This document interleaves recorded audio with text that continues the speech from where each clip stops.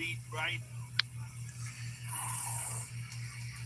But later tonight from Chicago, Dricus du Plessis looking to continue his path of destruction. UFC prelims getting ready to start. Versus the newcomer Pico in the co-main. UFC319 available for purchase right now on ESPN Plus. UFC.com/PPV if you're outside the United States. So Jakar close, trying to make it 5 wins in his last 6, an inch ever closer to those hard-to-crack lightweight rankings. Edson Barboza, of course, has been there before and been there with all the greats of this division, past and present. Peel back the numbers for you. Chimaev head strikes, advantage close. The body commitment was evident from Barboza early on. He also landed twice as many leg kicks as Jakar close, but it appeared to the booth that close controlled the fight and the action.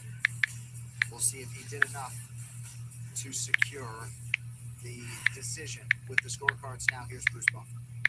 Ladies and gentlemen, after 3 rounds, we go to the judges' scorecards for decision. All 3 judges score this contest 29-28 for the winner by unanimous decision, Jakar. Edson Barboza lost again. For the South Haven, Michigan native Jakar close as he gets the better of the veteran Edson Jr. Barboza. Ladies and gentlemen, we are just getting this night going from Chicago for UFC319. Preliminary coverage continues in a moment right here on ESPN and ESPN Plus. We hope and humbly trust you'll stay with us.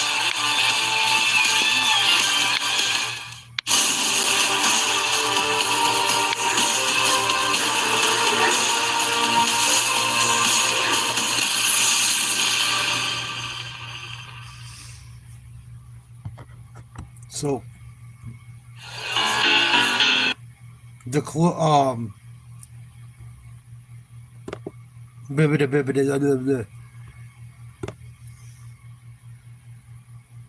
Jakar closer just beat Edson Barboza by decision. We got Chase Hooper, Alexander Hernandez coming up next. Jessica Andrade fighting Gerald Merschaert versus Michael Oleksiejczuk. So, Bassinger, Sir, I can't even say it. It's one of Kamzat's boys is fighting Eric Nolan. And then we will get to the main card. Hope you guys are having a good night, good weekend. Edson Barboza just lost to Jakar close. Chase Hooper, Alexander Hernandez next. Chase Hooper, a -325 favorite.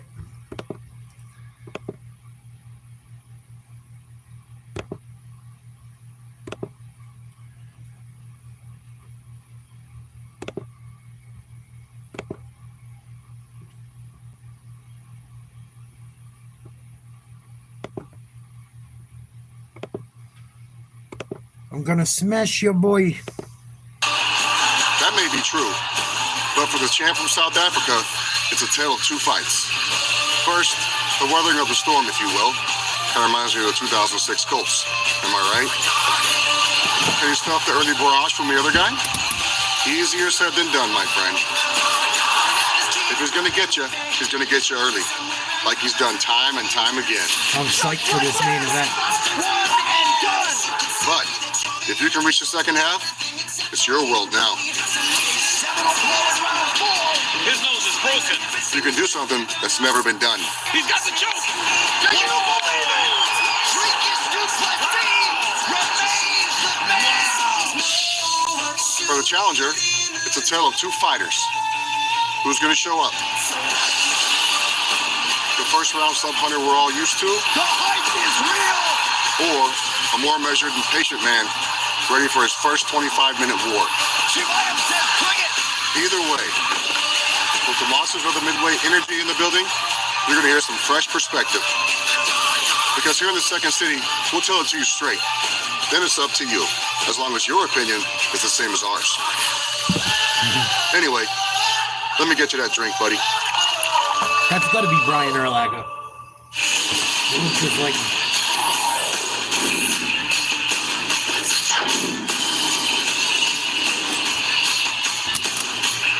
Dricus cum shot fighting tonight.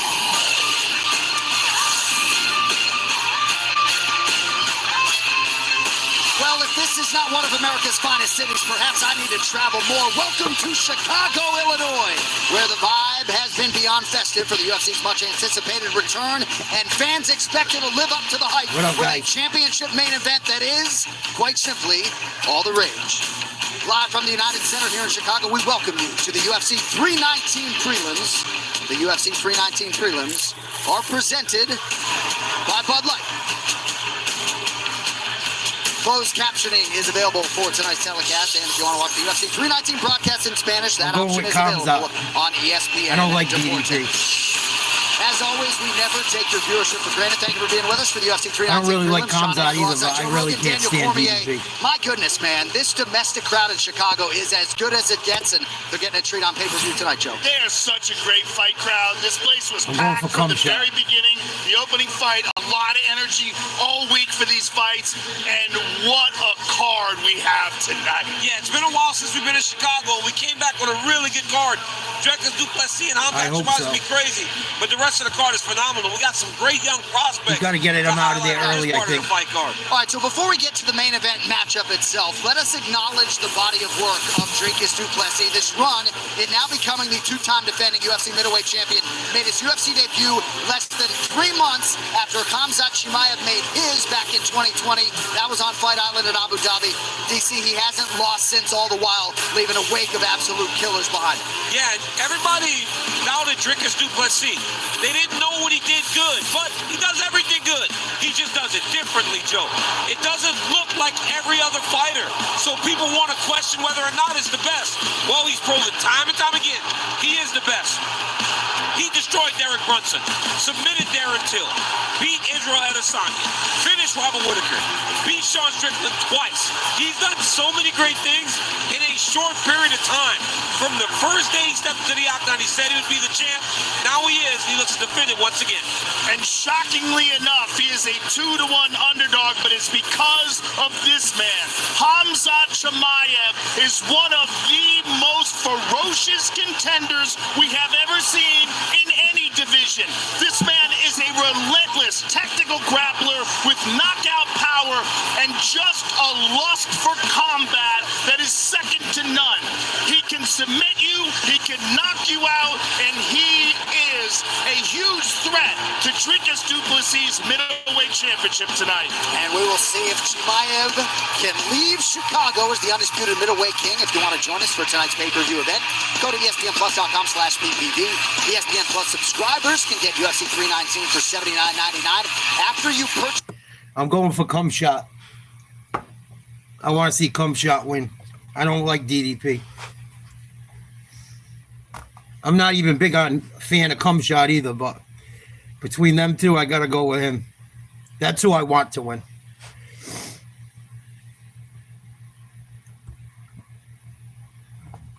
Chase Hooper getting ready to come to the ring, it looks like, versus Alexander Hernandez. Of perennial tough out Alexander, the Great Ape Hernandez. Chase Hooper's evolution from raw talent to legitimate contender at 155 pounds has been nothing short of spectacular. And while he has wowed in submission wins over Jordan Levitt, Vyacheslav Barshov, and Clay Guida, his April triumph over Jim Miller proved in fact the dream was ready for primetime. Tonight, Hooper looks to extend his winning streak to 6 when he faces Alexander Hernandez. Fresh off back-to-back wins himself but we'll over listen Austin to it Hubbard together. and Kurt Holloway since returning to the lightweight division. Hernandez has left no stone unturned in preparation to ensure he... Hernandez is tough. He had an awesome finish in like his first fight. People thought he was going to be like a champ right away, and then he got beat up. Hernandez is not a pushover. Hooper's been on a roll. We will see.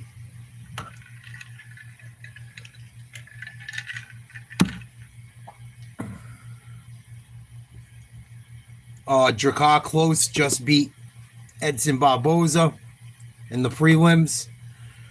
Albi Idris got submitted by Joseph Morales to win, I believe, the flyweight champion of Tough the newest season. They started the early prelims with that fight. Corinne Silva beat Dion Barboza. And like I said, Jakar Close beat Edson Barboza. We got Chase Hooper, Alexander Hernandez up first to start the regular prelims. I didn't watch it. I was getting cleaned up. And I had to run out to the supermarket quick.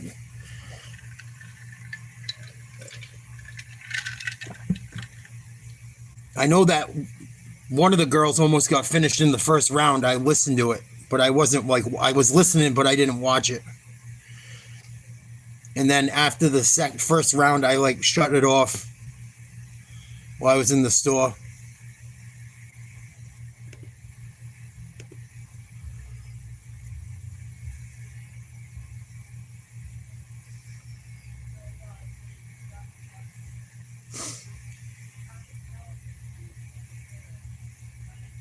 It's a decent card tonight. Not the worst. I'm interested to see Khamzat's little prodigy fight. He's supposed to be nasty. He just got a deal on the Contender the other night, I think. Or on Tough, excuse me. I always say Contender because of that show they used to have, the Contender, that was just like it.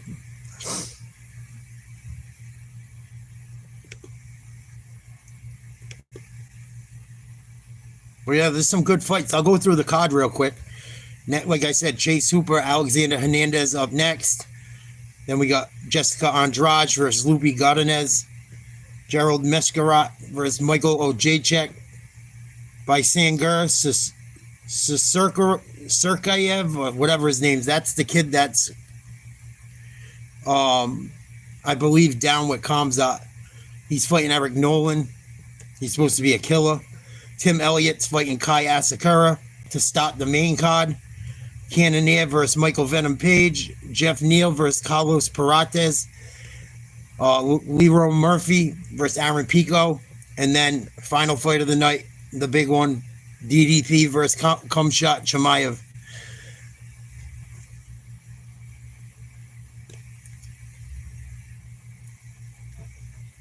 The first fight of the night was the best fight that I watched so far.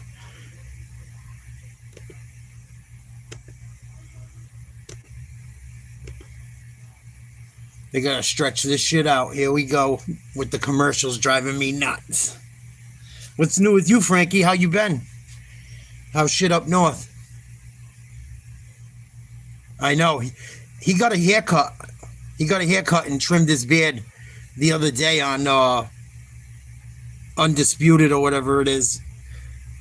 I was watching one of the UFC319 like lead up videos, and he got a cut. He's not even gonna look like he did a day ago. From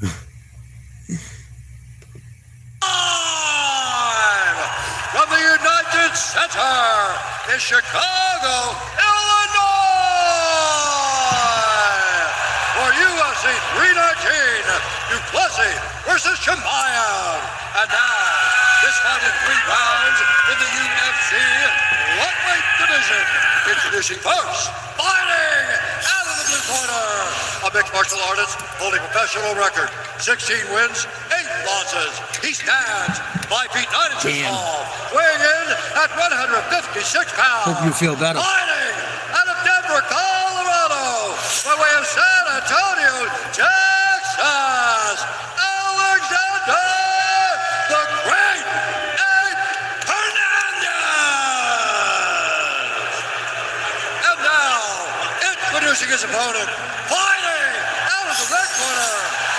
People love this dorky motherfucker. 16 wins, 3 losses, 1 draw. He stands 6 feet 1 inch tall, weighing in at 155 pounds. Fighting out of Enola, Washington, Chase the Dream Hooper. The action begins. The referee in charge, Jason Merschaert. One of the finest in the He was business, on the Jason PFL Herzog, fight last Vanessa night. Hansen Wow. getting us started for round Busy one. Chase dude. Hooper has never been submitted. I'm also not sure he's ever been cheered quite like that. Knowledgeable fan base here in Chicago and showering the young Hooper with a lot of love given what he has done recently. All right, ready to go round one. This fight clock is brought to you by Bud Light, the official beer sponsor of UFC. Hernandez in white, Hooper in black. Hooper right away, We've seen spinning Hooper his do hat. this a lot. Use that front leg side kick to try to close distance and then try to get takedowns. Didn't land, but sneaky. Good head kick. Oh, head kick, spinning back fist, Hooper. A lot of long-range weapons right now for Hooper. But utilizing that height and reach advantage, which he has hugely over anybody at 145 he had, but Yeah. 55 he has it as well. Yeah, not many guys. Yeah, Hooper's with a coming 74-inch forward, reach in a lightweight starting this division. fight. He's just gotten much better at standing. He's got way more Really length see it in his than movement. Hernandez. the way He's way taller. using that reach advantage with his kicks. He's just much more comfortable now. Hernandez, nice jab. Jeff Hoagland, longtime chief corner of Chase Hooper. Clay Matza on the other side. That length and distance is throwing off the timing of Hernandez. He's having a hard time figuring out when to get inside, and Hooper just keeps spamming shots at him. He No does. shit, Joe. And when Alex He's tries way to go, bigger. Chase throws a body kick, Yeah. especially when he's in his conventional stance. And he throws it as he's moving back. Oh, That's Hernandez nice made him pay. Hernandez. Beautiful right hand by Alex. And that's one of the things he's got to do. When Alex gets in, he needs to stay in.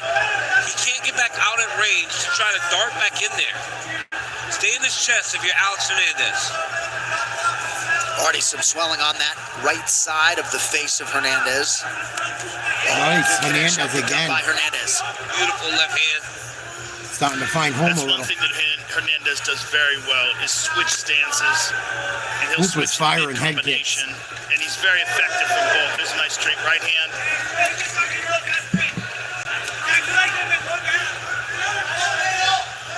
Hernandez's athleticism looks great.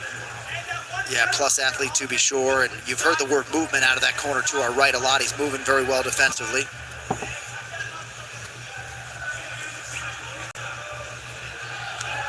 Spinning back fist misses for Hooper. Head kick misses.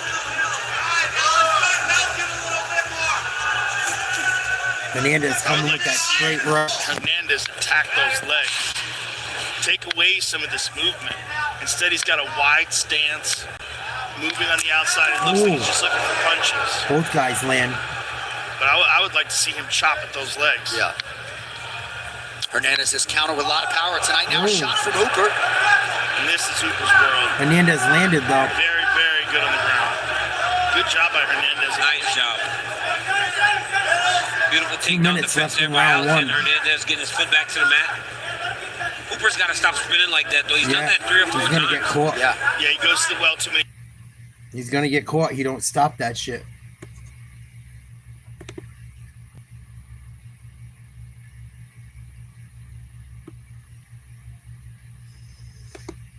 Technique that's supposed to surprise someone. Flyweight warrior Brandon Royval and Jason Yarrington also with Ooh. Clay Matza in the corner of Alexander Hernandez Hernandez again. tonight.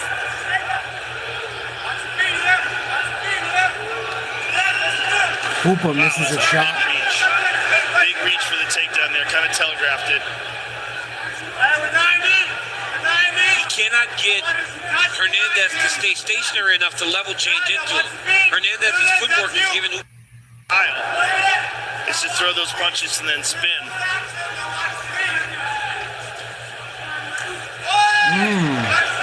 Couple good shots by Hernandez, kind of grazing. Hernandez fighting is a stealing much this better round. second part of the round. Nice angle there by Hernandez. Lunging right from Hooper, but those have been few and far between. He's just so much more comfortable on his feet. The way he holds his hands, Yep. chin tucked, it's just different. Hernandez again, straight He hasn't left. been able to get to Hernandez lately. But right there, that's one thing Chase is doing really well. When Hernandez does attack, at times Chase will roll his shoulder, and he takes the brunt of that punch on his shoulder and not on his Hooper chin. can't land right now. Nice left hand by Hooper a moment ago. Numbers suggest he has There he goes. outstruck Hernandez 19-8 in significant strikes here in round one.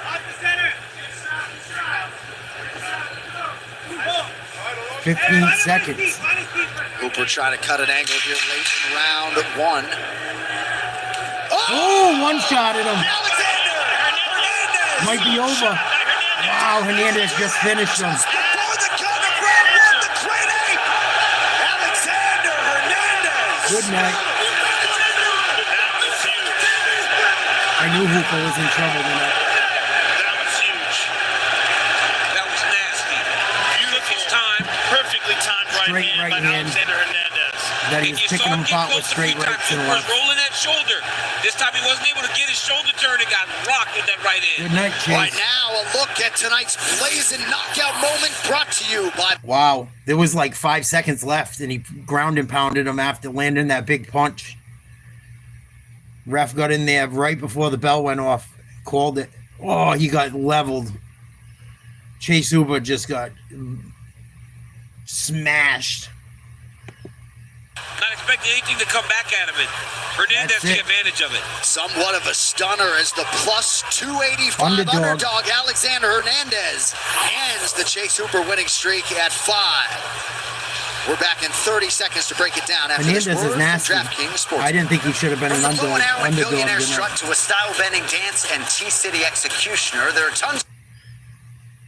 I know Hooper has been looking good, but Hernandez is tough, dude. He's a little older, I think. Even if he isn't older, he's built better. He's like got a more mature body, I think. Stronger. That height helps, but not when you got a little guy that's strong, that throws fucking bombs. It's not always the best. Chase Hooper got dropped. First round knockout for Hernandez. Like seconds left on the clock. All right, to make this one official, here's Buff. Ladies and gentlemen, referee Jason Herzog has called a stop to this contest at 4 minutes, 58 seconds of the very first round. Declaring the winner by TKO, Alexander, the Great Ape Hernandez. Well done. Congratulations. I am here with the winner, a very happy Alexander Hernandez. A fantastic victory at the end of the round. It seemed like you were looking for that perfect counter. You were being very patient, and boy, did you find it. Yeah, I mean, just do that shit every time. That was way easier than what I normally go through. So, and not to say, hats off to Hooper, man. He's super dangerous. We knew he was going to want to press, and he's really long, so I need him to step into the range to catch him. And you did that. Let's take a look at it on the big screen so you can enjoy the fruits of your labor. Look at that perfectly placed right hand. And then the follow-up shots on the ground. A huge win for you. Drilled him. Yeah, thanks. Again, yeah, that shit's sick, dude. It's just That we go for was that every a single time. Normally, I perfect look like shot. Nick Diaz when I get out of here. But, yo, that was shout out to my coaches in my corner. We prepared really hard. Clay Matza, Brandon Royval, Jason Yarrington, Pedro Baca, Trevor Whitman, thank you for the hours. Our boys, my boxing coach is in the crowd too also. Pedro Baca's a shout out to him for being here. Yeah, I mean, we're put together right now. We're on a nice little streak, so I don't know. I feel like we're doing something right now. Very nice streak. Now, let's talk about that and what you would like to do next. This is an awesome opportunity for you to possibly call out an opponent. Do you have anybody in mind? No, volume, man. I just want to get back in. I know no chase happened in San Antonio. A lot of fights fell through this week, dude. El Gran Shango put me in San Antonio, dog. Congratulations, sir. So much. Alexander Hernandez, ladies and gentlemen. And that would be great. The Laid him UTSA graduate out of San Antonio, Texas, if somehow there was a place for him September 13th, but bigger picture, more momentum that he has had really since his first year Good in the job, UFC. Alexander 3 straight Hernandez. wins at 55 for Impressive Alexander knockout. Hernandez. All right, now here's a look at Sony Pictures' new movie, Caught Stealing, starring Austin Butler, in theaters August 29th. Wow. Chase Hooper was a heavy favorite. Some people won some money that took Alexander. If you put $100 on him, you would have won $325. I should have done it.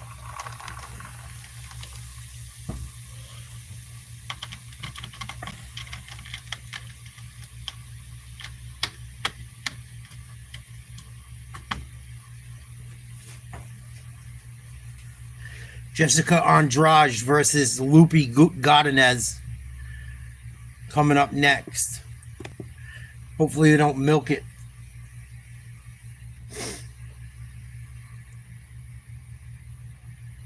I don't know nothing about that TV show, but that's funny. People have said that before. I look like some guy on it a little bit.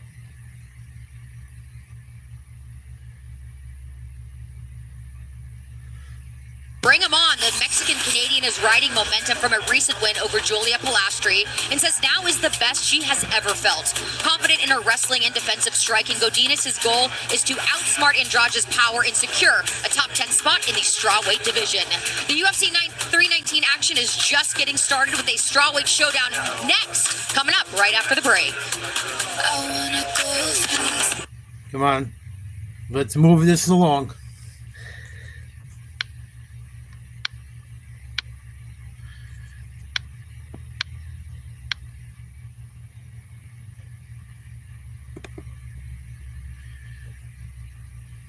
That might be knockout of the night so far.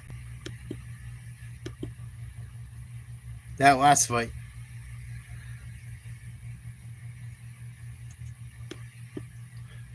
I hope this isn't a snoozer.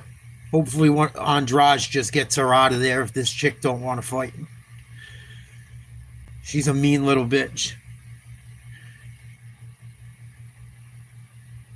I hope there's a couple of fights that could be snoozes. I hope that aren't. Old J-Check and Merschaert could be a snoozer. Hopefully it's not. The rest of them should be pretty good. But there's a couple of fights on this prelim that could be snoozes or really good. First one wasn't. First one wasn't for sure.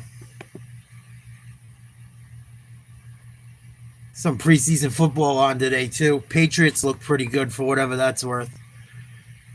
Only preseason, but I was pretty happy to see them play well for a little bit. For the little bit of time they had the starters in.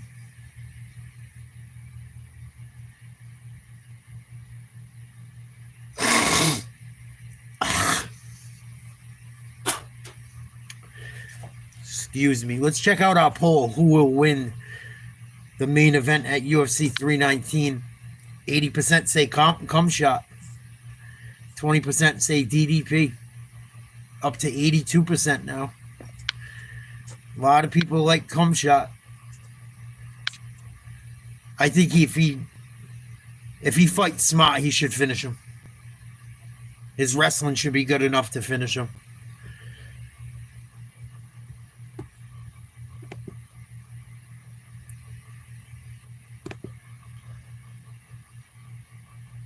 There was a lot of people booing DDP during the press conference. I was surprised. Sounds like there's a lot of support for Khamzat Chimaev in Chicago.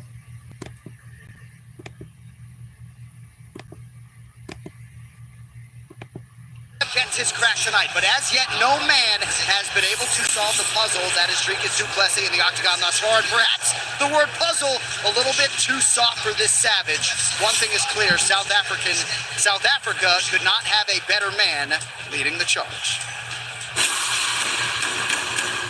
I can't stand DDP. Want to be the first real African champ, trained, born, bred in Africa. This guy represents his entire nation. South Africa! Dricus du Plessis is an absolute animal. Big strikes raining down on the South African. You can never take a South African lightly. That grit, that heart. When others quit, we will keep going. What a moment for the entire nation of South Africa. Everybody, world champion, baby. The power and the energy I get from the people. That is the key to my success. He said that this belt is for all of South Africa. Dricus is our man. And he's got the whole country behind him. There's no one that's going to stop this man.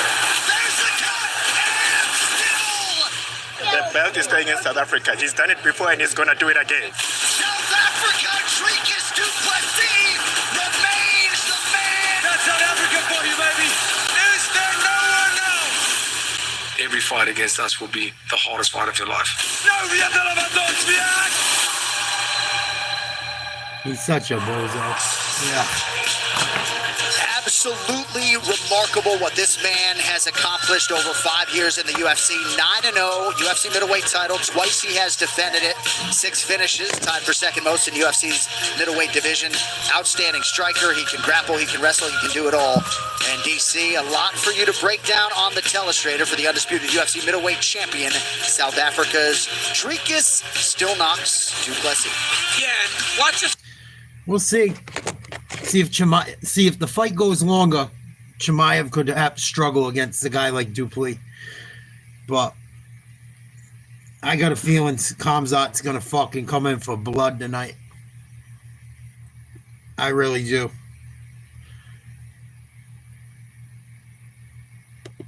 Izzy down to that trap arm side. Right as they're about to land, he lets it go. Izzy goes to post. Dricus jumps his back. It's not him just throwing stuff. Watch Trevin Jow. Trevin goes, I've got him. Look at Dricus' hands. Cover, cover, cover. When he gets back to space, yeah, he's going to cover up with Khamzat. He's going to get taken down. Du Plessis says, I've got my ranging distance. Let me explode. Same 1-2. Big drops Trevin Jow. So while it might seem as though he's just doing anything, there's a lot of direction in the chaos when it comes to Dricus du Plessis. And he doesn't make mistakes. Look at his hands, John. There's a method to that Mornay Visser madness. Can't wait to see it play out live on pay-per-view later. Now, though, next matchup, Godinez just due, former champion, looking to reassert herself. He fought Burns at 170. Burns probably beat him. I thought Burns won that fight. But he fought him at 170. And supposedly he was sick and he had issues and shit. We'll see. Even if Dricus wins, I don't fucking like him anyway. I just think he's corny. I think he's corny. I think he's good at everything. I just think people are fucking pussy when they fight him. All these guys in that whole division, they talk that shit and they're all bitches. Strickland, fucking Izzy. Izzy hasn't been the same for fucking years. I think his wins are suspect. DDP's wins. He's beaten everyone after they were already fucking beat up and old. In my opinion. I think his record's a little corny. Whitaker's old and beat up. Everyone's old and beat up in that division just about. Maybe not old compared to the regular people in the world, but for the UFC, they're old.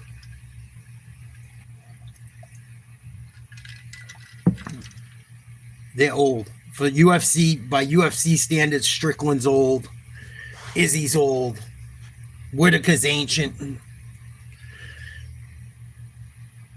Derek Brunson, he beat. He's fucking ancient. We're going to find out tonight. We're going to find out tonight. Thanks, Pam. The weight loss is going well.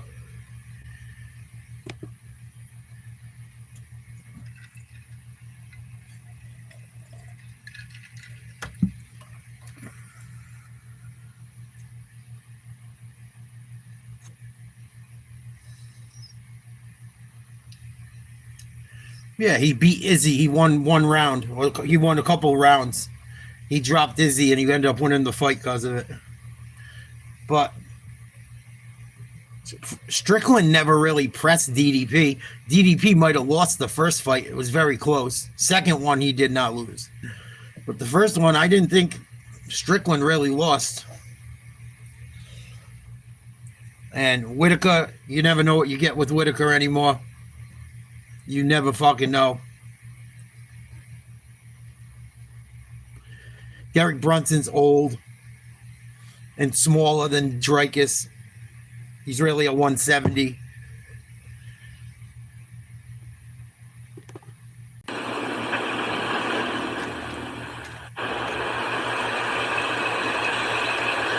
I'm just looking at things objectively. I wonder if Dricus's record is a little bit I wonder if he's been as tested as people think. He beat Izzy when Izzy was fucking partying and caught that DWI and shit. His head wasn't into it. Just saying. I don't know if he got the best of these people.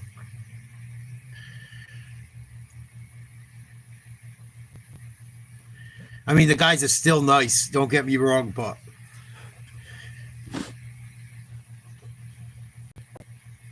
it seems like guys lose the desire once they become champions.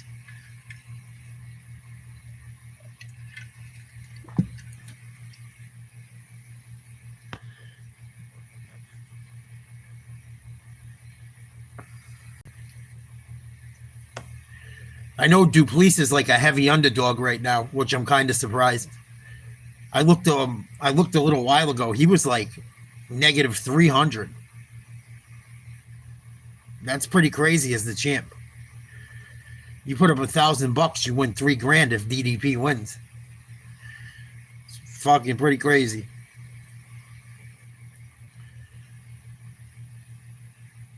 As a champ. 20 finishes out of 23 fights, and he's negative 300, or it was in the high 200s. It was one or the other. I know it went up even higher. It was over 2-1.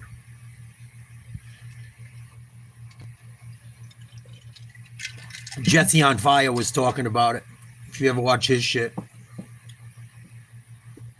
because he put money on DDP. He was talking about all that gay shit too. About DDP being gay. There was a fake news article that came out, and they were really trying to support him as that he was. All the gay people and shit online. Newspaper really believed the rumor. Fucking hilarious. Here we go. Jessica Andrade versus Lupi Godinez.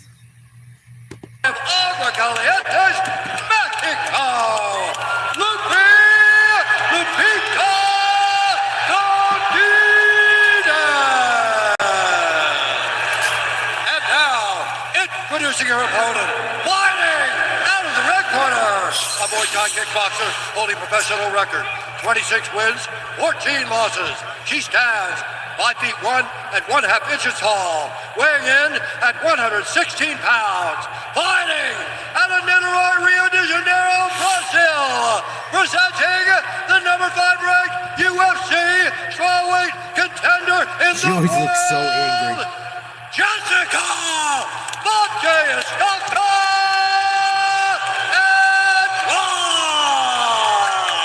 She looks pissed. The action begins. Referee in charge, Nick Chimaev.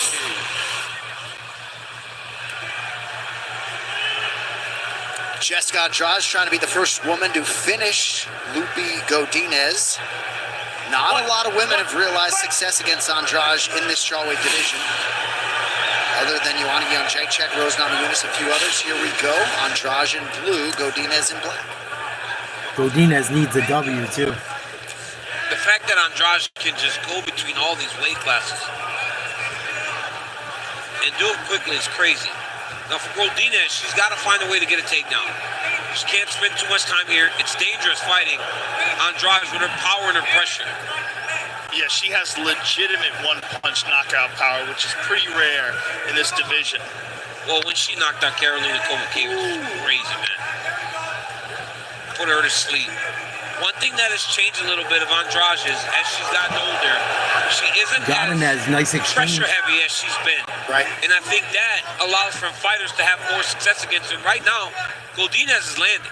Landing with nice, crisp Another shots. right and a left. And it's one of the things that we Andrade's gonna wake up. She has very good boxing technique. Hands are always up high, very defensively responsible, Ooh. sharp punching. She spent a lot of time down with Francisco Grasso. Godinez is Alexa swinging them for the down there in fences Mexico, and landing. working on that boxing. Andrade is dangerous still, though. That fight camp. Oof. Toyo Tires, the official tire of UFC. Probably be a knockout in this fight. Godinez said she's been training more strategically, but trying to sort of marry that with coldness and aggression. Ooh. Nice little sequence there for Andrade. Ooh, good 1-2 from Godinez now. Oh, It's almost she's gonna like shoot. Andrade doesn't respect her power. She's much bigger. She's better Ooh, respected big right because hand. She's getting clean right now. Godinez. Beautiful. She's really getting touched up. Oh, another one. Two by Lupi. And real crisp. What up, what up? Peace. You hear her corner telling her she's just way slower Andrade than you. answers. Let your hands Got go. caught with another jab. Godinez got good movement. Well, it's also because Andrade winds up, right? So she loads up on the shots because she knows she has that big power.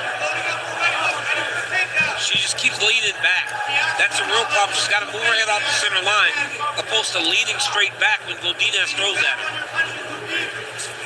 Oh, calf kick. And that will be available for Lupi. Because Andrade is leaning back, her legs are just out in front of her. She can blast those legs. Big right. Godinez. Nice Jab. by Lupi. She looks Very good. Looks like Andrade is starting to bleed from her nose. A finish for Andrade tonight would tie her with Amanda Nunes and Jillian Robert for the most in UFC women's history with 10. Nice uppercut from Andrade. Knee to the body from Godinez. Right hook. Andrade. Andrade hits hard, man. She loads up, like they said. Godinez still got to be careful. Calf kick, straight right. Godinez. Godinez corner calling for her to at least show a takedown offering here. Just to give Andrade something else to think about. Ooh, Godinez, nice. Three-piece. Followed by the kick. Kick to the body. This is why Godinez is having so much success in the striking also. Andrade is What up, terrified Rock? of the takedown. Look at that. Look at how urgent she was to get away from her when she got her hands clasped. Godinez corner calling for a takedown. Yeah, here Godinez around looks the good 1 minute early. mark of round 1. We'll see if she obliges. She is much faster than Andrade. It's also the punches are coming straight. Ooh, Godinez just landed a big right. And I think And a even left. though she's 32 years old, right? She's been in this game for so long. Fighting in the Andrade. UFC for 12 years. Ooh, Andrade Weight again. classes. A lot of damage. She's not Again. as fast, Oh, right? She's Andrade able just to pieced defend her up hard. in the hard fights. Andrade has landed a few bombs here late in the round. But that's how she needs to fight, Jay. She's got to go forward and make Godinez Oh, fight. another big left. Godinez is hurt. She landed a couple of big ones there. Going for the takedown. Couldn't do it. Look at that. Oh, But she is swinging for the reach. Andrade is trying to finish But it. that gives her a chance. 20 seconds, If round she 1. stands and try to go technique for technique, she's going to struggle. Godinez was fighting such a good round and then got So rocked. somewhat of an abandonment of the technique we've come Oh, to. another right. She is loaded up. Andrade, Opportunity 2 of to go. them. 4 seconds. Ooh, both of them connect. Broads are going at it. Broads are going at it. Andrade is only going to get hit so many times in the face before she's like, fuck it. I don't even know if she's a she. Straight up. Jessica Andrade is fucking built like a brick shithouse. And she got like that butch ass hairdo. She looks like a fucking, she should be fighting Demetrius Johnson.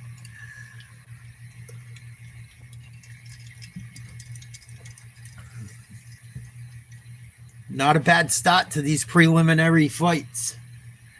I think we're going to see a knockout. If not, these girls are going to be beat to shit. I think we're going to see a knockout. Unless they get gassed. And they start grappling just to survive. Because it doesn't look like they really want to grapple, either of them. Godinez has tried a few times. Andrade ain't hearing it. She's trying to stay on her feet. Here we go, round 2. UFC 319 can be bought right now on ESPN Plus, UFC.com/PPV outside the US. Godinez landed 55%. Ooh, Andrade hit her with a big left. Hurt her eye. But you see the redness on her face because Andrade is landing. But Godinez double leg. Oh, nice takedown. Beautiful job by Godinez. Look at this, right in the arm triangle. Yep. She's going to go for a triangle choke. If she takes her time here, she's got a chance. She's got a mountain. Yeah. Well, she looks like she's going back to half guard on her own just for security. Yeah, right back to mount.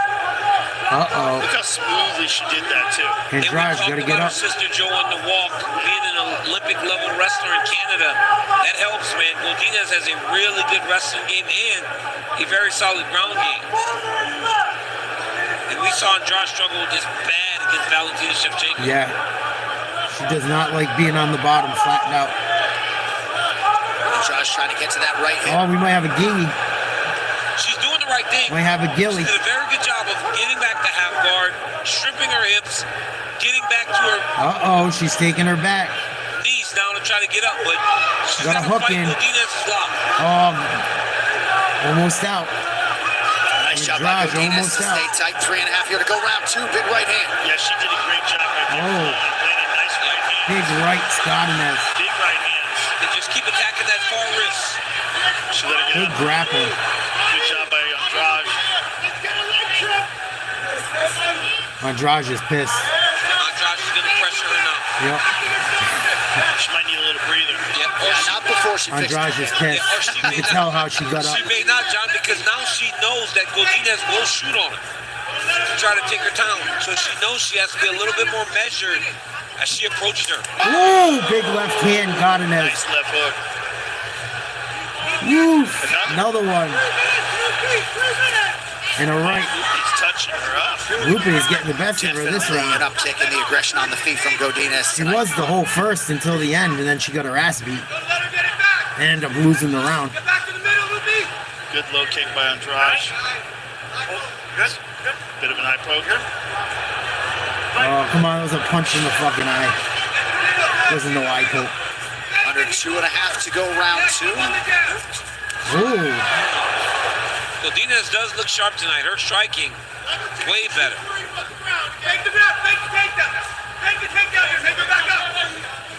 She said this week of facing the former champ, this is the door I need to open to contention. So far, pretty good. Oh, big right hand. Andrade. Hit her like right near the ear. I'll tell you that. Yeah, he's They are not taking any breaks. Oh, Andrade's just constantly looking for that knockout shot. Nice quick jab. Not really kind of setting things Godinez. up, but just getting close enough to start winging. There it is. Oh, Andrade, big body shot hooks. there by Andrade.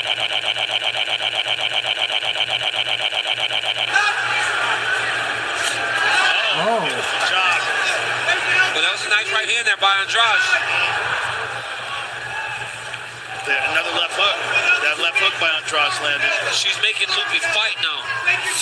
Lupe doesn't seem as comfortable there. Lupe's face is red as fuck, too. Oh, big right hand.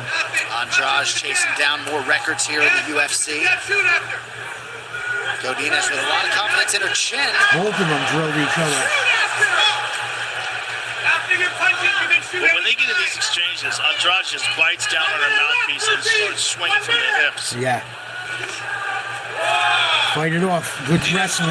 Nice left and right, Andrade. But I mean, she's not securing takedowns. Andrade is defending well. Oh, big right hand, Andrade has stuffed Andrade. 6 of 7 shots thus far.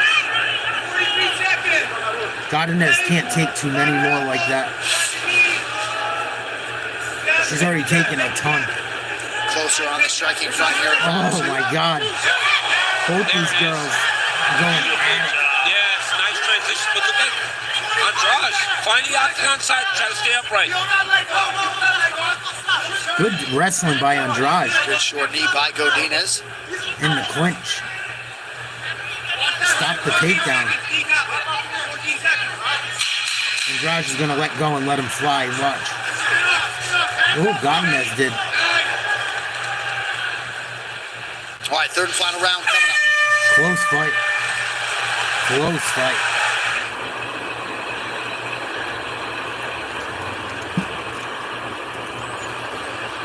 I haven't seen Godinez look this good in a while. She hadn't won too much lately.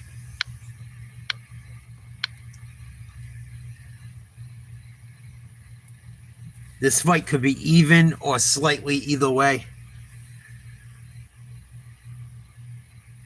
Godinez has thrown more punches, I think, but she hasn't landed as many. And I think the bigger shots have been landed by Andrade, but it's very close. You also got a takedown for Godinez. This is a close fight.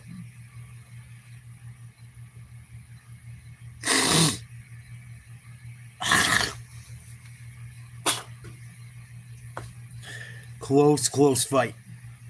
Round 3.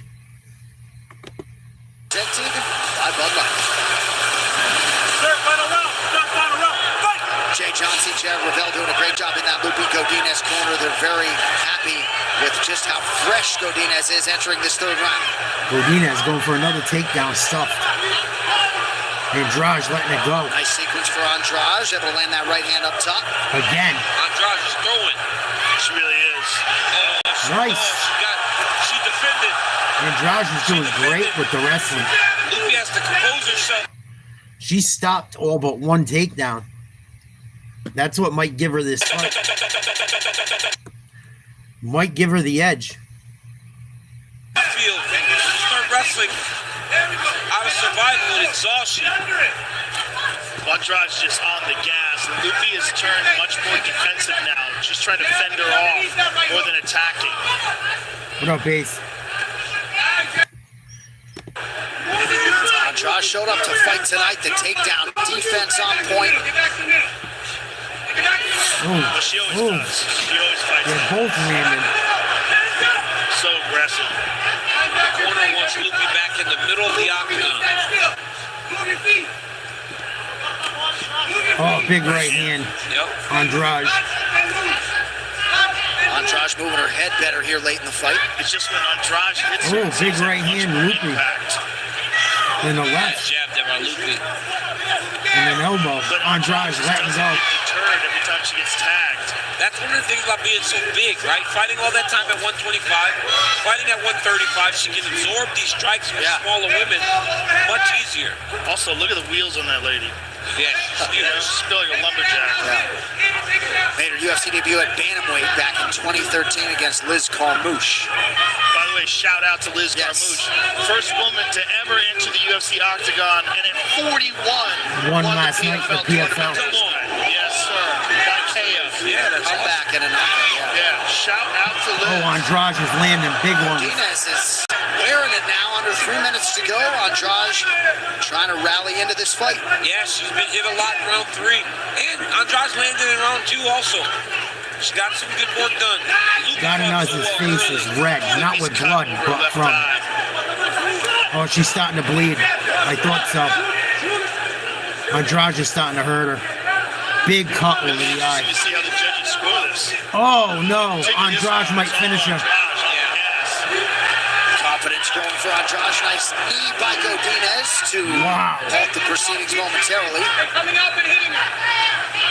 Oh, big left hand. Just winging punches like a little female Vanderlei Silva. You know? Andrade is starting to put the hurt on Look her. at that. And then her chin's all up there too. She's getting hit. Yeah, it's Lupi's not. landing Chris shots. It's not what you would teach anybody. But I mean, if you got a granite chin. Oh my God, Andrade again. Like that. Big right. I mean, she's just beating on her. A lot of blood in the face of Lupi now. Look at that pressure. Constant. And Andrade stuffing that shot with relative ease. 1 for 12 for Godinez on the takedown attempts. Also, the fitness of Andrade has to be commended because she has been on the gas with no signs of slowing up. Oh, good. Left hook. Lupi's starting to really feel the shot. The next woman to finish Lupi Godinez will be the first to do so. This is a close fight. Lupi's telling her to stay in contact with her opponent. But I think Andrade has done so much more damage. Easy said than done. Yeah, easy. Especially when Jessica's on the gas. And Godinez, I don't know if she's ever fought a big better right. fight early. But late, man, she has allowed Andrade back into this fight, taking a lot of damage. These punches are coming from nice right hand by Lupi and a knee behind him. It might have rocked her a little. That was a big combination by Lupi. 50 seconds, Lupi! Oh, Left hand is there for Andrade. Jessica's mixed up her targets very well tonight. Ooh. Andrade again. Big shots. The shots she's landing are huge. Stuffed another takedown. Land a big right and a left. She seems determined to try to get the finish here. Oh, Andrade's two-piece. Ooh, Really another one. Fight from moment one. Another big right. Andrade might finish her. Wow, these girls are going. Luca's like, let me take her down. Great showcase for Good the fight. strawweight division, formerly owned by one Jessica Andrade. We will get to the official decision. He had a good day. He threw a pick 6, Jeff. I know he threw for some yards, but he threw a pick 6, brother.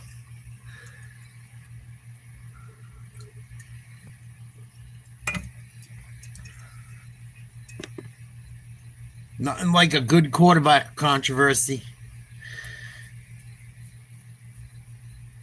I don't know if you're being facetious or whatever, but I told people that Shador was going to end up with that spot. Oh, stop it.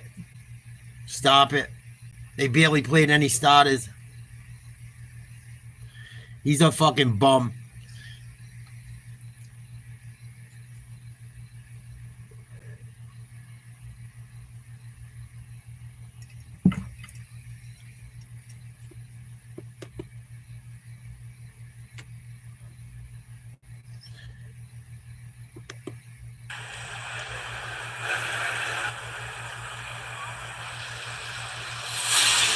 Well, Season 9 of Dana White's Contender Series launched this past Tuesday. The series that has kickstarted so many UFC careers is back for its annual 10-week run. He wasn't even featuring some that of the good in best rising college. talent from around the globe. He was All like vying for 27 in the contracts. NFL. The Contender Series live and exclusively on ESPN Plus at 8 p.m. Eastern Tuesday. Played for like 7 Now years it's in time for the college. official decision, brought to you by Bud Light, official beer sponsor of the UFC. Here's Bruce Buffer. Ladies and gentlemen, after 3 rounds, we go to the judges' scorecards for a decision. All 3 judges score this contest 29-28 for the winner by unanimous decision, Lupi! Wow. Lupita Godinez!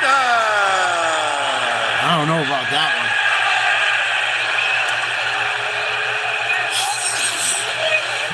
I don't know about that one. She had better numbers, though. Congratulations, She got her Lupi. ass I'm here whooped. with the winner, Lupi Godinez. Lupi, that was a tough fight. She took more damage. It seemed like you were getting off with crisp striking. You got some takedowns earlier, but you had to weather the storm in that 3rd round. Yeah, you know, I know it was gonna be a super tough fight, and I've been working my hands a lot, my takedowns, everything. But today I woke up, I was like, let's lead a little bit tonight. So now here we are, and I just want to thank my coaches, Jay Johnson, and Paula, my sister, and Jay Rebel, that they've been in my corner, and they've been in every single training session, and thank you guys. Well, Lupi, this was the most high-profile opponent, the biggest victory of your career against a former champion in Jessica Andrade. Who would you like to face next? Honestly, UFC knows that I never called any fights, but whatever, you know, the ranking is up, whatever, I don't even know how that works, but I'm here. I'll be ready for whoever they give me. Well, congratulations. Look forward to seeing you again. Lupi Godinez, ladies and gentlemen. I wouldn't be And a mad little if sigh of either relief of them there won. from her sister, Ana Paula Godinez, in her corner. Congrats to Lupi Godinez. Outstanding 2025 for her. 2-0 after the win over Jessica She's Andrade tough. She here took some in punches, boy. Chicago. She gave some, Well, too. we have got a loaded lineup coming your way on UFC Fight Pass. Decent night of fights so far. At least the prelims. Early prelims were meh. Alexander Hernandez knocked out Chase Hooper, end of the 1st round with seconds to go. Lupi Godinez just beat Jessica Andrade, unanimous decision. Close fight. Up next, we got Gerald Merschaert versus Michael Oleksiejczuk, followed by Sanger Susarov versus Eric Nolan. or Susarov or something is how they say it. I'm sorry. I'm going to butcher that name until I get it down. Susarov or something like that his name is. But he's boys with fucking Khamzat Chimaev. And I believe he just won Tough. Won a contract on Tough. He's a negative 950 favorite against Eric Nolan after the next fight. Gerald Merschaert versus Michael Oleksiejczuk. I think those are the last two fights in the prelims. And then we're on to the big boys. Tim Elliott versus Kai Asakura. Jared Cannonier versus Michael Venom Page. Jeff Neal versus Carlos Prates. Lerone Murphy versus Aaron Pico. And Dricus du Plessis versus Khamzat Chimaev. I can't wait for this main event. Oh,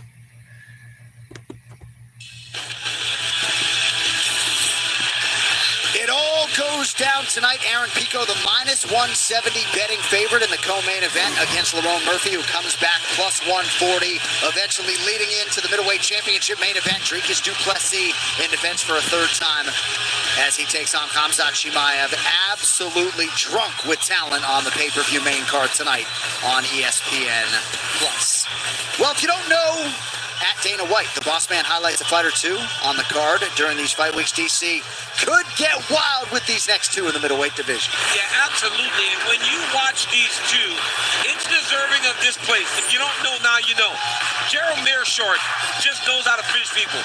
And for Oleksiejczuk, it is all gas, no brakes. You have a guy that's tremendous on the feet in Oleksiejczuk, looks to knock you out every second of the fight. And in Merschaert, you have a guy that if he can get you down, he can strangle just about anybody in this division. Yeah. You're going to know after this fight, because if you don't know right now, it's only a few minutes before you do. Yeah, no doubt. Interesting matchup between offensive fighters with a soon-to-be combined 41 UFC appearances. Gerald Merschaert and Michal Oleksiejczuk just about ready to engage on what, of course, is a big night for the 185-pound division. 3 members of the Fighting Nerds set to be showcased. That includes Poland's Michal Oleksiejczuk, ready to go here in a matter of moments against one of the more dominant submission threats in UFC history. Rejuvenated by his work in Brazil with the famed Fighting Nerds, Michal Oleksiejczuk will try to employ his tools, new and old, to get past exciting finisher Gerald Merschaert. The most accomplished submission specialist in the history of the UFC's middleweight division, Gerald Merschaert has used his ground game to end his last 9 wins. And if he has his way here tonight, the hard-to-spell and pronounce name of Michal Oleksiejczuk will be added to that list. Oleksiejczuk kicked off his 2025 campaign with a bang as he halted Dricus du Plessis in less than 3 minutes. This Polish standout routinely delivers excitement in the octagon, and he will look to do the same here against the veteran GM3, whose ability to drag his foe into his world on the mat likely will be his key to victory tonight. Coming up next, Gerald GM3 Merschaert squares off against Michal Oleksiejczuk.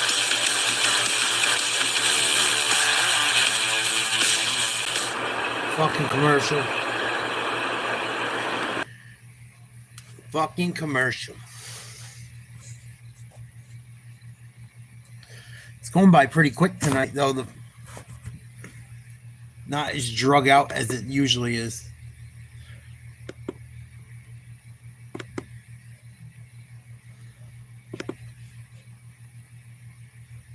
All the football games are pretty much, all the good players in the football games that are on tonight are probably not playing anymore. They all started around 7. Denver and Arizona, I'm not going to check it out quick. We'll stay with the UFC.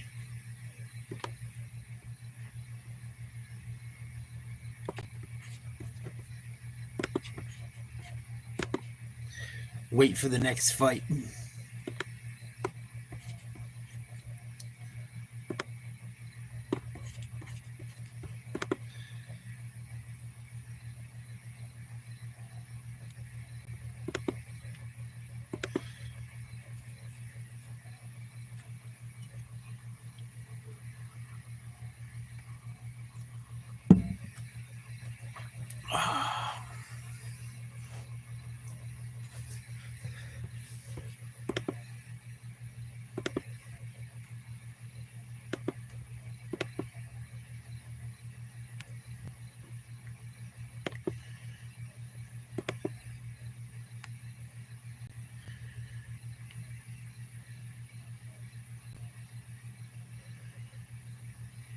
New Conjuring movie coming out. Oh shit.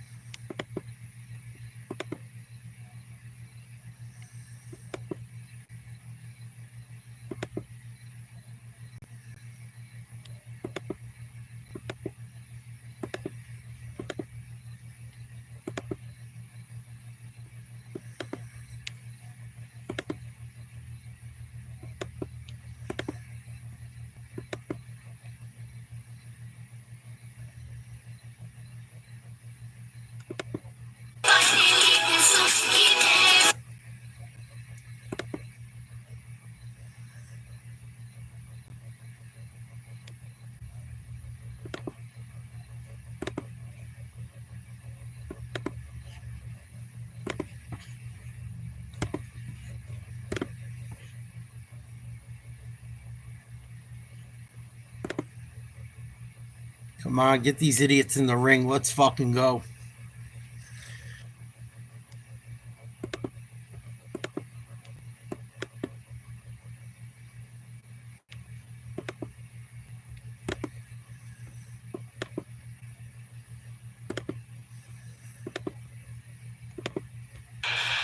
Hey, listen to me. All right, 2 more prelims to go before we transition to the main card. Includes this one, a middleweight Gerald Merschaert, 37. Mikhail Oleksiejczuk is the betting favorite. He is 30. Merschaert taller by an inch. He'll try to maximize what is a 3.5-inch advantage in reach. All right, now for the introductions, back inside the Bruce Buck. Ladies and gentlemen, this fight is 3 rounds in the UFC middleweight division. Introducing first, fighting out of the blue corner, a mixed martial artist, holding professional record, 20 wins, 9 losses, 1 no contest. He stands 6 feet tall, weighing in at 186 pounds. Fighting out of Marquis, Poland, Michal the Star Oleksiejczuk. And now, introducing his opponent, fighting out of the red corner, a freestyle fighter, holding professional record, 37 wins, 19 losses. He stands 6 feet 1 inch tall, weighing in at 185 pounds. Fighting out of Milwaukee, Wisconsin, Gerald GM3 Merschaert. And when the action begins, our referee in charge, Herb G.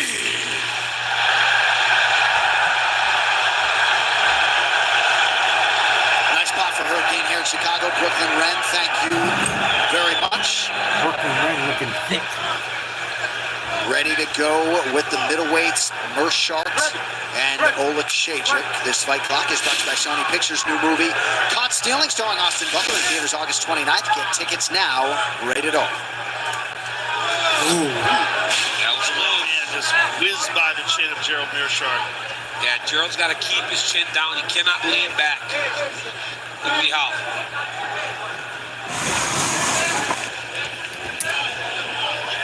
Mike Valley commanding the corner of Gerald Merschaert tonight. Jason Strout alongside as well. Merschaert needs to try to throw some punches and shoot. There it is. Level change here. He's got to keep that takedown always on the mind of Oleksiejczuk. He's also got to tuck his chin. Ooh. Gerald J-Check's landed. Oh, there's the shot. Good stuff. Yep, he's never been a guy to really embrace the striking.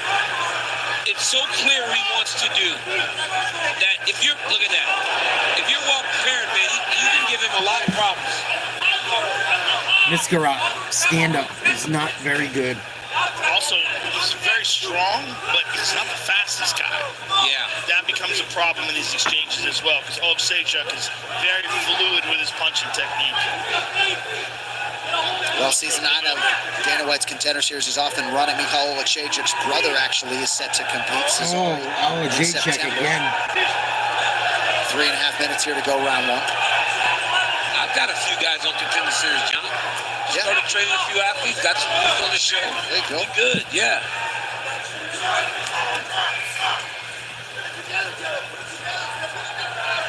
Trying to be like Khabib. Merschaert is like a fish out of water on his feet right now. He's got a front, but those injuries aren't good, right? He's not so fast that he's going to just beat a guy to his hips in a double leg.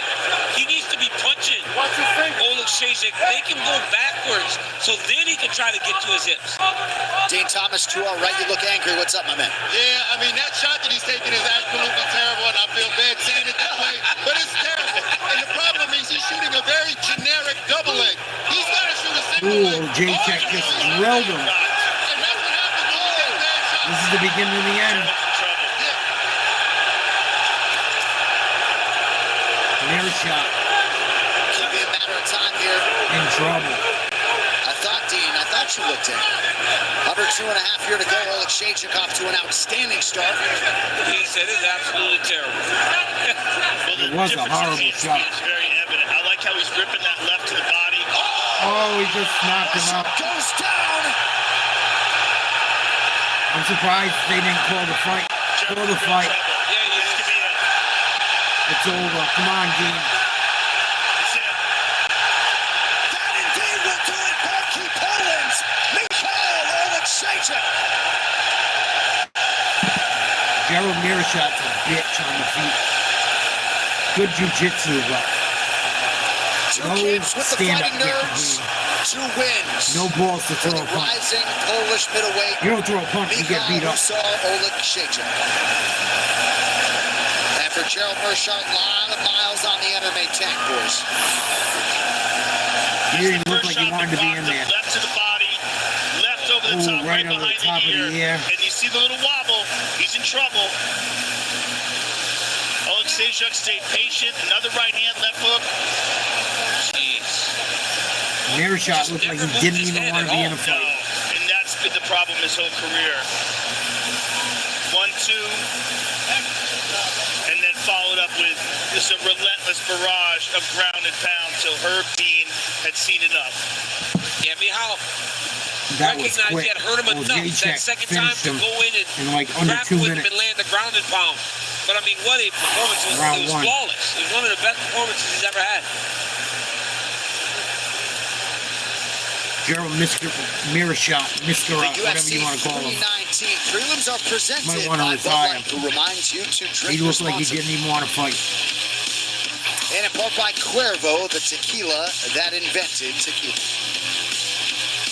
Tequila. I want to have some All right, tequila now for for my the official birthday. decision, brought to you by DAV, Disabled American Veterans, keeping our promise to America's veterans.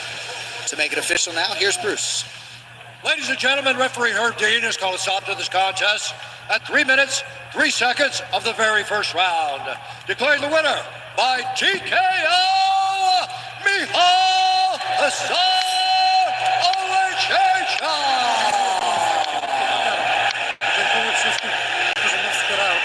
Good performance by the Polak again. Congratulations, sir. I'm here with the winner, Michal Oleksiejczuk. 2 camps with the fighting nerds and 2 phenomenal results. You never looked better. Tonight, you followed a flawless game plan and took out Gerald Merschaert. Yeah, I know. Let it. Let it. This is a very good moment. If I went to Brazil, I believe my way will be start. And now I am different fighter. I have a lot of people who have. A lot of people in my team. The team has great energy, great motivation for me. Thank you, Pablo. Thank you for everything, Flavio. What up, Kai? Fighter. This is the best moment in my life. thank you for fans from Poland, from my country. I love you, kocham was. Wiem, że dużo was przyjechało. Pamiętajcie, husaria nigdy się nie poddaje, a teraz dopiero zaczynam swoją drogę tutaj. I tak będzie. Nigdy się nie poddam. A lot of Polish representatives here in Chicago, Illinois. Now, Mikhail, this was a huge win for you. As I said, the second with Fighting Nerds. What would you like to do next? Who would you like to face? Marvin Vettori, you are next. I want to fight with you. UFC, please give me opponent with top 15. I am ready now. Absolutely, sir. Congratulations. Mikhail Oleksiejczuk, ladies and gentlemen. That's how you do it with the call out. He wants Marvin Vettori next. We'll see what happens there. What a job by the coaches. Pablo Sukupi. What's new, Kai? How you been, dude? Mikhail Oleksiejczuk, 2 straight wins here in 2025. If you don't know, now you know. Nice job by the boss, Dana White, pointing us to that particular matchup. See your name in the octagon or give someone the ultimate gift at UFCcollectibles.com. You can add a name to the camp. We get to see the understudy next. Last fight of the prelims. Basinger, Susarov, or whatever the fuck his name is. Susarov, something like that. He's supposed to be one of the biggest up-and-coming guys coming in. Fighting on the prelims on short notice tonight in the next fight against Eric Nolan.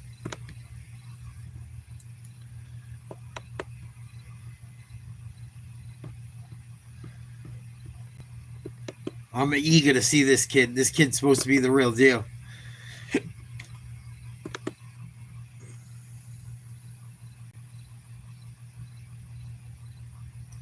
Oh, damn, Kai, that blows. What would it have cost you if you didn't do it yourself? I can only imagine. Thousands, right? More than what you would have made going to work, probably.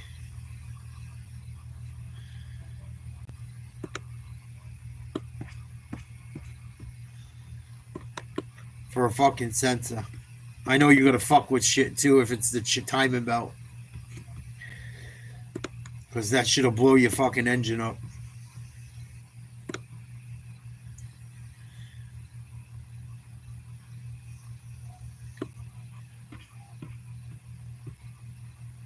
Wow. That's insane. Canelo versus Crawford, September 13th. We're definitely going to check that fight out.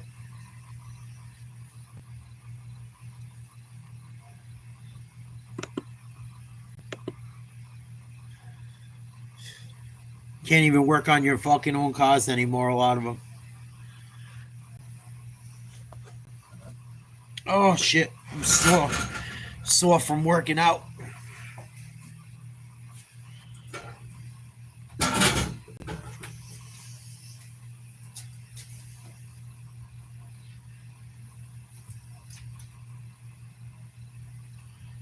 Yeah, definitely, Kai. If you got time you can use, and you're going to get paid to be out, fuck it.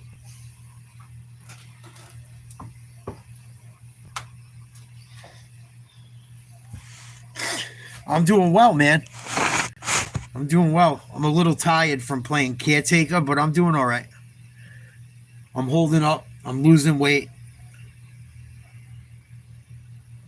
Just taking care of my mom and trying to lose weight until she gets healthier, then I can get back to grinding more.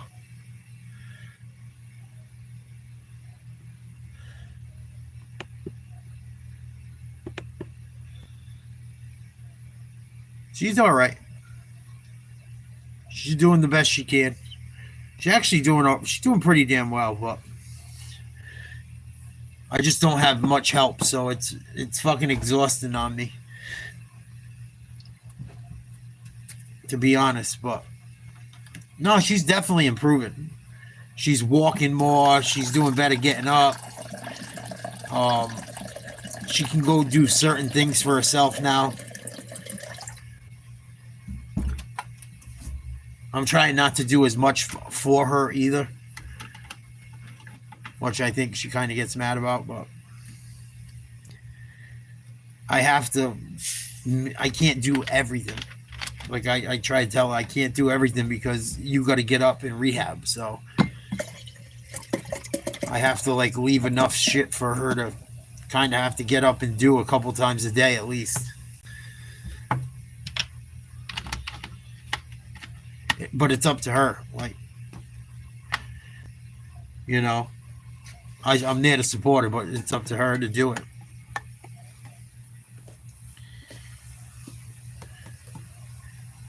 Yeah, sometimes it sucks, but I'm doing the best I can with it. The thing is, I don't get a break ever.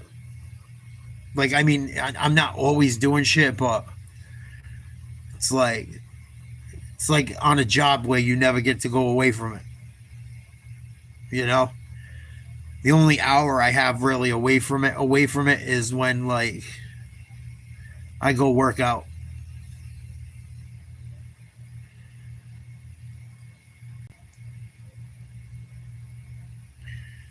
But once she's better, I'm going to take some time to myself. I already told her I need to.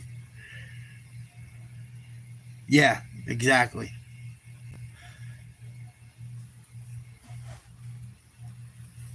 You know, I've been bathing her and everything. It's a lot of fucking work. It's a lot of work.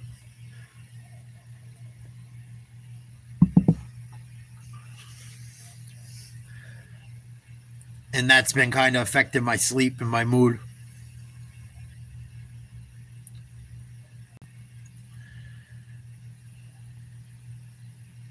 And it's been going on for weeks. It's not like it just started, so.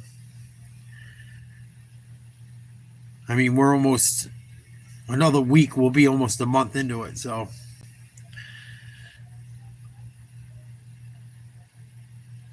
It's been a while. I had a dream last night. I cheated on my diet. I woke up this morning fucking so glad it was a dream. I went downstairs. I made sure the fucking food that I thought I ate was like, wasn't in the garbage or something. Oh, I thought I ate like 7 brownies, a bunch of Little Debbies. Fucking, I woke up fucking panicking. Yeah, just UFC tonight. Chilling out, watching the fights. There's a big time fight at the end of it. Yeah, fucked up. Thought I blew my fucking diet. I was eating pizza in it. Fucking, it was a food nightmare.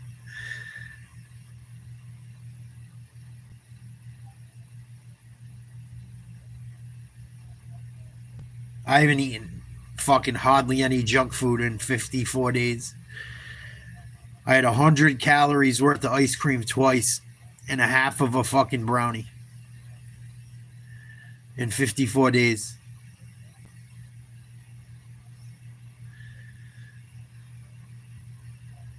But it's worth it. It's worth it. It's paying off.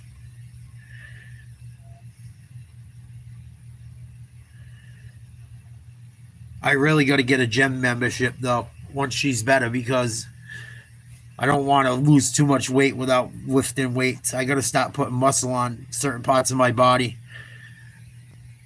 I do not want to be skinny fat. Oh, I did, Kai. I was like, you got to be fucking kidding me.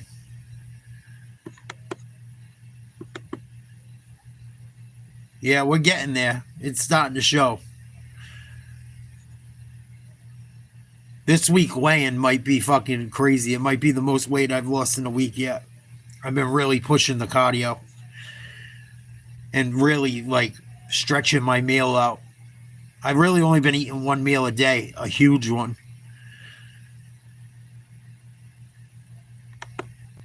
His whole idea is to get Whitaker's hands down to the floor. It does not matter what he has to do. Look at how much he's leaning. Now he can control him.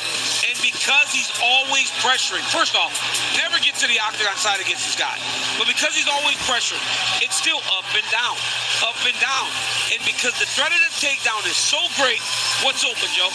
Big right hand. Bam. Right on the chin. Yep. Merschaert's done. He thinks he's going to shoot on it, right? Nope. Level change again.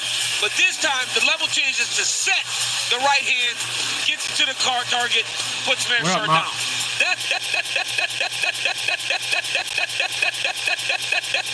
The guy truly is spectacular. We'll see if he can break through the hardened champion Dricus du Plessis later tonight on pay-per-view. That is your main event for the undisputed middleweight title. Also, Lerone Murphy welcoming the highly touted and hyped Darren Pico to the big show for the first time. UFC. You gotta love streaming services.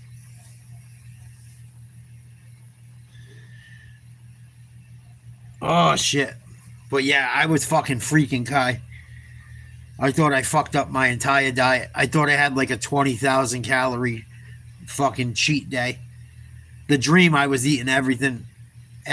Pizza, fucking all kinds of junk, cheesecake. Oh, I woke up fucking running this morning. I ran to the scale just to make sure. After I checked and made sure the junk food that I got for my mother wasn't fucking all eaten by me like I thought it was. Making sure the dream was just a fucking dream. Crazy. Я думал будет, но время пришло, наше время настало и все. We'll This see. opportunity means everything to me. So Hopefully it's I'm gonna better lay than it all out on Netflix. the line. I'm not gonna hold Netflix, back. that shit lags. I'm gonna go for it. I'm gonna go for a finish. An unbeaten and rising star from Chechnya, Lysangor Susarov was well prepared and training with Hamzat Even Chimaev ESPN when he got lags. the call to compete on the Contender Series. It Oh, only it was took him tight. 3 minutes and 4 seconds to punch his ticket to the big show, and 4 days later, rather remarkably, the 24-year-old is back. Это было очень неожиданно, очень круто. Это было моей мечтой, но я ради этого много работал. Я знал, что мое время придет рано или поздно, и вот оно пришло. Я здесь. When opportunity knocked, New Jersey's Eric Nolan was ready with an immediate yes, for he's been waiting to test his skills on the elite level for some time. Now, after winning his last 4, with 3 of those coming by knockout, Nolan gets his chance on the biggest of stages to take some of Susarkayev's shine. It's a cool story for him, good for him, but I have a pretty cool story Yeah. myself. Maybe he'll sell And out after I or knock whatever. this kid out, people are gonna start looking me up. He's getting involved with boxing too, so who the fuck knows? Rogan says when he leaves, he's done too. I think Rogan's getting ready to call it. I think he loves it, but if you notice, he's not doing nearly as many as he used to. Just the big ones.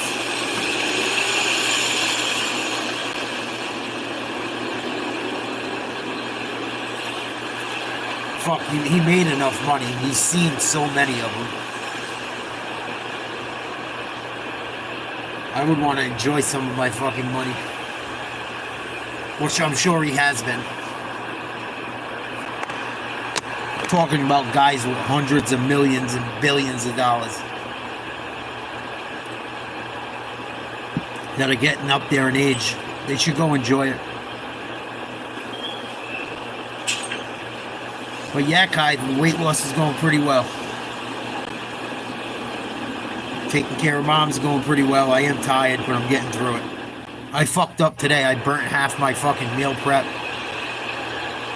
Just because I'm always getting something or doing something and fucking take my focus off something, doing too many things. I was so pissed.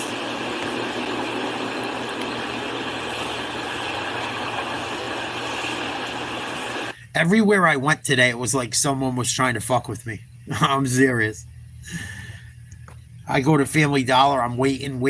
The lady's like, oh, that bacon was 50% off. It should be. You're at Family Dollar. What are you doing buying fucking bacon here? Waiting to save $1 on fucking bacon. If you even want to call it that. But even on my walk, I had little kids talking shit to me on it.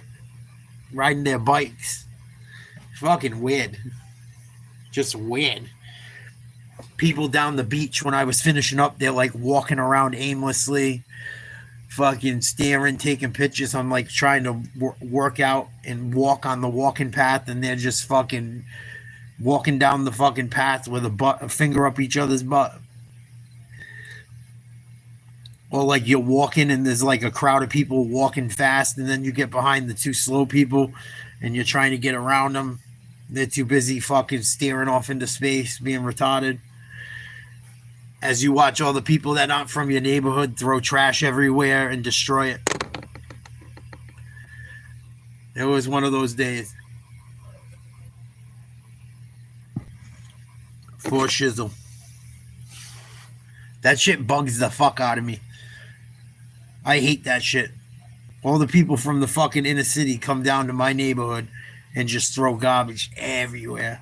Destroy it. Run around. Fucking garbage blowing everywhere. Fucking pisses me off. Go do that shit in your own neighborhood. That's why your neighborhood looks like shit. Stay down there. Don't need you coming down here fucking feeding the seagulls, leaving your fucking doughboy wrappers and your clam cake wrappers everywhere, you fucking scum. Oh, that shit drives me nuts, dog. Fucking third world country assholes.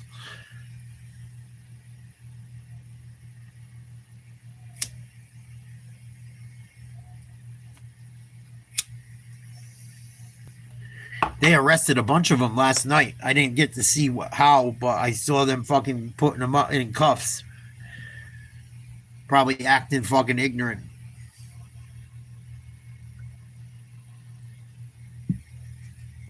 Here we go. I've been wanting to see this fight bad. The inspection zone. This kid's on supposed to Tuesday, be he was in legit. Vegas competing and winning on Dana White's Contender Series. Tonight, competes alongside his friend Khamzat Chimaev.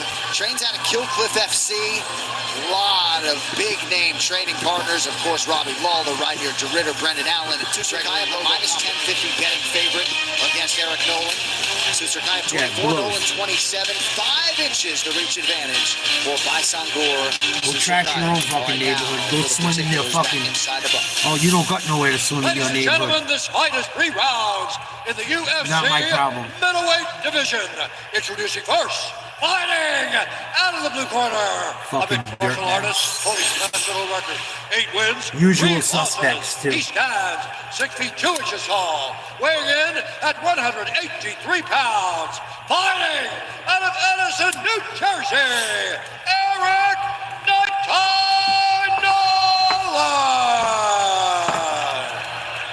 And now, introducing his opponent, fighting out of the red This corner, kid's supposed to be an legit. undefeated mixed martial artist, holding a perfect professional record, 9 wins, no losses.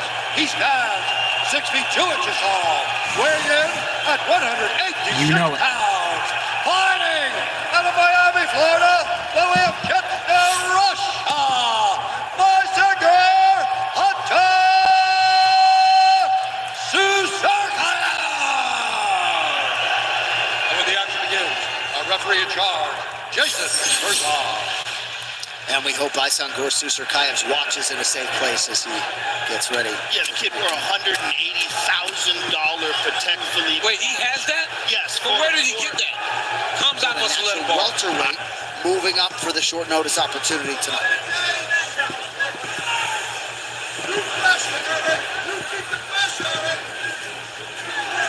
Nolan joined the U.S. Marine Corps as an infantryman.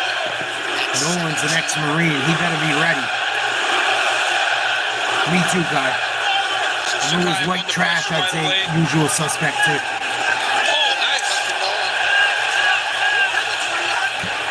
Susarov, a little bit of a showman. He's got a great front kick to the body, and that's what he won the Contender Series fight with. Just stabs it out there to the gut. But I think Susarov has to recognize Nolan's not afraid. He's trying to fight. Nolan has very good hands. Susarov looks big for this weight, for middleweight. At least he looks way bigger than Nolan. Well, he just fought, right? So he's real relaxed. I mean, huge huge opportunity for him. A lot of anticipation, a lot of hype, but having Ooh, head kick. huge. Susarov. It all, got the jitters out of his system, was already in shape, didn't sustain any damage in that fight. Pretty good knee by Nolan, or so it appeared. He's smiling. Just kind of poking at Nolan. Ooh, big right hand. Nice knee by Nolan, though. Nice knee there by Nolan. Susarov employs a lot of knees, very effective with that weapon, Susarov. of course. They don't want to see no wrestling. They're going to boo.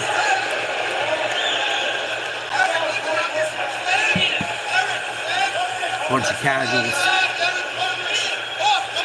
Susarov tried to body lock him there, tried to rotate him back over the knee. Nolan did a great job of keeping his hips down. Now he changes the position. Nolan's doing well so far. Well, he's a champion. He's a champion, right? Nolan isn't some guy that doesn't deserve to be here. He's a champion. Ooh, nasty spinning elbow. Didn't land. Nice try by Nolan. Ooh, Nolan, right hand after catching an elbow and a nice jab. Ooh, both guys trading. That's a good counter by Nolan after Susarov landed a right hand. Nolan's like, yeah, let's fight. Nice counter right hand by Susarov. Calf kick, Susarov. Great job mixing up the kicks. Kick to the legs, front kick to the body, shot. Nice level change up by Susarov. Double leg. Goodbye. Nolan quickly scoots the butt to the fence. He's got the leg irons in. Susarov up on the legs, trapping those legs. Khabib, once he got that, became super dominant. We see a lot of fighters from that region now. Dagestani leg irons. Collect that wrist, start trying to go to work. I was just going to say, Nolan's got to be very his back. patient, trying to get up, and he doesn't give his back, and it's exactly what just happened. Susarov Back up to his feet, though. Nicely done. still got his Separating wrists. the hands. Hands together, dumps him again. Nolan back up, back down. Nolan needs to abandon the switch. He's just Doing a good job fighting. He's not trying to stay down. Nice job by Nolan fighting off this.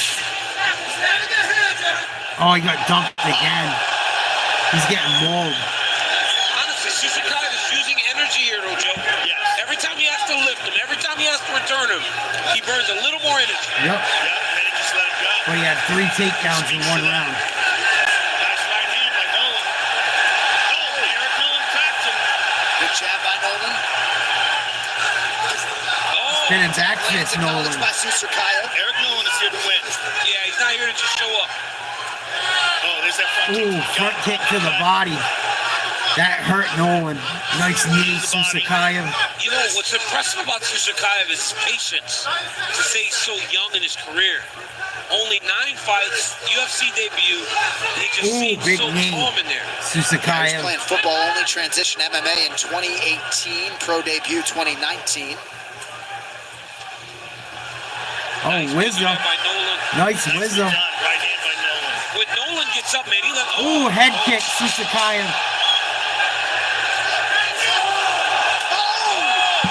Ooh, Susarov got rocks. Ooh, what an end. Nolan hurt him. He's laughing. He got hurt. Welcome to the greatest show. Nasty. Hit him with a nasty spinning elbow. And he pieced him up before it. Boy, the Marine ain't fucking around tonight.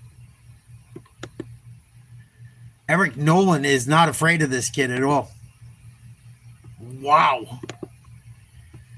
Huge fucking spinning elbow after being mauled on the ground.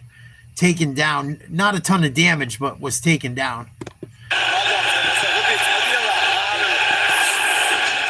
And drilled Susarov at the end of the round. Susarov throw. Nolan hits him with a big right hand over the top. Right on the head, right on the temple, Joe. Hurt Susarov bad.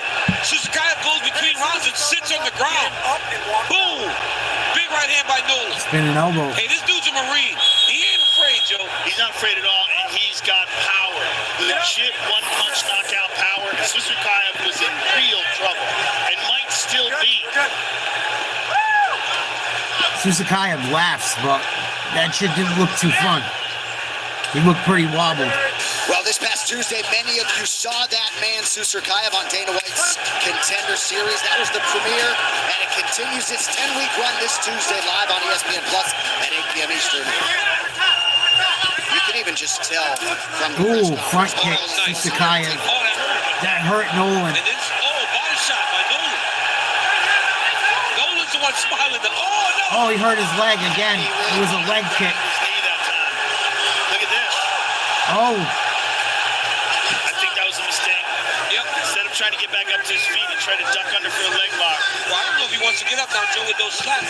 Those are like slap kicks to his leg. They really bothered. Nolan, I think, hurt one of his legs. If it's a nerve thing, it's a temporary, or it could be an injury. And we won't really know until he gets back up to his feet again. Oh, he's got him in mount almost. Bad mistake. This is bad for Nolan. But, you know, in that situation, he might have been compromised to the point where he wasn't stable standing up, so he chose to do that. Arm triangle potentially. Oh, boy. He works it back. Got his back. Could be the beginning of the end. Oh, he's got both. He's got double hooks. Both hooks. Oh, no. Full back mount. Susarov's got Nolan in a bad way. This is terrible. They're going to end this fight. He's Nolan's getting gotta beat get up. out of here. Yeah, he's got to do it. He's got to be urgent. He's very close to being stopped. They're going to stop this. You got to fight back, Nolan. You got to do something. Oh, he's got his neck. He's going to choke him out. He's got to fight that choke off before he gets up. It's not in all the way, but it's close.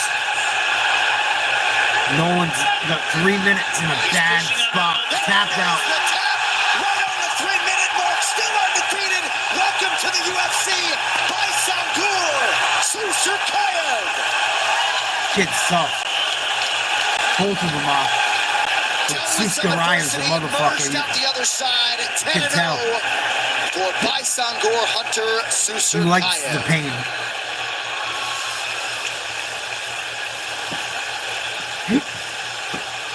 It's tough to smile when you get fucking hit. Especially Here by we these see the guys. reaction to that leg kick. Yup, On the those inside calf of the leg. kicks. Oh, he busted his just knee. Buckled that knee Busted up. and had him compromised.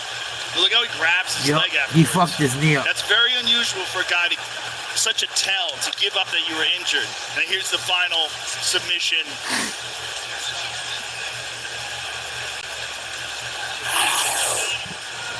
Well done.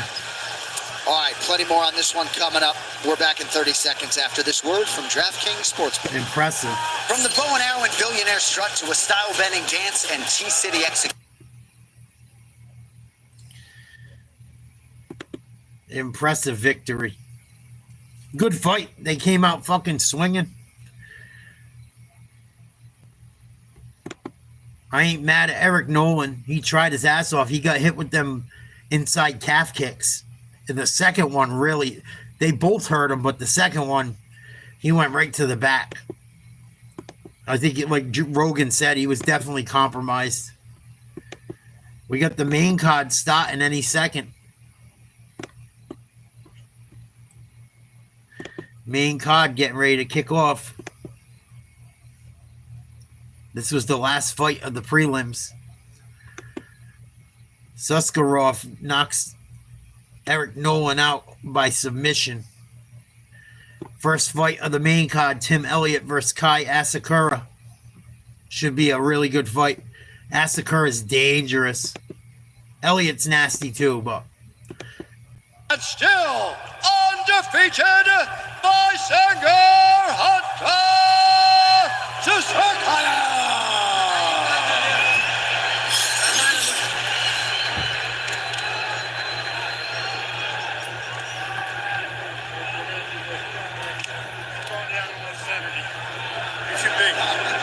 Congratulations, sir.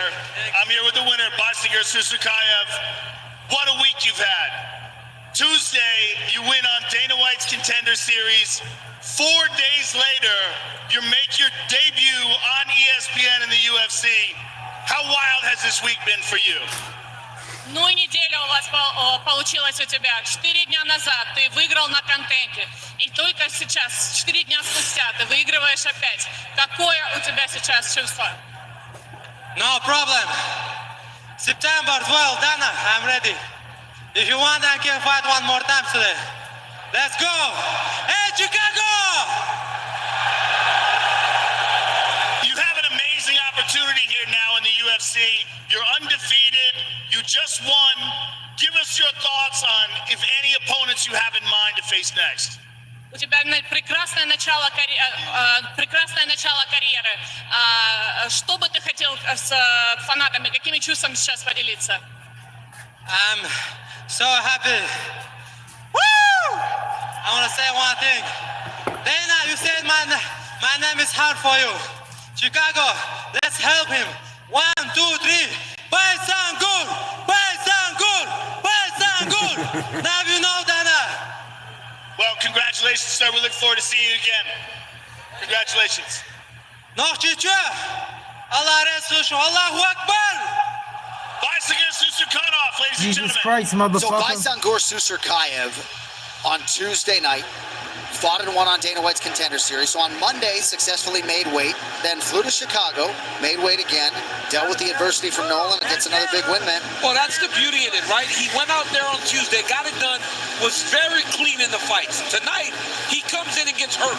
He shows that there's more to him than just whenever he's leading, than whenever he's the lead. This guy dealt with it. He's special, man. People don't fight 2 times in 6 days. Baisangur Susarov said he wants to fight again in September. This guy's bankroll is going to be real fat. He continues to compete at this rate, especially if he can finish people in the way that he did tonight. So Nolan had a blown out knee. He was wobbling around inside the octagon afterwards. He really had a hard time walking. And he said to Susarov, I'm going back to 170. Right. 185. He kicked him. Yeah. He gave him that little slap kick, blew out his knee. Yeah, it was the way his knee was planted, the way the kick landed. He blew his knee out. You love kids like this, though. Oh, It reminds me of Hamzat a lot. Oh, he's so calm, so relaxed, and so much potential for this young man. I mean, we saw him overcome adversity, but we do see a lot of that playfulness and cockiness can get you in trouble when you're dealing with more skillful opponents and more experienced opponents. Yep. A lot of UFC star power here. One of the more decorated knockout artists in UFC history, Matt Matt Brown. the Immortal Brown, also with us. Loves that knockout like Gilbert Burns. Marlon Chito Marlon Vera, the Chito fan Vera. favorite. Fights Ayman Zahabi coming up later this year. And the greatest living American, Brian our former Stan. broadcast partner and former WEC champ, Brian Stan. Look at that jaw. That's a jaw. That's a jaw. So Tuesday, Dana White's Contender Fucking Series hilarious. returns to that normal broadcast window, 8 p.m. Eastern, 5 p.m. Pacific, exclusively on ESPN+. This week, undefeated fighters will be the theme. 6 of the 10 hopefuls have yet to taste defeat in their career. Should be another great night of action this Tuesday. DC will be there at the Apex. And if you want an even closer look at the Contender Series, here now, a sneak peek at Next Level. The Contender Series is the world's toughest job interview. They can't just win, they must dominate. Due to be an official UFC. So main card getting ready to get going in a few minutes. Tim Elliott, Kai Asakura, first fight. Second fight, Jared Cannonier versus Michael Venom Page. Should start around 10 o'clock. Looks like we got about 8 minutes. I believe it's all Eastern Standard Time. Jeff Neal versus Carlos Prates.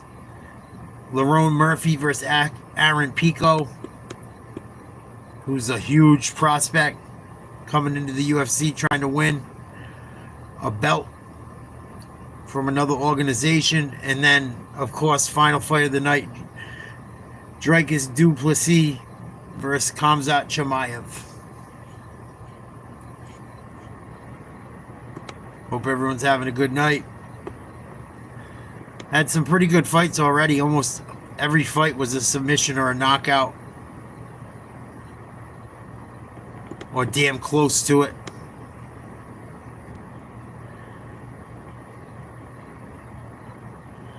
Tim Elliott number 11 in the flyweight division versus number 15 Kai Asakura. Asakura's coming over from a new organization as well. He fought the champion and I think he got finished. They brought him over, put him up against the champ right away. Now he's all the way back to the bottom of the division. But he's violent. He throws violently.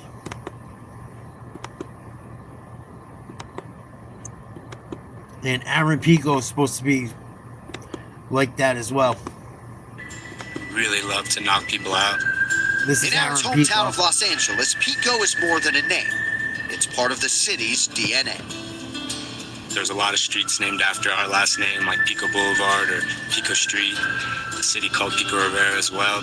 Pio Pico was the last Mexican governor of California before it joined the United States. He also was Aaron's 4-time great-grandfather. I'm just very, very proud of my last name, Pico. And Pio Pico, he did a lot of great things. And, I want to do big things as well. That big thing was devised in 3rd grade when Aaron was already wrestling and boxing. People ask you what you want to do. And I really thought about it, and I said, I want to be a fighter, a UFC fighter.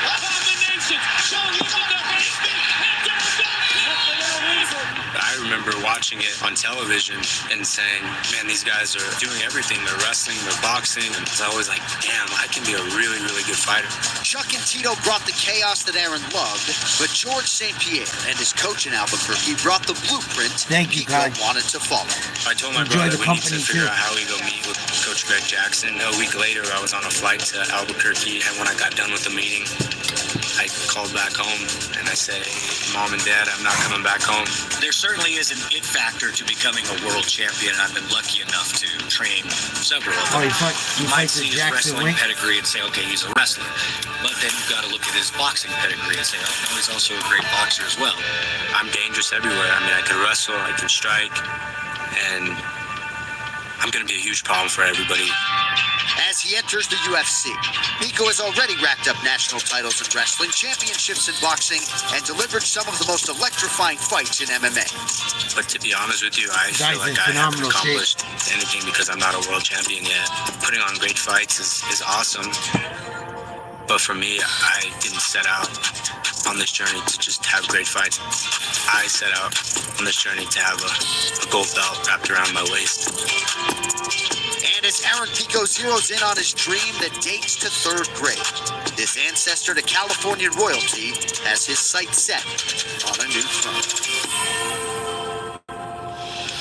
I didn't know that. Welcome inside the United Center. Brendan Fitzgerald with you with Chael Sonnen and Dustin Poirier are at Aaron Pico. Big spotlight. Not all UFC debuts are created equal. Big opportunity. What can you say about Aaron Pico as he breaks into the UFC? Everything. I've been following this kid since he was 15 years old. Which, by the way, he was how old he was when he won his first World Wrestling Championship on his debut card at Madison Square Garden live on pay-per-view. I happened to be there, and I'm only sharing with you. This guy's been there and he's done it. But I think you make a great point, Fitzgerald. People traditionally, outside of Justin Gaethje, don't have their best performance in their debut. I am taking that into consideration. Dude, he's got the boxing skills. He's got the wrestling skills. He's been competing his whole life. I think he just needs to stay out of his own way, put on a good performance, and get his feet wet, get in a groove in the UFC, and he can be a world champion. Is he going to be nervous? Is he going to panic in there? Oh, yeah. These lights are different. He's fought on some big stages, but these lights are different. Dustin, those UFC for you since the UFC debut, but what is Pico feeling right now as he readies for this moment? I saw an interview of him saying he's practiced Joe Rogan's post-fight speech over 1,000 times, and that makes me think he's in his head a little bit. He's overthinking this. He just needs to compete. He knows how to compete. I like Poirier. All the other stuff, it'll happen if you win, if you perform. That's what he needs to focus on, his performance. He's good at it. I've seen him in the past get overzealous, put himself in harm's way to try to get that big finish. He has the skills to put guys away, but don't overdo it. Don't put yourself in harm's way if you don't need to. Fight and outfight these guys. Let me tell you guys something. Lauren Murphy is being cornered and coached by by Luke Barnott, who I had coffee with this morning. I just asked Luke, hey, tell me what's going on. What are the strategies? By the time I blab it to the world, it'll be too late to help Pico anyway. He said, look, we got to stop the takedown. We got to control the range. But we are 100% confident that if we can keep it a punching and kicking battle, we can knock Pico out. Lerone Murphy is 16-0-1, and he's the underdog in this matchup. That's what odds makers think of how good Aaron Pico can be. We'll get predictions on that in just a moment. We'll go on the bottom 4 fights. Jared Cannonier, he's a top 10 middleweight. MVP, Michael Venom Page on the other side, won his first go at middleweight in the UFC earlier this year. Who wins this fight? I like Page in this fight. I happened to watch Neil cutting weight the other day. He was very tired, and he kind of looked like he was nervous. He just did. He looked like maybe he was scared of I just Page, was which saying, is a natural reaction, like, but I do have shaking my Page in head this going, contest. jail. Cannonier Page, I think Cannonier's going to have trouble closing the distance to land those big shots. That dirty boxing, he's so good at it. I think Page is going to stay bladed, mix up the kicks, mix up the spins, set traps, keep him guessing, and I think MVP is going to walk away with the dub. All right, Jeff Neal, Carlos Prates. Carlos Prates looking to bounce back. Who wins this? No, I appreciate you saying that very much. I got Prates in this fight. Listen, he's part of the fight nerds, and he's embarrassed. He's the one fight nerd that went down. He said, I don't want that to happen again. I, Dustin, happen to believe him. I do too. I think Prates is going to get the W.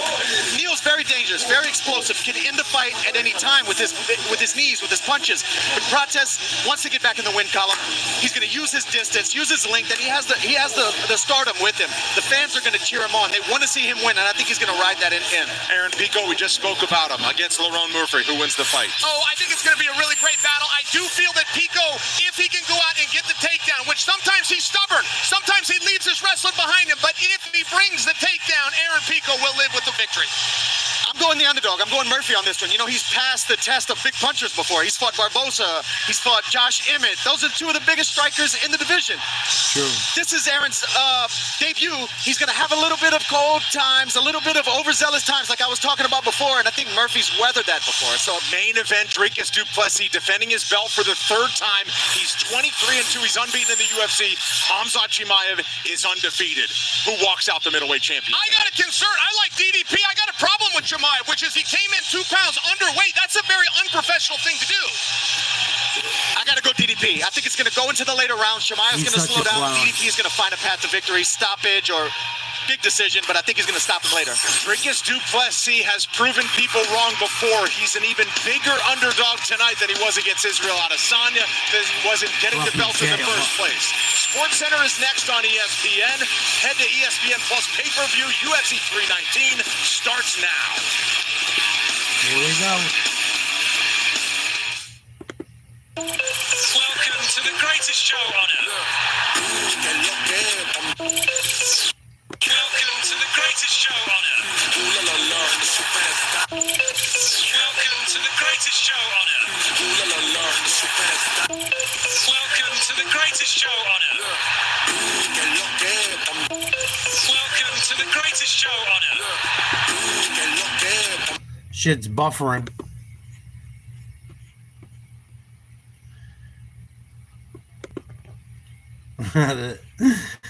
Right.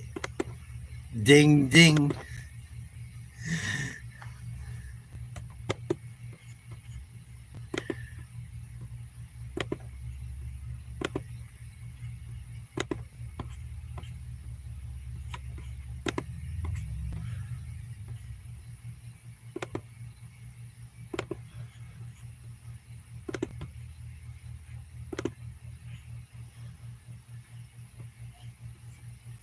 Finally. It's gonna be like that on fucking... It's like that watching on ESPN. It's fucking nuts. It's gonna be like that on Paramount, too. He relies on people being scared of his listening and just being defensive. I don't get scared when I'm in the fight. When I go out there, losing is not an option. Tonight, as the UFC returns to Chicago, Illinois for the first time in 6 years, the most terrifying challenger in the sport is taking the Windy City by storm. A beast from Russia who has come to embody the true meaning of domination. Undefeated, 14-0, with one of the fastest knockouts in UFC history on his resume. Just like that, one and done. And and an inhuman ability to crank up the heat till it reaches a breaking point. Oh, that was fast. Chimaev is that good. I think he messed up his jaw. Oh, he just crushed it.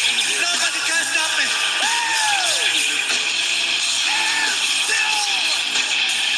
First, it's full speed ahead at featherweight, and the pride of Manchester, England has all the momentum. Undefeated and undeterred in his quest to stay a leg up on the rest of the division. It's time to jump right back into the fire.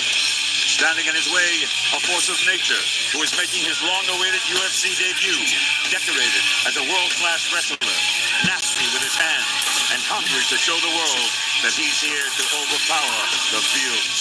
I'm dangerous everywhere. I mean, I can wrestle, I can strike. I'm going to be a huge problem for everybody.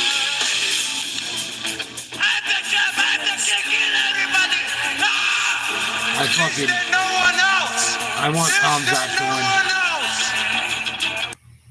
I want Khamzat to win. What happens when the irresistible force meets the immovable object? When supernatural pace goes head-to-head with unceasing pressure, it's time wherever the fight takes place. Coming to seize the division. Live from the sold-out United Center in Chicago, Illinois, it's UFC 319, Du Plessis versus Chimaev, and it starts right now. Either guy could win that final fight. It's going to be interesting.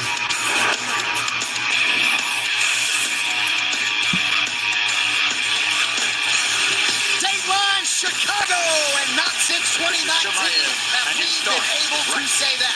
With much fanfare, the UFC has returned to one of America's foremost cities, and the buzz has been off the charts in advance of UFC 319 and a middleweight title fight that has captured the attention of the masses like few in recent memory, and with cause. These fighter arrivals brought to you by Jeremy's Razors, an official partner of UFC.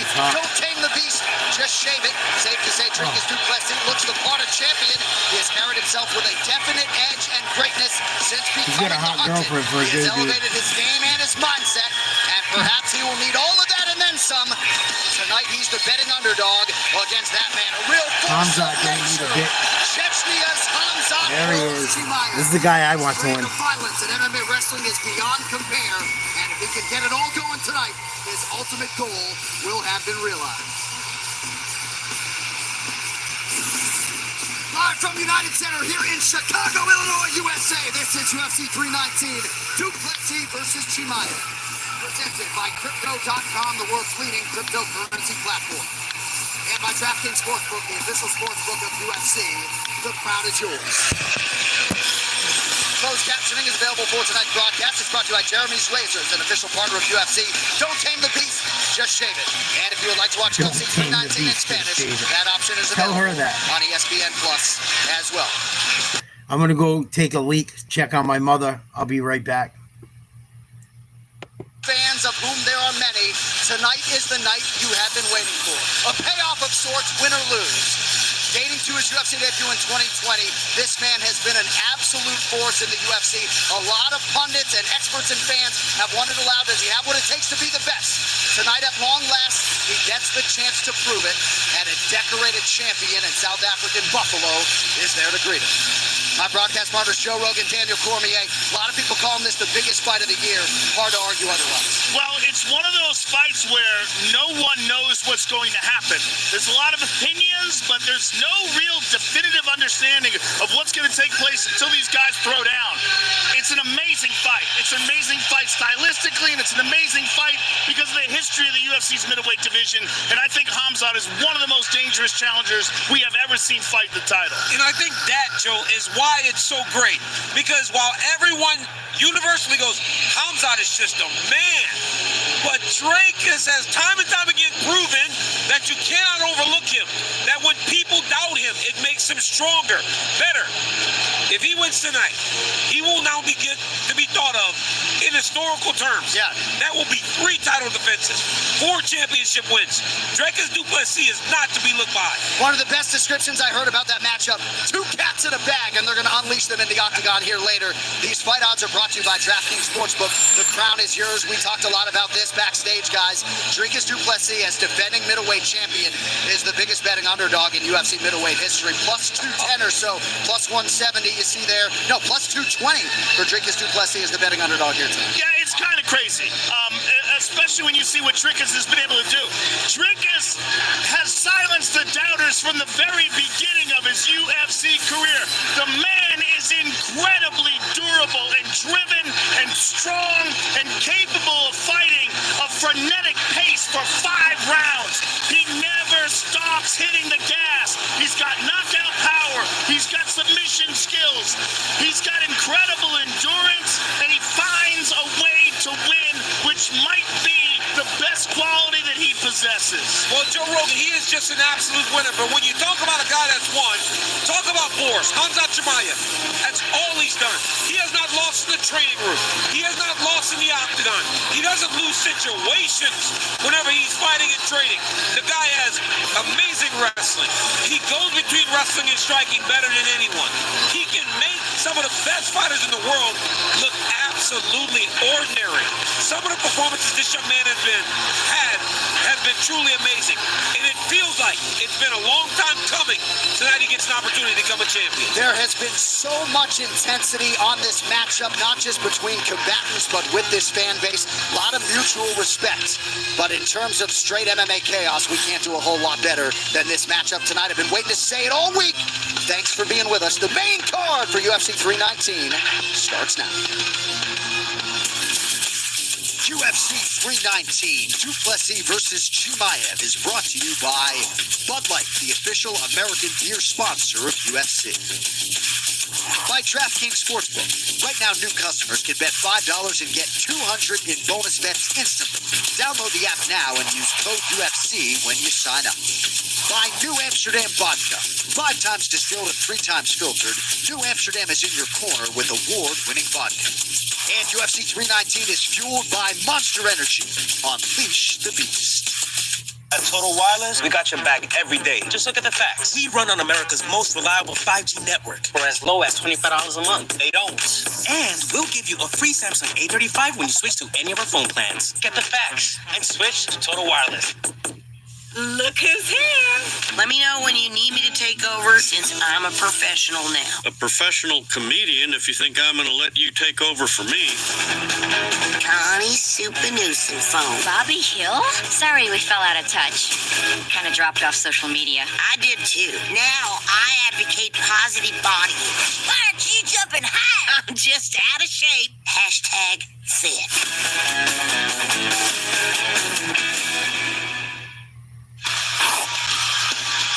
Back live in Chicago, tonight's UFC 319 broadcast is presented in high definition by Crypto.com, the world's leading cryptocurrency platform.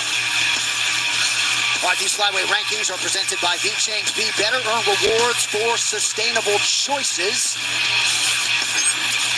They're all chasing Alexandre Pantoja. That includes Tim Elliott, number 11 in the world, the former world title challenger, and 15th ranked Kai Asakura, who fought for the world title in his debut. Tonight, he faces the wild man, Tim Elliott. What a night it's been thus far at United Center, and we are ready to go with our pay-per-view main card. Inside the home that Michael Jordan built, we begin with the 125ers. Tim Elliott's fighting style has been known to baffle, but Kai Asakura has studied the veteran, and his game plan is simple: to knock his opponent out as expeditiously and emphatically as possible. Long considered one of Japan's top dogs in the world of mixed martial arts, Kai Asakura will continue his introduction to UFC fans here in Chicago when he squares off with a perennial flyweight stater who is one of the most difficult puzzles to figure out in the octagon, Tim Elliott. Him being so popular is making me popular. I'm getting some Japanese fans throughout it, so yeah. I don't really mind that. I love it. The higher the stakes, the higher the reward. 僕は他のフライ級の選手では持ってないパワー、一撃を持っているので、一瞬で相手を倒せると思いますね。A pioneering member of the UFC's flyweight division, Tim Elliott has always had an anyone, anywhere, anytime approach to his career. And while he's been sidelined since his December 2023 win over Sumer Darji, when he got the call to return against Kai Asakura, it was no surprise he was all in. I don't get the same rush fighting in the gym as I do fighting in the octagon. So I've been 600 days without doing the thing that I love. So I couldn't be happier to get back in there. Prior credentials earned Kai Asakura a world title shot against Alexandre Pantoja in his UFC debut. And it was evident he would never back down from a challenge. And while acknowledging Tim Elliott provides another stern test, the 31-year-old from Tokyo is more than ready to step up and officially announce his arrival on the sport's ultimate stage. あの頃はまだ僕も未熟で全然自分的にも実力不足だったんで、そこからいろんなことを学んで今回進化して戻ってきたので強くなった姿を見せたいと思います。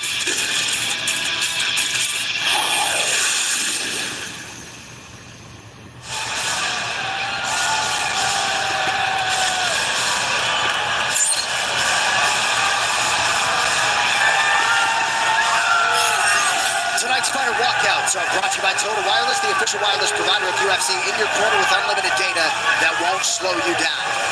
Some very interesting comments, Joe, from Kai Asakura after he fought Alexandre Pantoja. We know how good Pantoja is, but he said he felt the lack of power in his entire body.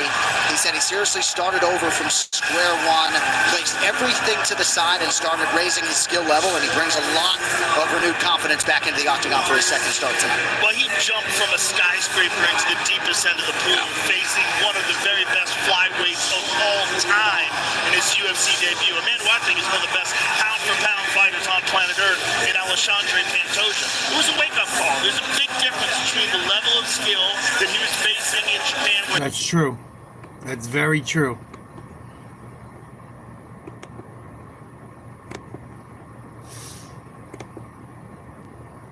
Facing one of the very best flyweights of all time from that UFC debut. A man who I think is one of the best pound-for-pound fighters on planet Earth in Alexandre Pantoja. It was a wake-up call. There's a big difference between the level of skill that he was facing in Japan.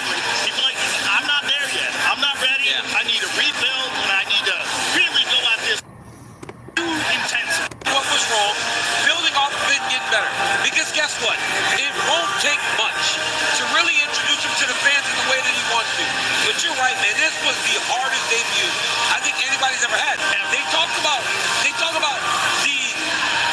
the pit bulls and they did that shit with Chandler too. They were fighting great guys. They weren't fighting the world champion. Right. This kid was sitting there. The boss from Ryzen is right next to here at the Octagon side. He's representing the organization. It's tough. Yeah. Let's see if he does better tonight, like we saw in Pittsburgh. All right, tonight's social media posts are brought to you by The Smashing Machine, starring Dwayne Johnson and Emily Blunt in theaters everywhere October 3rd. Watch the trailer online now. Kai Asakura ready to make a statement on a huge platform tonight. We now await Tim Elliott.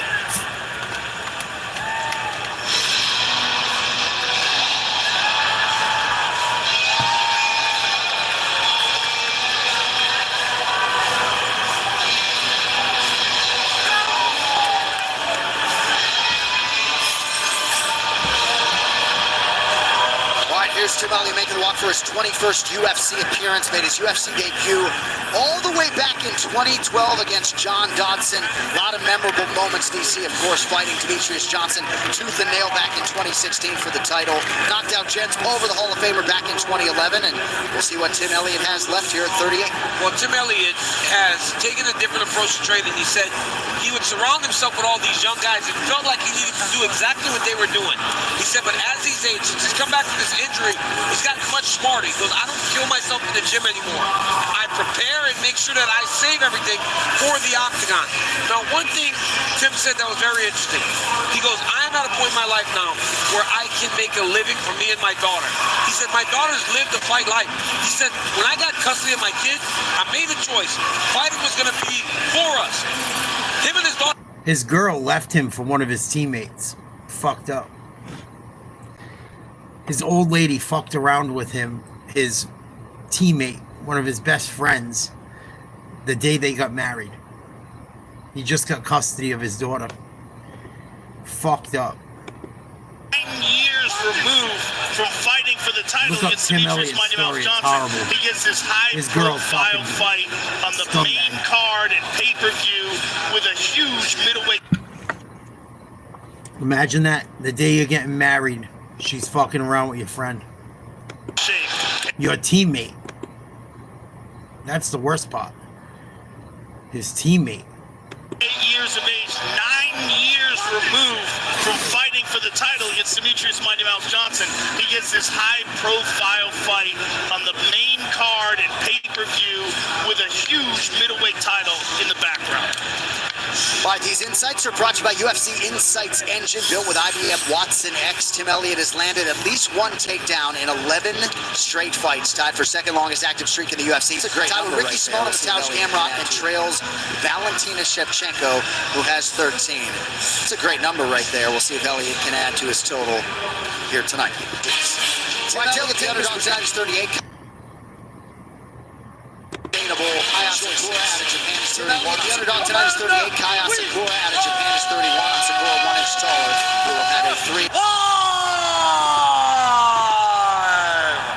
From the United Center in Chicago, Illinois, for UFC 319, Du Plessis versus Chimaev, presented by DraftKings Sportsbook, the official sportsbook of UFC. The crown is yours. And by Crypto.com, the world's leading cryptocurrency platform. And now, this fight is 3 rounds in the UFC flyweight division. Introducing first, fighting out of the blue corner, a mixed martial artist, holding professional record, 21 wins, 4 losses. He stands 5 feet 8 inches tall, weighing in at 126 pounds. Fighting out of Tokyo, Japan, presenting the 2-time risen bantamweight champion, Kai Asakura. And now, introducing his opponent, fighting out of the red corner, a mixed martial artist holding a professional record, 21 wins, 13 losses, 1 draw. He stands 5 feet 7 inches tall, weighing in at 126 pounds. Fighting out of Kansas City, Missouri, Tim Elliott. And when the action begins, our referee in charge, Rob Madrigal. I love to see Tim Elliott win. He's got his hands full. Thanks to Chris and Blair getting us started here Hey, for round 1. How you doing, Boo? Yes, the main card for UFC 319 is finally here. The UFC 319 fight clock is presented by the Terminal List, Dog Wolf, a prequel series starring Taylor Kitsch and Chris Pratt, only on Prime Video. Tim Elliott in purple, Kai Asakura counters in white. Tim Elliott spoke about Kai Asakura, said you kind of got to be a jiu-jitsu specialist to dominate him in the wrestling. And he goes, I'm not that. Elliott's got nasty striking though. He's sneaky good. Oh, he just got cracked. Asakura has some sick power, man. Asakura's got Sick power. power and beautiful striking technique. If Tim engages him in a stand-up kickboxing war, this is to Kai Asakura's benefit. Asakura's like a Bruce That Lee. said, Elliott is one of the most awkward fighters outside of DDP. He just jumps up and down in place. Elliott's awkward, but Asakura's fucking. Experienced. He throws so hard for a guy his size. Asakura, a 3-1 favorite at close. He was the second most bet fighter on DraftKings Sportsbook next to Carlos Prates. Elliott's 7 years older too. He's fast and he's big. You can tell Asakura is a guy between the two fought bantamweight. Rising champion bantamweight 2 times, so big kid for the 125-pound weight class. Yeah, Asakura's tall for 125. And he's also a born fighter. We love telling that story, and there's footage to back it up of his older brother calling him into the streets in the middle of the night when he was 18 for a street fight, and he fared well. Ooh. Oh, Elliott caught him, but caught one. Someone's going to sleep. Oh. He's swinging. It's the way Tim responds that makes it seem like Asakura's getting to him. But again, it's just all of those awkward movements that he's known for.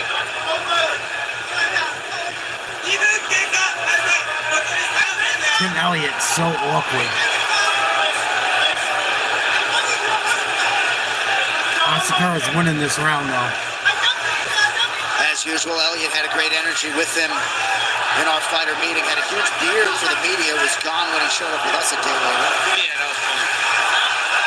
He said they were a little on him after that. He went to all of his photos with a big old beard. Shows up a day later with a fresh haircut. Sharp right hand a moment ago by Asakura. Ooh, Asakura caught him again. Asakura connected with a very good left hook there. Elliott's better be careful. He's eating some Tim doesn't shots. stop dipping his head there. Asakura does a great job with his knees. Well, a new credit card has entered the Octagon, the Crypto.com Visa signature credit card, punching above its weight in the world of crypto. Learn more at Crypto.com/cards. Tim gives you a very awkward look, but he just got jabbed. He's not presenting a lot of dangerous offense that makes Kai think. It's all touch. He kicks, right? He just kind of touches.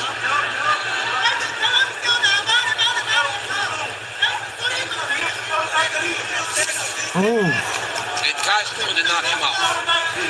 Asakura's going to ring his bell if Tim don't Elliott with a small watch it. cut underneath his left He's just ducking his head. Not moving, just ducking the head. Oh, got caught with a knee, ducking the head. To land something. Otherwise, Kai is just trying to time him and picking him apart. Asakura's just kind of stalking him, trying to knock him out with every shot.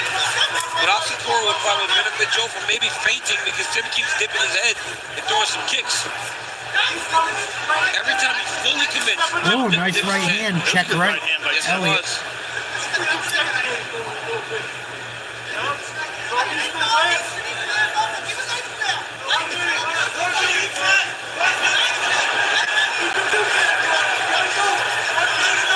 Under a minute to go, round one. Asakura goes high and lands. Tim Elliott caught a head kick, but took him down. Side control. Very nicely done by Tim Elliott. Just a great read. As soon as Asakura went high, he went low. Well done. I don't know if it wins him the round, but it helps him. Knees to the body by Tim Elliott. I don't know why they're booing. It was a good takedown. Oh, nice elbow. Guy gets a takedown. They give him 3 seconds. Oh, Elliott might get him. Into the crucifix position potentially. Crucifix, arm triangle. Triangle Shows choke. Tim Elliott's grappling pedigree. Very solid grappler. It's nice that he Tim got this Elliott might takedown, want to take but this he's to not the doing floor. anything with it that would merit winning this round. Big elbows late for Tim Elliott. Too little, too late. I think round one still goes to Asakura. How'd they look tonight, Jet? I know they didn't play many starters. I looked at it because I was going to watch a little bit of it, but I saw Rudolph played. They had some other kid in there that did okay, threw a pick, but played okay. I know that kid from Ohio State caught a touchdown for the Bucks, and I think Bucky Irvin scored, right? It's preseason. Don't read too much into it. It doesn't look like you guys played many starters on either side of the ball. I'd have to look at the defensive side, but I know offensively you didn't.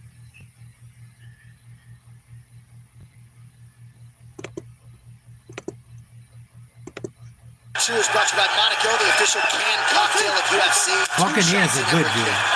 Buccaneers are going to make a run in the playoffs this year. Safe to say Tim Elliott is thankful to be I got back the on Buccaneers the at like ground 13 wins if they play well. They got a squad. That kid Bucky Irvin's good. They got that kid that caught a touchdown today from Ohio State, and Boot Day or whatever. Without a doubt. He's fighting almost like They got Baker, even though he didn't play tonight. I couldn't think of what it was. Mike Johnson. Nice left hand by Tim Elliott. That's the thing. Kind Mike of Evans. lulls you to sleepiness, kookiness. Nice left hand again. Now Kai's got to be thinking because of that takedown. Elliott did control him on the ground, but didn't really capitalize on it.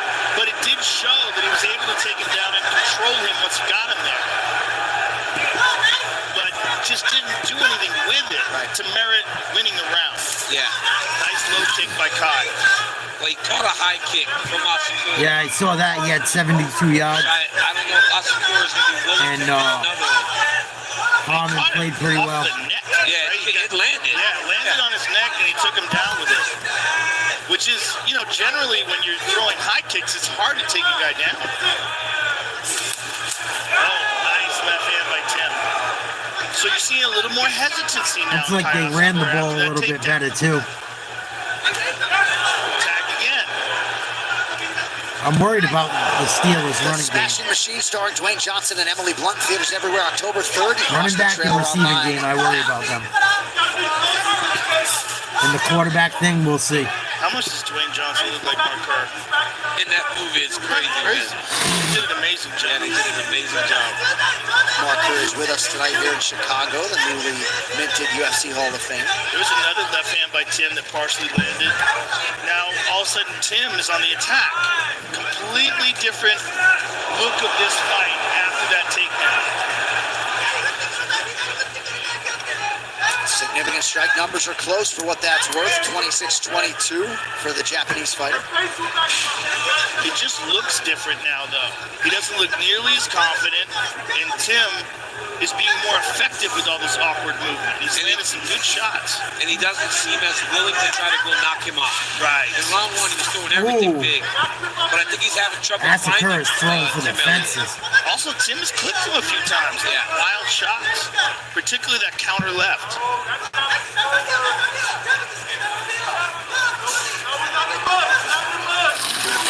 By Elliott. Coach Dean Thomas, what do you have, my man? You know, all this movement that Kai Asakura is doing, moving backwards, that's not doing him any favors. He needs to plant his feet, lower his level, just let him have it. Takedown, and throw combinations which include body shots. That's the way he's going to get to Tim Elliott. He needs to back Tim Elliott into the fence and throw some body shots. Oh, there you go. Nice one, too, Asakura. What a pop is. Oh, he got took down again. That's what he's worried about. Oh, Tim Elliott's got his back. Ruh-roh. Oh, he got out. Great urgency defensively by Asakura. Under 2 minutes to go. He's lucky he got up quick. That would have been all over. He did not let Elliott settle him that time. But yeah, I believe Dean's right. Because it's hard to hit the head when it moves that much. That body does not move as much. And he just starts going to the body. Another takedown, Elliott. Now he assumed guard. I don't like that. I don't like that he just took guard because he's not known as a jiu-jitsu expert. Nope. And for him if you don't know jiu-jitsu, if he's in God, he's just accepting being on the ground. Especially with only a minute to go in the round. Yeah. It's terrible on the judges' scorecard. Very badly. Awesome. But for Elliott, he's got to land shots in these positions. Yeah. There he goes. He can't just hold. Oh, guillotine. Oh, he might have it. Phenomenal one. He might have it if he gets the arm in. He's got phenomenal mounts of guillotine. He's got time here. 39 seconds. It could be over. This is it. Come on, Tim. Squeeze it. He might go to sleep here. Finish him. He's in real trouble here. Asakura's done. He's going to go to sleep or he's going to make it longer than anyone. Yeah, baby. Tim Elliott got it done. He submits Kai Asakura. I fucking love it. Nasty guillotine. Jumped it from the top. Performance by the 38-year-old Tim Elliott. Found out one of his teammates was banging his girl after they got married on the day they were married. He just got custody of his daughter because of all the shit. His ex-girl's a scumbag. Banging his teammate, one of his best friends. They were fucking each other on the wedding day.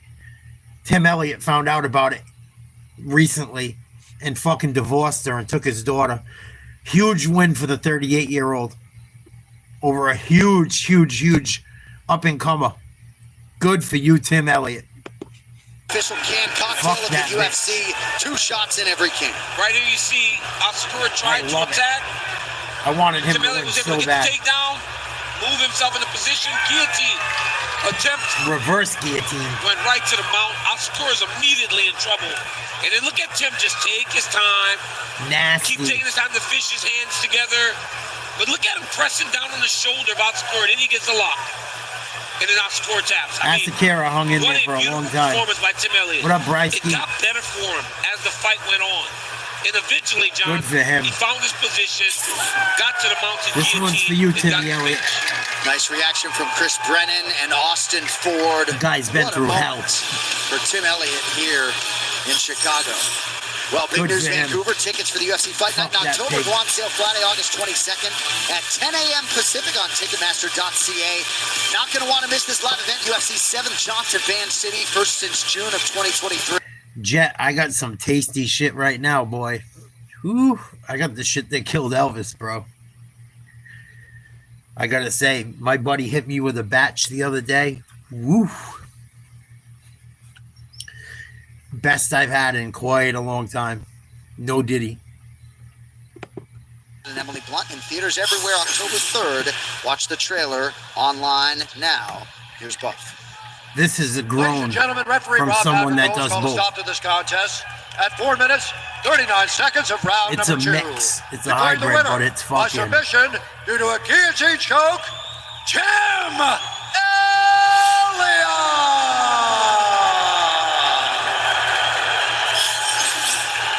He mixed Gorilla Glue with fucking, what is it? It's Gorilla Glue and something else together. Elliott, Tim, you had this incredibly long career. For you to still perform at this level after all these years is truly remarkable. You can tell when you taste it. Against a two-time rising champion like Kai Asakura, just outstanding. Yeah, man, I feel blessed to be able to be in it this long, but also it's good opponents. I rise to the occasion of my opponents. I had a really good opponent tonight, so I had a really good night.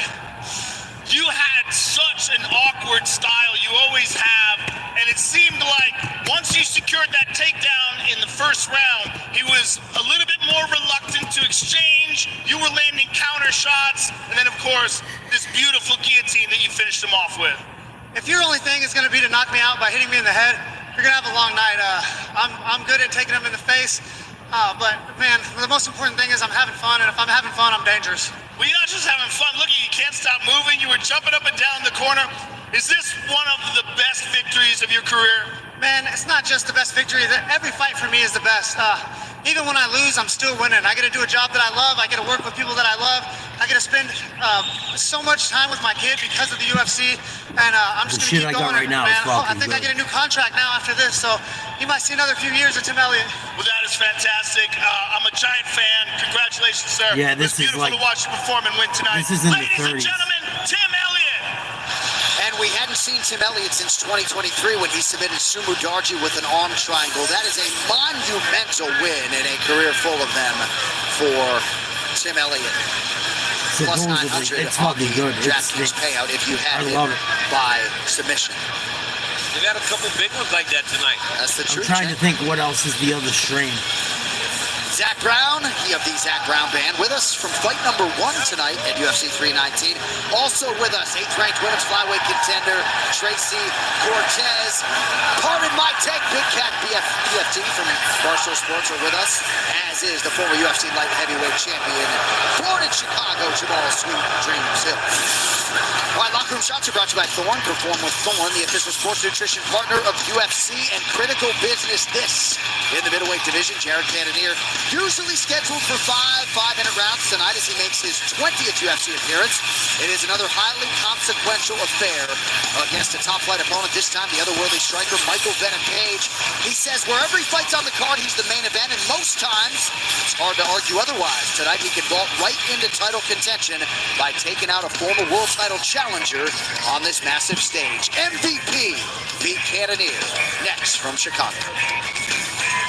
From the bow and arrow and billionaire strut to a style-bending dance and T-City executioner, there are tons of ways to walk out to the octagon. And on DraftKings Sportsbook, there are just as many... It's,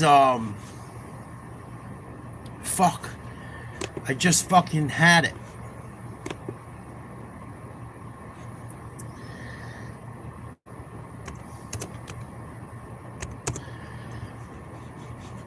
I just fucking had it in my head and I forgot what else is in it.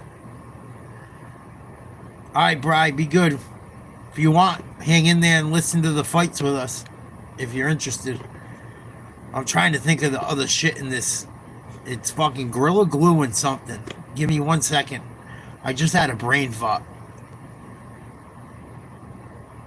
Sour Diesel.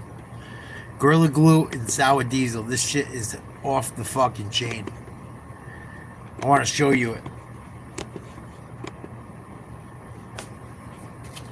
I don't know if the camera will do it any justice, but it's fucking...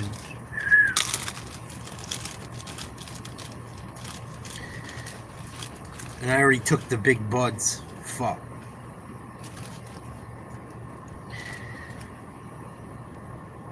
What it looks like don't even do it justice. It just fucking stinks. But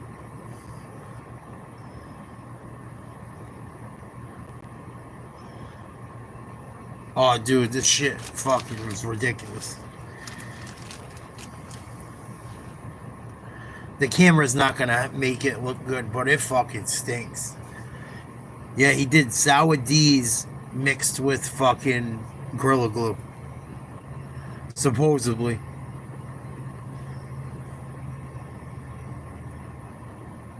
Maybe if I get rid of the green screen, it'll look better.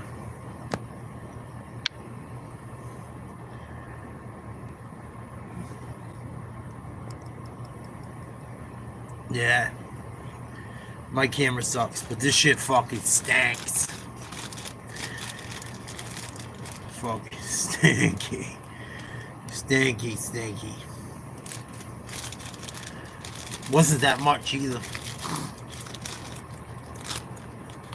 You guys in my area hit me up. I'm fucking kidding. I'm kidding, kinda. Yeah, there's recreation, but there's certain shit. They play certain games with it. You gotta be careful. Always fucking playing stupid shit. But this shit is fucking gas, dude. Fucking gas. I'm not even saying that. Like, I smoke fucking... I have people give me shit all the time. I'm not bragging about it. I'm just saying I try different shit. I don't smoke a ton. Like, this will last me probably a fucking month. But this shit is the best I've had in a while. This is the best shit I've had in a while. It's hard to fucking tell. I have a shitty camera, but it fucking... I wish you could smell it. Maybe it's better from further away. Look at it. It's fucking white. I know the light's on, but... It's fucking... It's even got a hazy smell to it. It's funky. It reminds me of that old school haze a little bit. From Washington Heights, but it's... I don't know. It's not it. There's nothing like that shit, but it's got... It fucking reminds me of it a little. Reminds me of some old Kind Bud, kinda. But better. I should have saved a few of the bigger buds to show you. But I already had some of my funs with them. Thank God smoking don't make me eat. My diet would go to shit. Thank God. Yeah, I mean, I like doing both. I like to have a cocktail here and there. I don't like being dehydrated from drinking too much.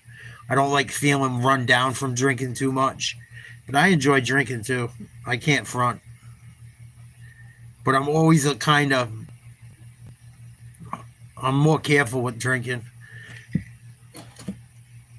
Like, I know I can't... And even with the weed, I'm the same way, I guess, but...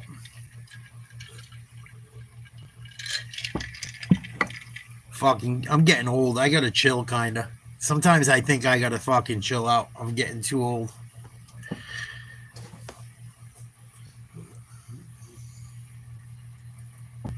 But, I don't know. Figure enjoy my time here. Yeah, hangovers suck. And, like, that's the thing, too. Like, me trying to lose weight and be healthier. I know people laugh when I say that because I smoke cigarettes, I smoke weed, I do have a little alcohol here and there, even throughout losing weight. But I'm not saying I'm perfect, but I am trying to be healthier. And hangovers and working out definitely don't go together. You know?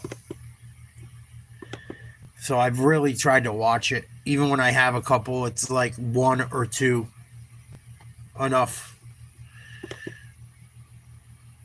Plus there's calories in it. Even though there's not carbs, there's calories. There's like 100 calories in, I think, 1.5 ounces of rum. So you can't fucking have too many. You will destroy your diet. Sometimes make guys fall asleep in front of him. And so they struggle. Mike and Venom Page coming to the ring. Getting ready to go at it with Jared Cannonier. All right, Bree. Be good, buddy. Thanks for stopping by. At 185, though, if he gets taken down, is the weight going to be too much for him? Right. That's the concern for MVP at middleweight. Well, every mixed martial arts round begins on the feet, where Michael Venom Page knows how to swim.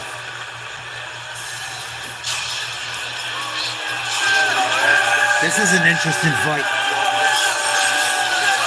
See if Cannonier shows up. Been there and done that. The 9th-ranked middleweight contender Jared Cannonier realized a world title shot at UFC 276 back in 2022, and tonight breaks up a string of 6 consecutive main events or title fights for Cannonier. Hey, Jared Cannonier is a mean dude, man.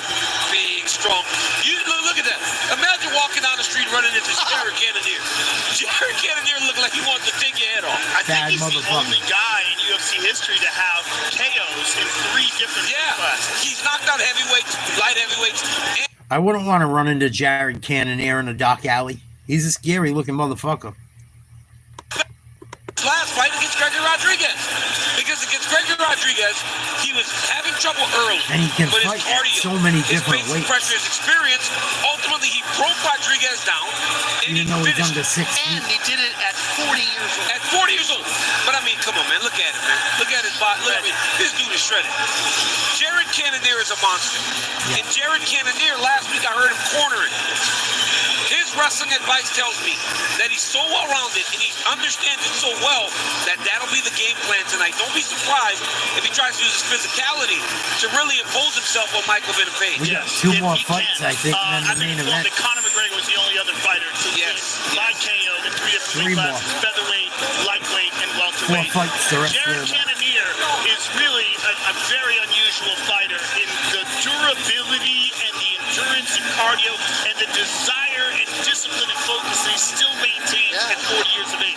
The Gregory Rodriguez fight was a huge, huge win for him. Because Rodriguez he's moving through the ranks, and he really tried to stop that fight in the first round. Tonight's fighter description is brought to you by the Terminal List Dark Wolf, a prequel series starring Taylor Kitsch and Here Chris comes Pratt, only Cannonier. on Prime Video. Walking Cannonier into was the a little ring. bit down on parts of that fight, right? He's his own harshest critic, but to get a win over that monster, Gregory Robocop That place Rodriguez, is in a main packed. event in his prime at Already. 41 years of age. Cannonier is going to be 42 in March. Amazing. A remarkable career. That's amazing. 8-4 as a middleweight. 2,500 plus 2,500 if Cannonier wins by submission. Michael Venom. I should have put $10 on it for shits and All right, giggles. Taylor Tate is presented by V-Chains Be Better. Earn rewards for sustainable choices. Jared Cannonier, 41. Michael Venom Page is 38. Page with 4 inches in height, 1.5 inches in reach for Michael Venom Page. All right, now for the introductions back inside to Bruce Buffer. This is a Ladies weird and fight. gentlemen, this fight is 3 rounds in the UFC middleweight division. Introducing first, fighting out of the blue corner, a mixed martial artist, holding professional record, 23 wins, 3 losses. He stands 6 feet 3 inches tall, weighing in at 186 pounds. Fighting out of London, England, Michael Venom Page.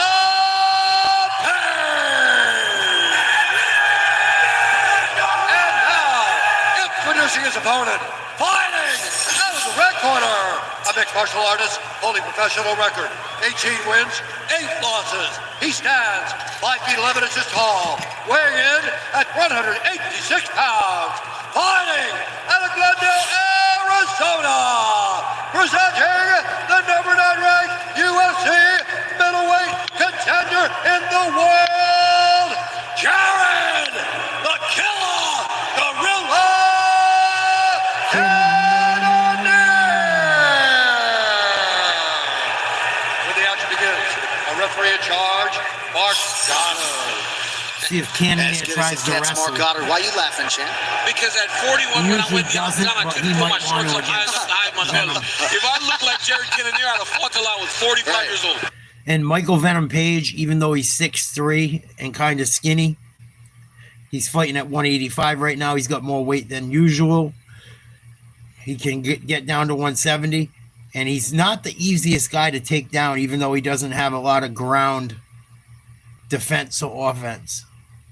He's still got pretty good takedown defense. So we'll see how this thing goes.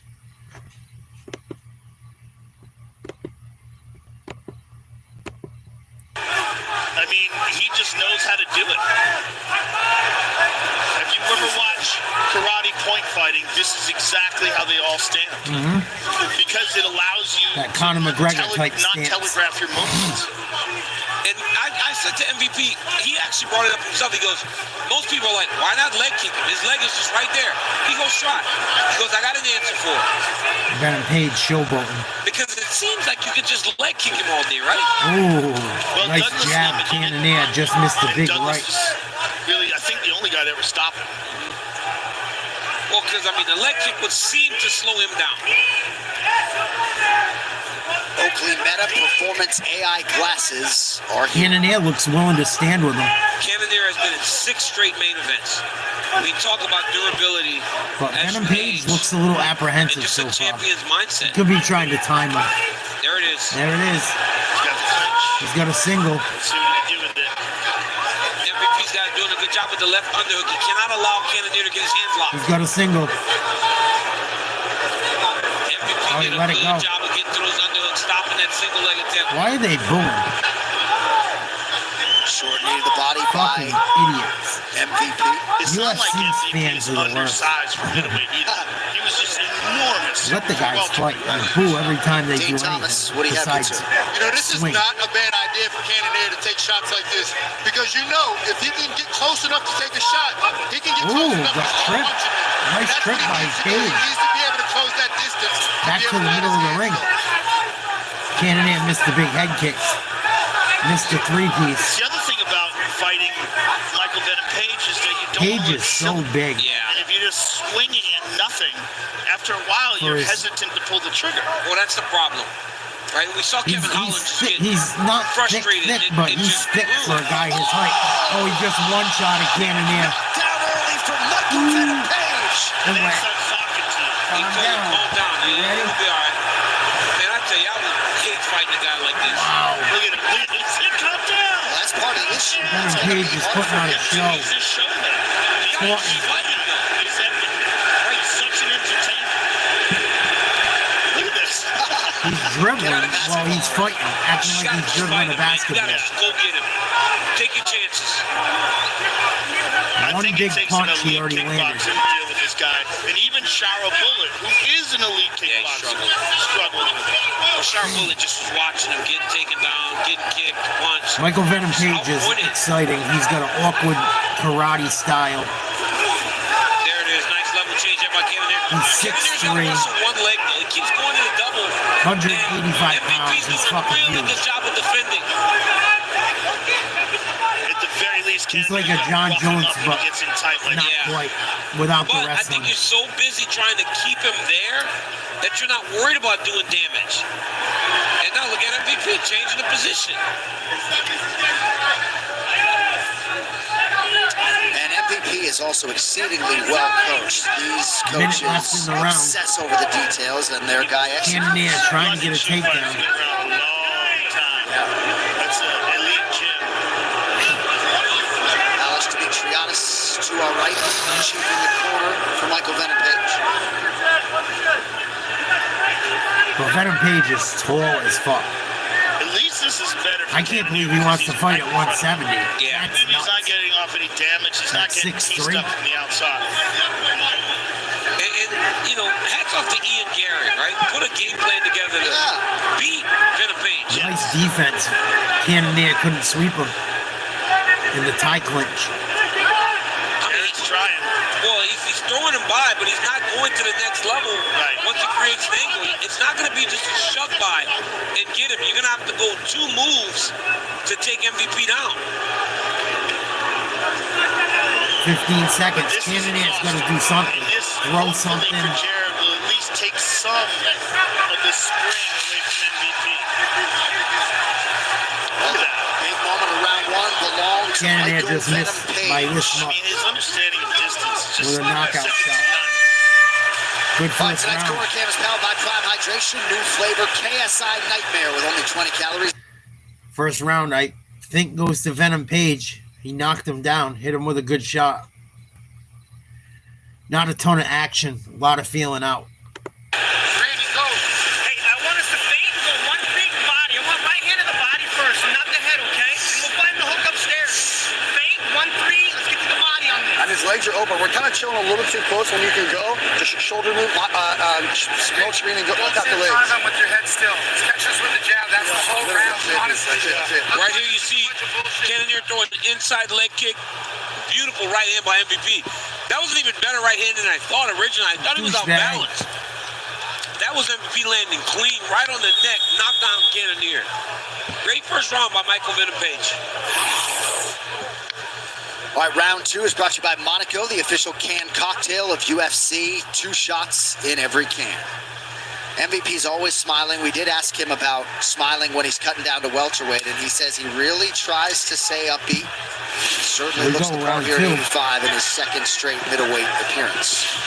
Ooh, big right hand, MVP. Oh my goodness. Jabbing him. Cannonier telling him come in. Saying, oh shit. He caught him right under the left eye. Looks like there's some swelling under the eye of Jared Cannonier now. What a puzzle. Cannonier throwing some jabs, nothing doing. Oh, he got caught with another right by MVP. I'm telling you, that's the missing element in MMA is elite point fighters. Yeah. And elite point fighters that learn how to fight MMA, they just have this advantage of being able to close the distance like no one else. Jared needs to shoot, man. The moment he starts getting him close to the octagon side, he's got to wrestle a single leg. Otherwise, he's just missing. Sorry, champ. Tonight's social media post brought to you by Threads for conversations happening inside and outside the octagon. Take it to Threads. He talks a lot about this manipulation of movement, as he puts it, and just gotta be. Oh, he hit him again. Cannonier went down. Cannonier's hurt bad. That was bad. I don't think he was hurt that bad. I think he was kind of trying to move away from it. He got caught again. Man. He doesn't look staggered at all. Well, he's tough. Yes. Well, we don't see Jared Cannonier get dropped like this, man. No. Oh, almost hit him with a huge uppercut. Cannonier better watch out. And you know, this isn't all of Michael Venom Page's skills either. You're not seeing any knees yet, flying knees. Like, look at that. Just boxing out of a karate style. Nowhere near you. This is Cannonier's got to just throw them. Boxing out of a karate following stance. him and trying to cut him off without throwing anything He's too really fucking is going big. to allow him to dictate the exchanges, right? You got to just keep throwing. He's got good I know he's movement. missing, He's but not you still easy got to to just hit. keep throwing. He's trying to do his coaches ask him. They ask him to go to the body, but even the body's not available to him. And you see the big reaction, whether Ooh, Cannonier caught him with one. Cannonier. Yeah. Well, he's been touched now, John. He's been hit a few times. And he knows that the speed is just so much different for Venom Page. Yeah, Page is quick. He's quick, he's long, he's tall, he's evasive. He's landed a couple of low kicks. Cannonier's got to go for something, more of those. whether it's a big shot or a takedown. Wait, tore Anderson Silver's knee with the low kick. Oh, they're grappling. All the casuals want to boo. But I think right now, man, he is just dealing with a puzzle that I don't know if he's ever seen anything like this. No one has. Michael Venom Page is huge. Yeah, no one has seen anybody like MVP. He's so long for his body weight. A lot of people wondered how he would hold up to the physicality of a guy like Cannonier. 170, So 185. far, quite well. It's hard to deal with. Nice takedown, Cannonier. Don't go straight single, double. Keep tripping He's at got it. time. Try to manipulate the balance. Back up, MVP, Venom right Page. back up. He's so tall, it's But at easy least for him Jared to had get up. some success with that. He's so tall, if he sprawls, Trying to like wrench him to the he's ground. hard to take down. He's got a good center of balance. But this is exhausting for Jared as well. So MVP had a training partner that came and trained with my kids in my academy once. And that kid could wrestle. So if that's who he's wrestling every day, he's clearly getting good looks. Ooh. Venom Page just missed a huge Intelligent, uppercut. and he knows that the only thing that really slipped him up in the He's octagon up 2-0 so right far now, was he and Gary's I would wrestling. say. Page has got a 41% strike accuracy over Cannonier's 24. He should be on one leg. Cannonier had a takedown, that's about it. Rushing the single, This then round. going to a double. Right now, all he's doing is kind of gluing himself to MVP. It doesn't seem to be really leading so much. And he keeps trying that. Come on, Cannonier, you got to do something. The takedown didn't work too well. It doesn't really work as often.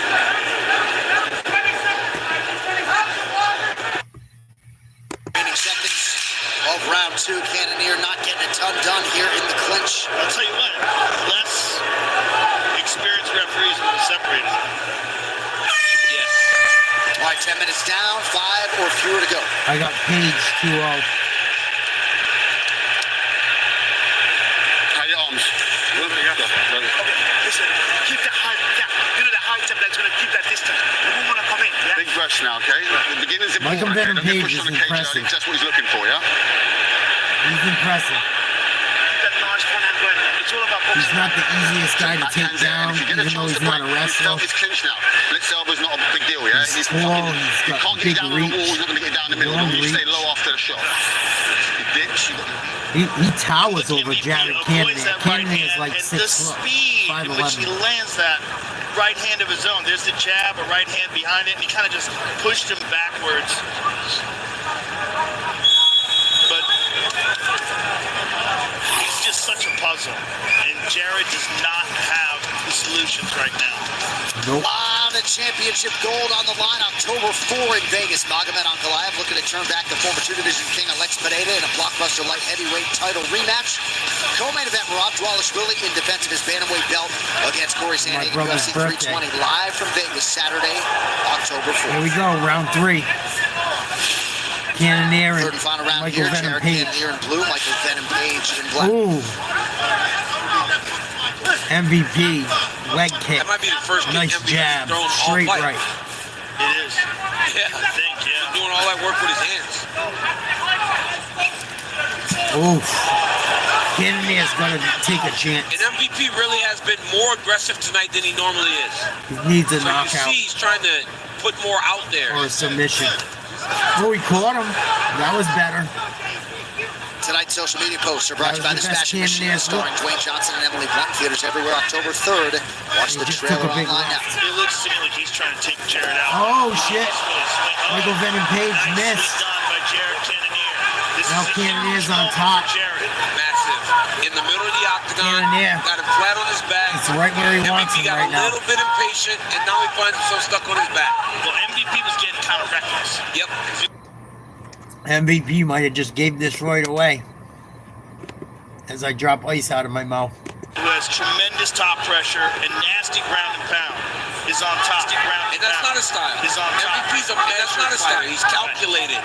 He doesn't take that many chances. And right there, that Superman punch, that was uncalled for. And he finds himself stuck on the bottom now. Looks like he's going for a triangle. To come from behind and Choke. win fights by stoppage. He's almost got him in mount. Work here, 3:25 at the clock. Cannonier's almost got him in mount. And a massive some pressure. Such a strong guy. He's pushing that leg out. He's got to be careful here, though. Good job, Jared Cannonier. Full mount. Full mount by Jared Cannonier. MVP's in real trouble here. Cannonier's got to posture up and let him have it. Oh, big shot. Big shots by Jared. He's got to maintain Take his top. back. This is fine. In the half guard again, but at least he's on top. Cannonier needs to make this matter, though. Yes, he's because gonna hurt even him. if he doesn't finish him, if he can get a 10-8 round by dominating, he salvages a draw. Big And right, when you got Cannonier. beat the way he got beat in the first 2 rounds, you want to walk out of here without a loss. Cannonier's got him in a very bad spot with 2.5 minutes. Big elbow. Trying to pull out another one here. 2.5 minutes to Come on, decide. Cannonier, you want this or not? A lot of time for Jared to maintain this position and get off some real shots. Michael Venom Page is in trouble if Cannonier does what he has to. The Achilles heel of MVP. Yes. This is the grappling. Come on, Cannonier, push the pace. He showed a much better understanding Get your of his head takedown out of there. defense. It's doing But you again, no now that good he's there. here, he isn't showing as Oh, much. side control. Well, Jared's a bigger guy. And Half mount. Side you know, control. when you're coming down from heavyweight and then He's going for a light heavyweight, Kimura. that's a different frame. He's got a Kimura. Kimura attempts. Oh, it's over. It's over. But it's hard. He really wants to step Oh, over he's to this almost left got leg. it. Can't really get the arm bend. Yeah. Oh, he had He him. wasn't getting the arm bend. He went for it, but he wasn't bending the arm to create the type of angle he would need. Almost hit the Kimura.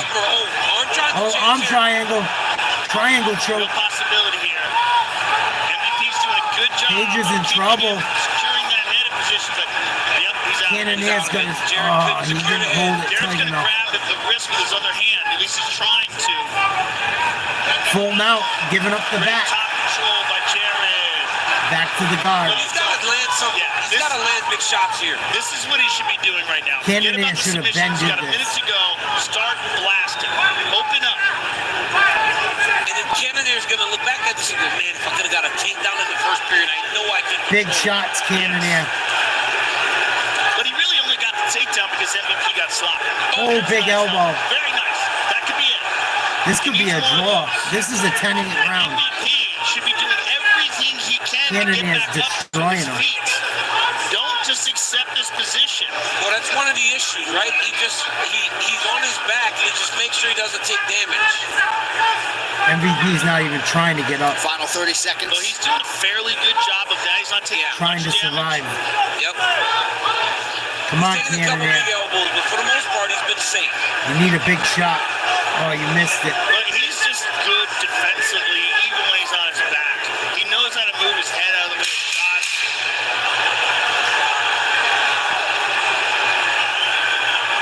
Oh, big elbow. Shot by Cannonier. Cannonier would have finished him in the street fight. Appreciative crowd acknowledging Good the fight. athletes. Jared Cannonier, Michael Venom Page go the distance. And MVP once Cannonier's again going to building a wish he had lead. another takedown because they're going to give it All to indications MVP. are he did enough to outpoint the former middleweight title challenger Jared Cannonier here. I don't in think he Chicago. should win it. I think it should be a draw. But Right here, we see some of the work from Michael Venom Page early. It is what Nice it is. right hand drops Jared Cannonier. you got to do what you And got again, with the time they MVP give you. with the counter right hand. Just get out of place. Then he hits him with the left, then the right. Hits him with another left that knocks him down. I mean, in the striking, Cannonier was really behind, but then MVP makes a mistake, gets taken down, and it's some good ground and pound to end the fight by Jared Cannonier.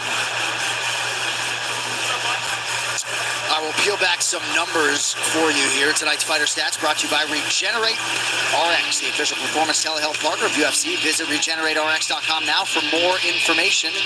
Distance strikes, decided advantage for Michael Venom Page, 3-1. Clinch strikes the other way for Cannonier. Did some strong work on the He leads ground a lot of late. categories. Likely not enough But I don't think it's going to be enough. to earn the decision.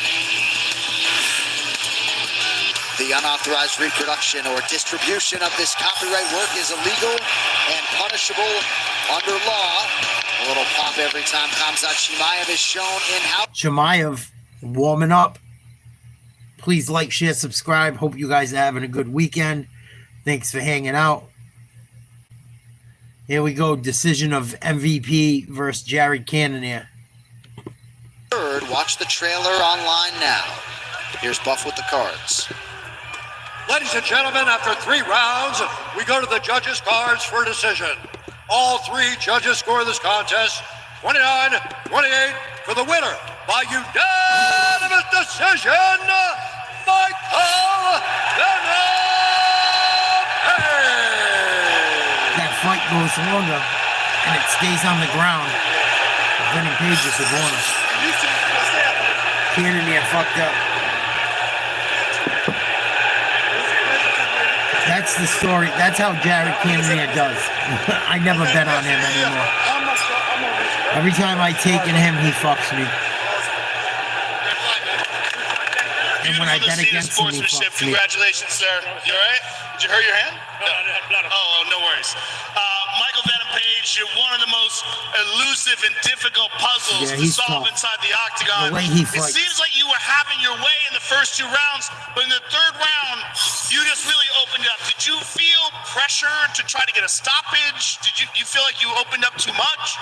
No, I wanted to push it a little bit more in the 3rd round. I made a silly mistake, and bloody hell, he's so strong on top. You know what? It's been an honor. Chicago, it's been a massive honor to fight in front of you guys. This support is amazing. I always try my best to deliver. It wasn't what I expected, but I hope you guys enjoyed this. It was very entertaining. Is this division your division now? Are you going to stay at 185? Do you still have thoughts of 170? I still have a lot of thoughts of 170. Until I clear that out of my 170, he's mind, gonna be a fucking it's difficult problem. to fixate on this division. Uh-oh. But if there's great fights like that to be had, then you're going to see me here again. Well, you're one of the most exciting guys. It's always a pleasure to watch you perform. Thank you very much, sir. Thank you so much.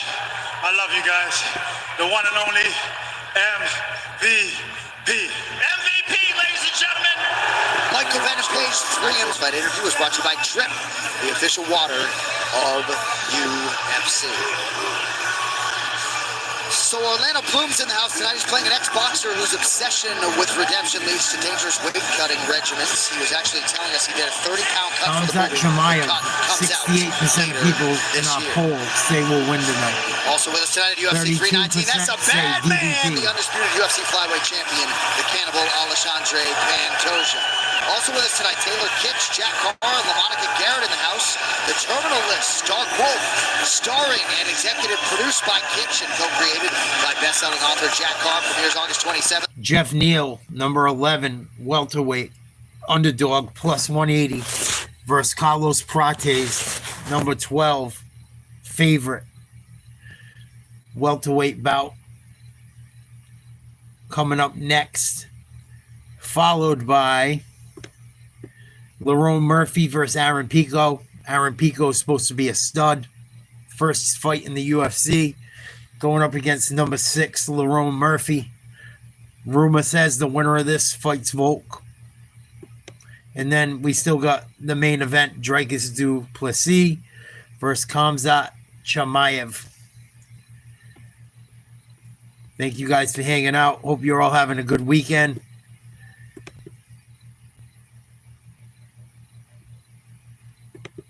So dominant, absolute savage.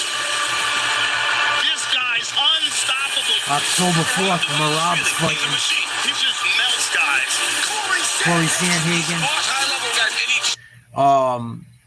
Ankalaev is fighting Pereira again. The rematch. October 4th. I want to look at the rest of that card.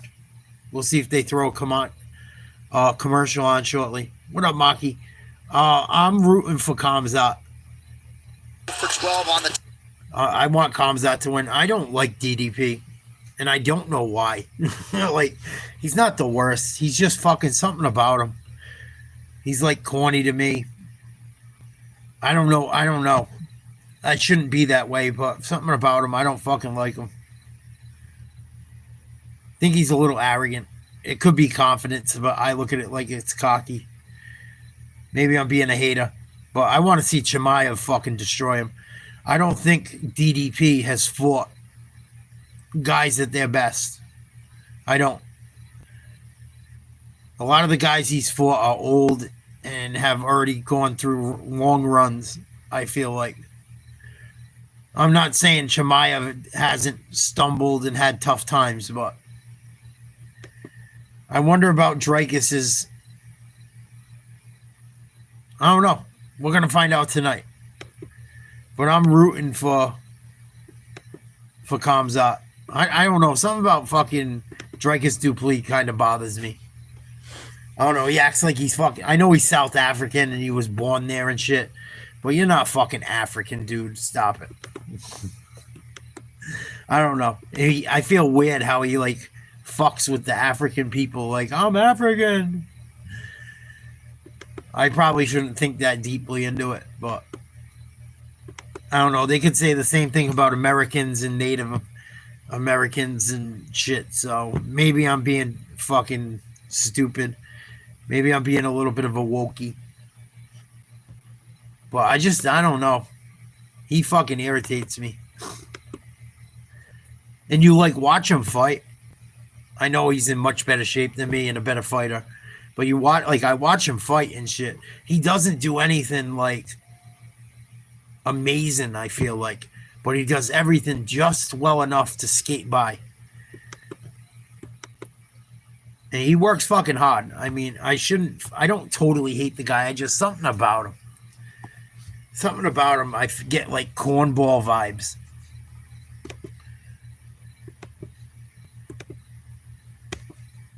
Maybe it's because I'm not into that South African fucking attitude shit, that English attitude. Like, they come off very pompous, in my opinion. And Jeff Neal can... Khamzat was talking a lot of shit, though, yesterday at the press conference. Khamzat's in such good shape, he came in fucking 2 pounds underweight. Tell me that guy wasn't fucking working hard. They tried to say it was like an issue. I look at it as it's a good thing. The dude came in, he weighed in at 2 pounds less than the necessary weight. I'm pretty sure he's been working hard. Dricus didn't even make weight the first time. He complained about the scale, saying the scales were all fucked up. Maybe they were. But he got wicked butt hurt. Yeah, something about him. I don't know. I don't know what. And I know they got to talk shit to do their thing and all that, but something about him I just don't fucking like. And I'm not like a huge Khamzat fan either. I got to be honest. It's not like it's not just because I love Khamzat so much. I swear.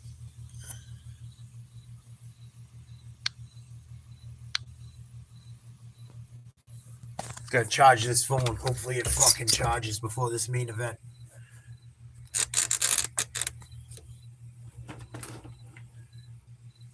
These events are so long. Sorry, guys. Yeah, something about him, Mom. Did you watch any of the Patriots today in Minnesota? I watched a little bit. It was a weird end to the game. I think they just ended it because it was preseason, but it looked like fucking there was a controversial ending to the game. Minnesota played a few starters on defense. Not really anyone on offense besides the line. New England played the starters for 2 series. The defense played a series. Both teams look good. Both teams look pretty good.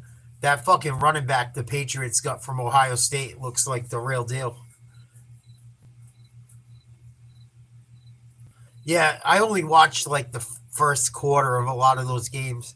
I went live for a little bit today watching them. Just to get the blood flowing with the NFL again. How's the family, Mark? Everything good? I know it's been hot up in your area too.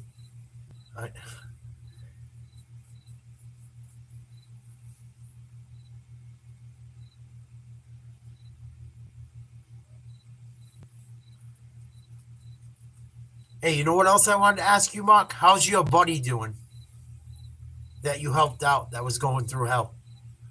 I can't believe how much skinnier I'm starting to look. Wow. It's starting to show on camera now. Good.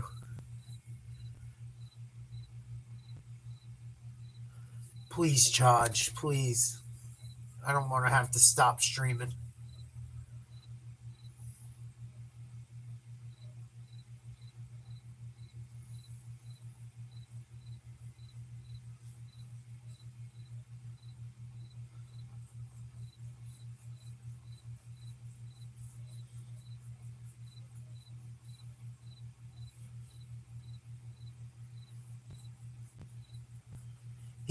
He got custody of the kids.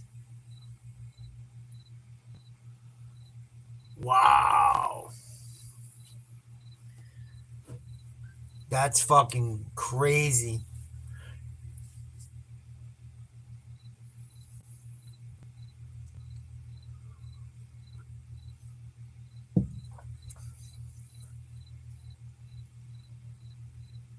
Carlos Prates is making his way to the ring.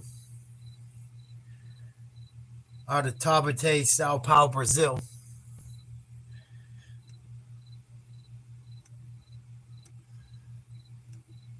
Early on, he confidently was claiming he would be the first to knock out Jeff Neal in the UFC, but later, just a couple days later, walked that back saying he's now focused on the win, not the finish. And that shift, coming after his overly aggressive mindset, cost him the fight against Ian Machado Gary back in April.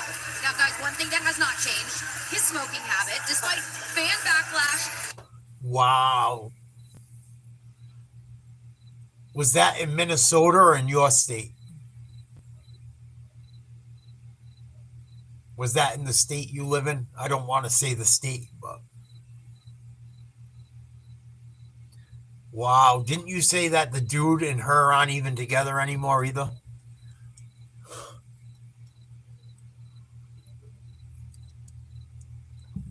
Wild. And now he's got to fucking work twice as hard. Fucking broads.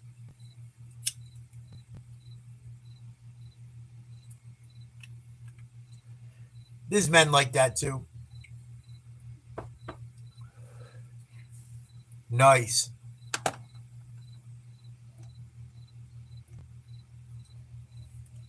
He'll find a new girl. He'll find a nice girl eventually. He sounds solid.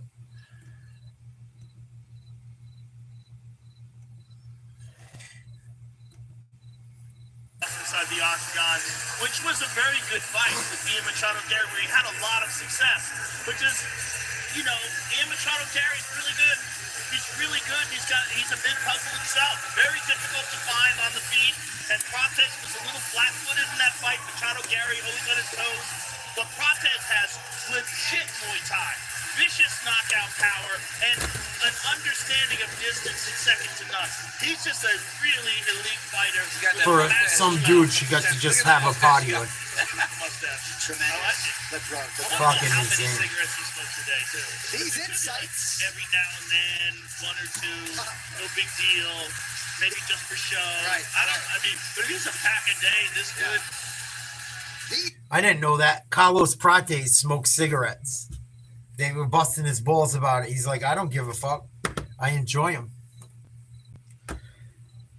Fucking, that's hilarious. They're like, how much do you smoke? They're like, don't worry about it. He's like, how much? He's like, 1 or 2. Maybe 5 or 6 times a day.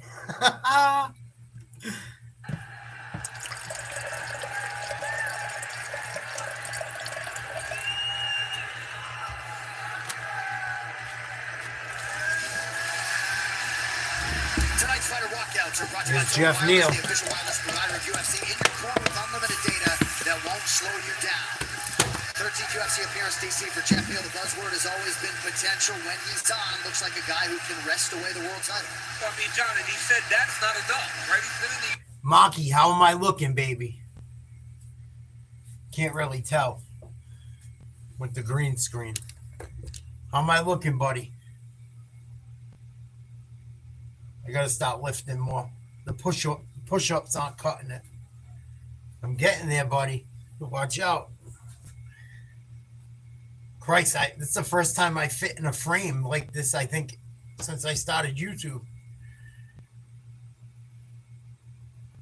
Usually I'm wide as the fucking camera.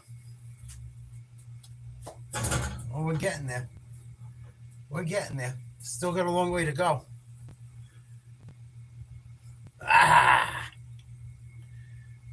Muscle memory, it's going to come back. Yeah, it's starting to show, and I'm looking younger. I think. I'm not trying to like be too conceited, but I'm just trying to be honest. I think I look a lot younger.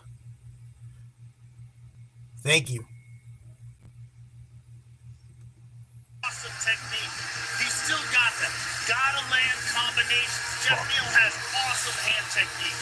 If he can get tight with Carlos Prates and land big shots, I think he can have success. I've been trying to eat one meal a day, Mark.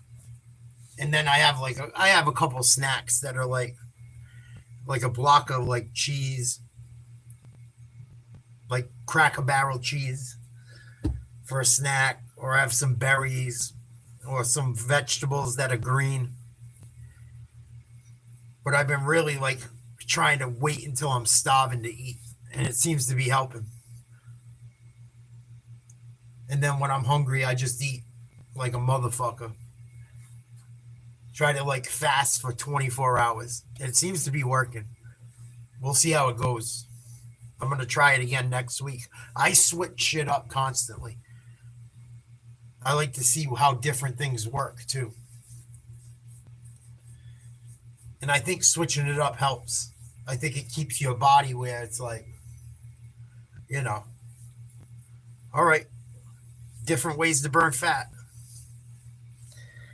Carlos Prates, Tabate, Brazil, -200 favorite against Jeff Neal. Here we go. You're not just saying that, Mark, are you? If I look like shit, tell me, but I think I'm getting there. You can see my fucking, I'm starting to get, still got a long way to go, but we're getting there. Better than we were doing. I used to be in phenomenal shape. That's why I think if I can get in the gym, I could fucking get close to what I used to be. I gotta fuck you for everyone that thought I was dead and done. It might take another 15 years for them to see it or run into me. When they run into me, the next time they run into me, they're gonna fucking wish they didn't count me out. I don't want to hurt no one, obviously, but a little bit of a tense start there. Second booking, and it happens tonight. Jeff Neal. Some people got some humble pie coming. Same stance for Prates and black. These boys are trying to get after each other the whole time. Stepping forward. I know Prates is only supposed to be 2 inches tall, but he looks a lot taller. Yes, he does. Just skinnier, right? Yeah, Jeff is more like compact.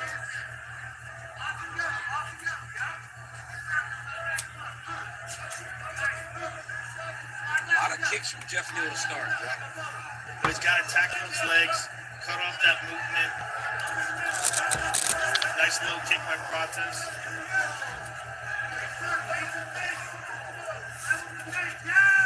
Good connection there on the inside by Jeff Neal. That's where Jeff Neal shines. Sharp hands. Neal just seemed completely locked in all week. Well, he looks physically different. Ooh, nasty spinning back kick. Prates. Off of that spinning back kick. Hitting Jeff on both sides. Jeff Neal didn't like that. Like this coach's canvas watched by Cuervo, the tequila that invented tequila. Here we go.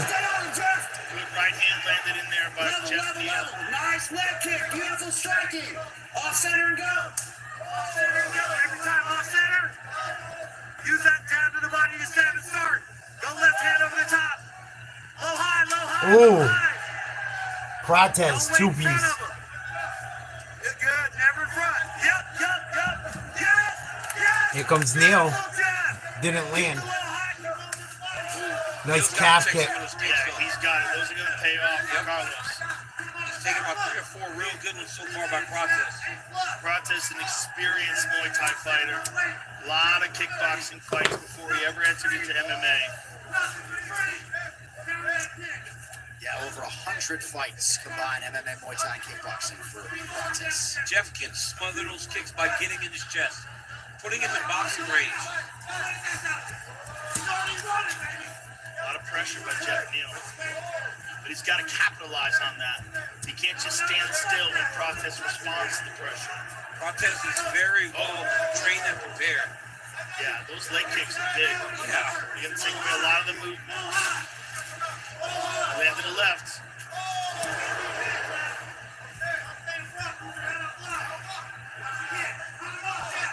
Neal continuing to force the issue with his forward motion. Just over 2 minutes here in round 1. Oh, nice left hand by Neal. Oh, good 1-2 by Protez.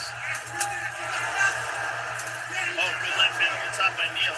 They're exchanging. Protez landed a nice knee in there. Ooh. Good right hand by Jeff Neal. Neal said he was expected that this would be a 1-round fight.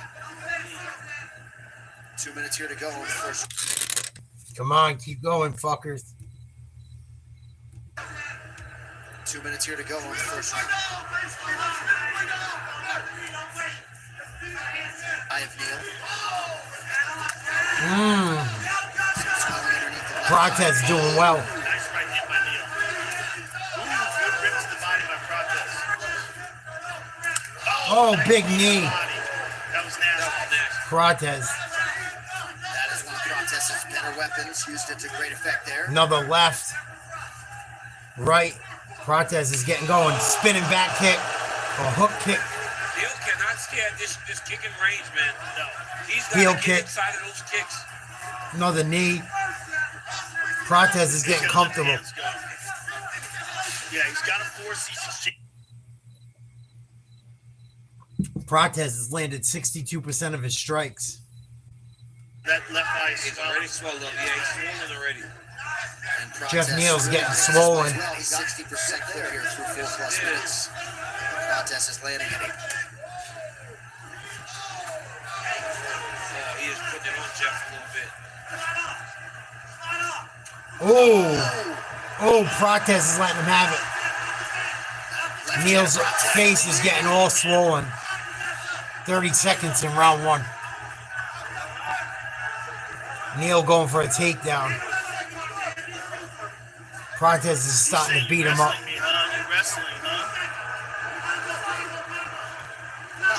15 seconds. Ooh, Protez lands again. Protez is sharp. And dodged a huge shot by Neal. Protez is sniping him right now, man. Oh, big elbow. Spinning elbow. Knocked him out as time expired. Holy shit. Knockout of the year. Knockout of the year. Wait till you see this shit. Holy shit. Spinning elbow as the buzzer goes off. And Neal just fell straight back. Holy shit. You heard the crack. Wow. That was insane. Did that hit him on his jaw or the side of his head? Side of his head. No, we'd have to see it again. It looks like they're putting bandages on the side of his head because he's bleeding. Wow. Let's take a look at it again. Watch this shit. Oh my God. Ooh. Oh, he just went straight Dead. down. Fatality. Wow. And we've never seen Jeff done like that. He's lost fights, but not like that. Wow. Shot knockout like that. Yeah, With 1 second left in the round. The side of his head. The sound that made. That was we can hear that again. Because the sound, let's take a listen. Because the sound of that. Oh. Yeah, that was a good stoppage. He's still out on the ground. 9th spinning back elbow knockout in UFC history. Good to see Jeff Neal. Carlos Prates took it to that boy. He had some moments in round one, but it was really starting to be taken over by the Brazilian. And Prates don't need that stool. We've done it 5. John, Jeff said it was going to be a one-round fight. I don't imagine huge shot like that. That was nasty by Carlos Prates, and showed his game is improving. He's gotten better. 13th UFC appearance for Jeff Neal. He has never been knocked out of the octagon before. And Carlos Prates, first time he's ever been knocked out. To his first UFC loss to Ian Machado, Gary. He is 5-1 in the UFC. Might be back on that bonus life after that. That's the knockout of the year. All right, to make it official, so far, pretty much. Ladies and gentlemen, referee takes the first round. It's called a stop to the it's up there. At 4 minutes, 59 seconds of the very first round. He deserves a bonus. By knockout, Carlos the Nightmare. Vicious. Spinning elbow.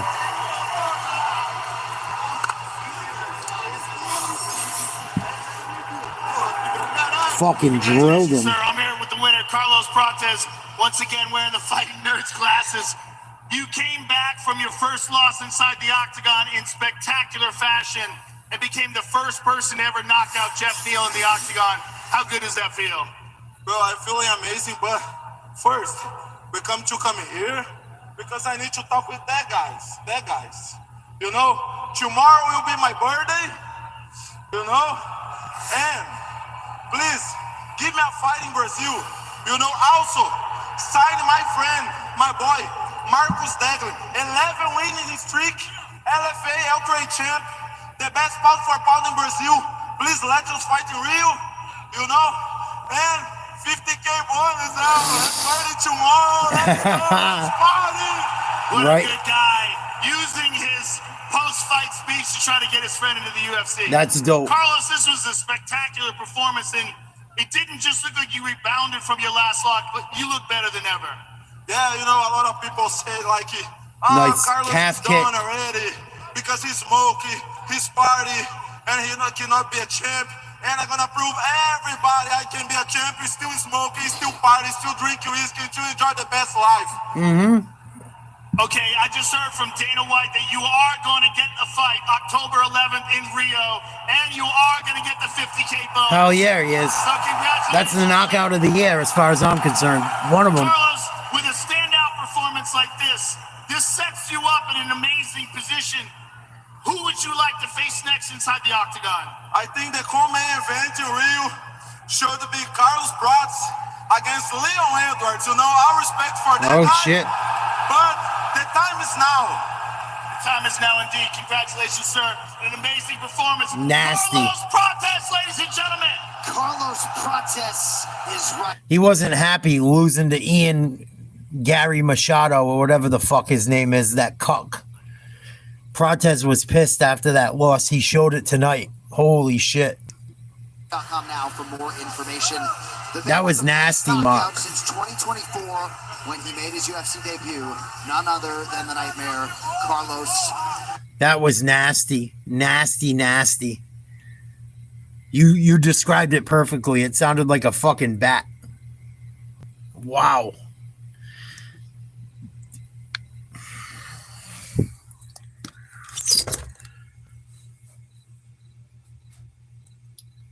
Oh, what do we got? One fight left, and then the main event, I believe. Oh no. Yeah, we got two more fights. Lerone Murphy versus Aaron Pico, the incoming favorite. First fight in the UFC. He's a negative 185 favorite over number 6 Lerone Murphy. He's plus 154. And then we got Dricus du Plessis, plus 215, the champion, an underdog, going up against Khamzat Chimaev, who's a negative 265 favorite. Getting down to the nitty-gritty. Here is Charlie Arnold back it up. Thank you, John. 8 years after turning pro, blue chip prospect Aaron Pico makes his UFC debut. Pico. I like that they're moving it along fast tonight. tonight. Feels like he's in the best shape of his life, in part because of his training with Khamzat Chimaev, and he is ready I like to it. prove just how problematic he is going to be. It's not as bad tonight division. as it But usually first, he is. must get past 6th-ranked Lerone Murphy, who on short notice puts his unbeaten record on the line. Lerone Murphy's never lost. No issue for the Miracle, who keeps in shape year-round and frequently studies his own fights. In his words, this is not just a fight for me, but a ticket to a title shot. Don't go anywhere. Major fireworks in this featherweight co-main event are coming your way next. You're moving on a restricted target. You had to shoot him to end the fight. An example needs to be made. Thank you for your service. Is it that obvious? I need 2 shooters for a time-sensitive op. If we do this, I need to know that you can find breaks. You have my word. You do not have to carry this weight alone.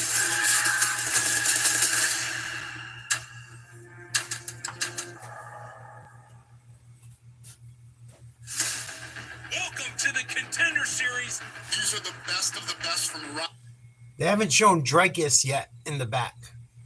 They've showed Khamzat. They haven't showed Dricus yet.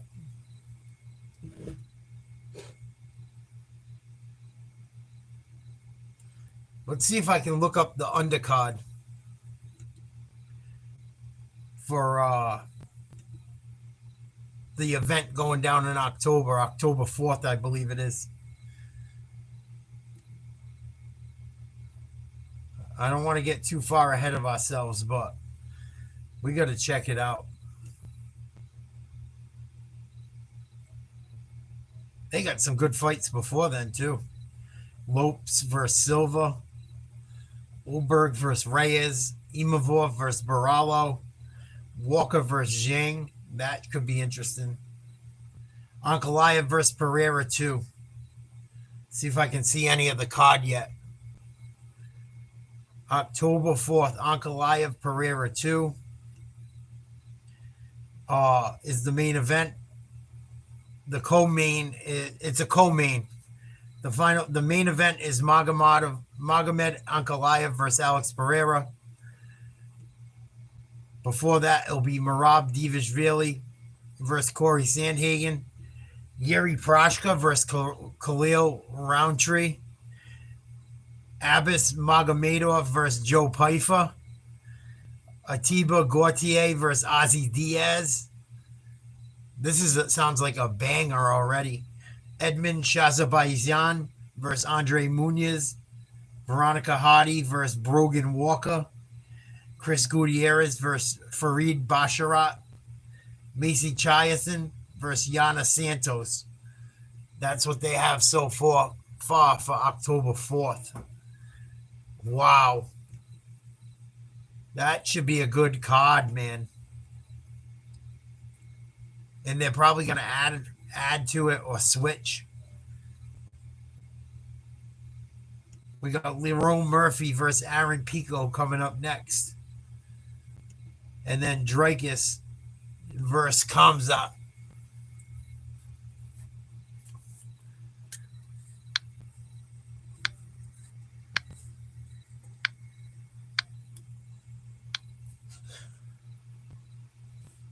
This championship fight could go either way.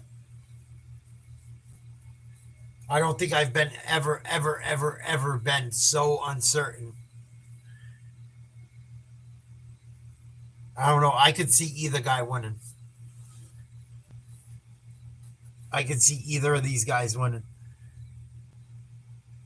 But I don't think DDP finishes Khamzat. I think he wins in a decision 5 rounds. Unless he lands something big. And Khamzat gasses out. I think if this fight goes more than 3 rounds, I think Khamzat might lose.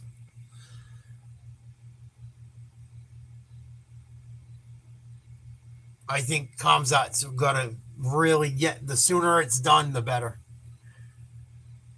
Because DDP, his best weapon is his gas tank, in my opinion. I think his best weapon is his gas tank.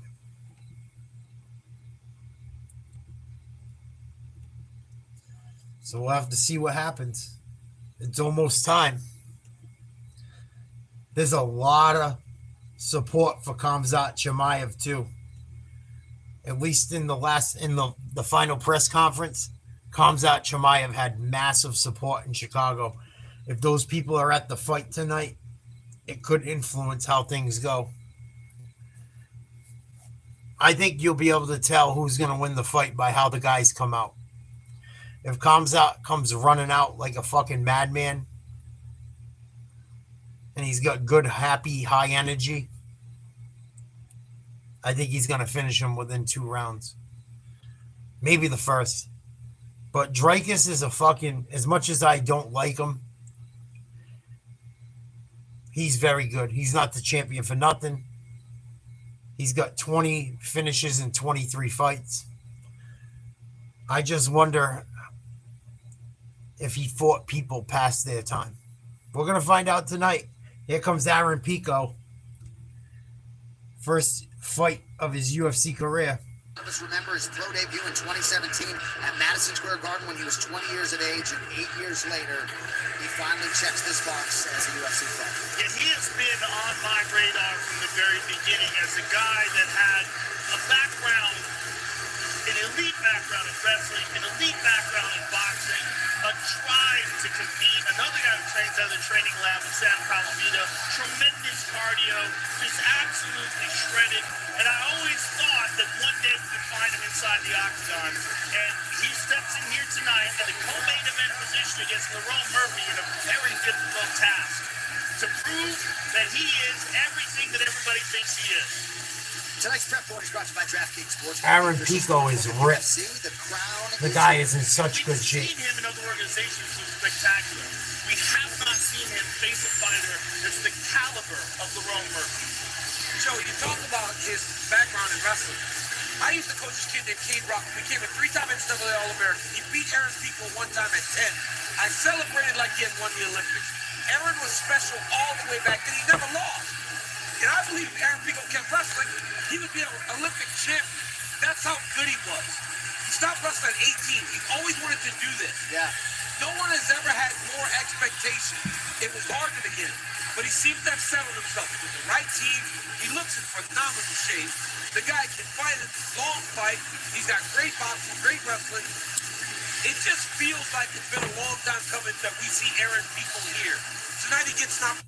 Aaron Pico looks locked the fuck in. Phenomenal. He's in phenomenal shape. Can he stay calm? Can he not make a mistake, right? When he gets hit, he likes to get it back because he's a fighter. Yeah. Can he not make a mistake? But the guy he's fighting is a hell of an athlete with a lot of power as well. Sorry. And Pico's got to be careful when he shoots not to get hit with a knee or an uppercut. If Pico doesn't get caught, he should win. Beyond professional and so thoughtful when he talks If he doesn't get caught shooting, career because he he knew should if he win. didn't get on the MMA train, he wasn't going to be able to evolve as quickly as he needed to. It's all in front of him now.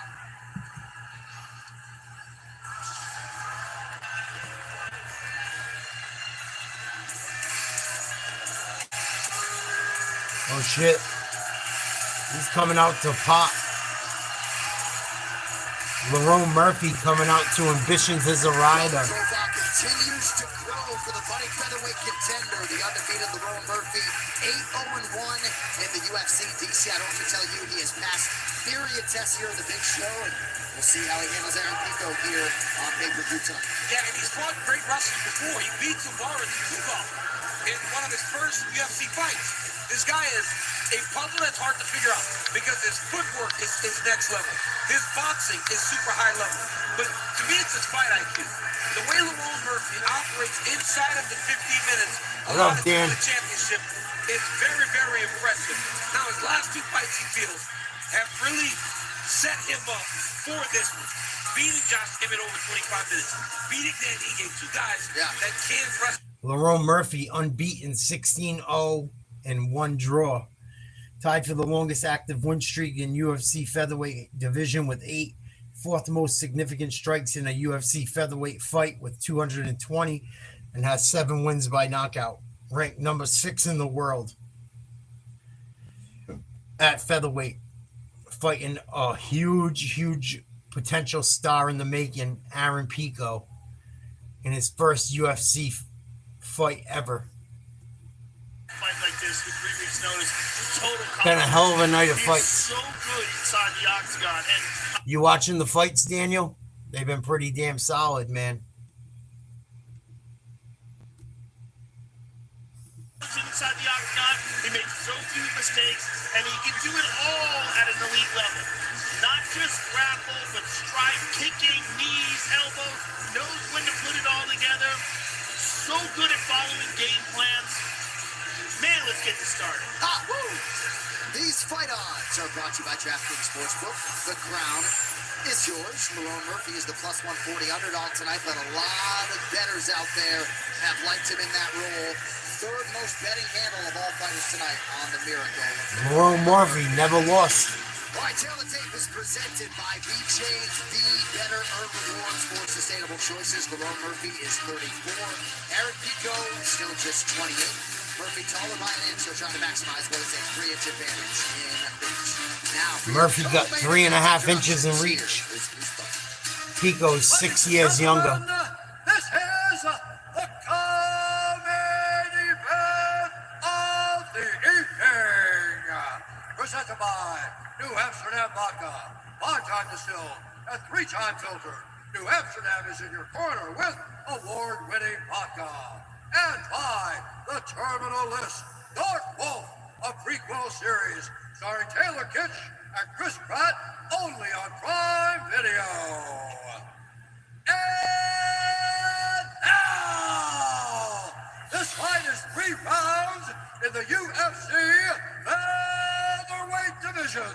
Introducing first, fighting out of the blue corner, a mixed martial artist.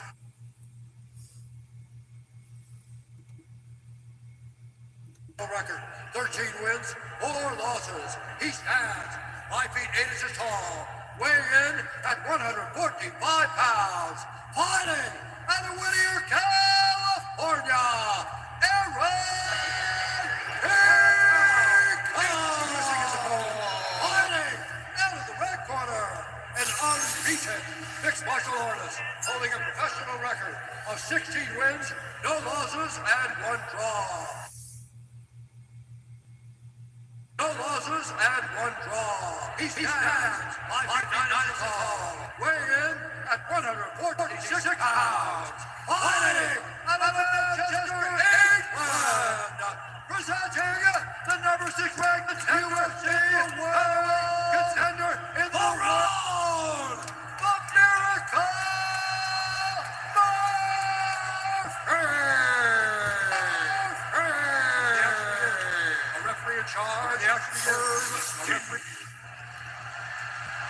Herb Dean. Here we go. Tonight for Herb Dean, Mark Goddard will handle the main event. Aaron Pico, 28 years old. UFC 319 fight clock. Been working on this his whole life. Is presented by the Terminal List Dark Wolf, a prequel series starring Versus Taylor Kitsch Murphy. and Chris Pratt, only on Never Prime lost. Video. Pico in black, Murphy in red. nice jab by Pico right away. Good right hand by Pico. Oh, Murphy's already hurt. Vicious left hook to the body by Pico. One of his best weapons. Yes, that's one of his best weapons, that body shot. You do not want to get stuck against the octagon side against Aaron Pico. You can tell the kid's been boxing his whole life. We talked about this on the walk. Lerone's footwork and movement is going to be very important. This is not what he needs to be doing at the start of this fight. Pico's got him in the clinch. If I control the distance, Up I against the control fence. fight. Outstanding start for the favorite Pico. He came out fast, closed the distance quickly. Nice calf kick, Pico. Big right, left body shot. Another body shot. Murphy hit him with a big elbow.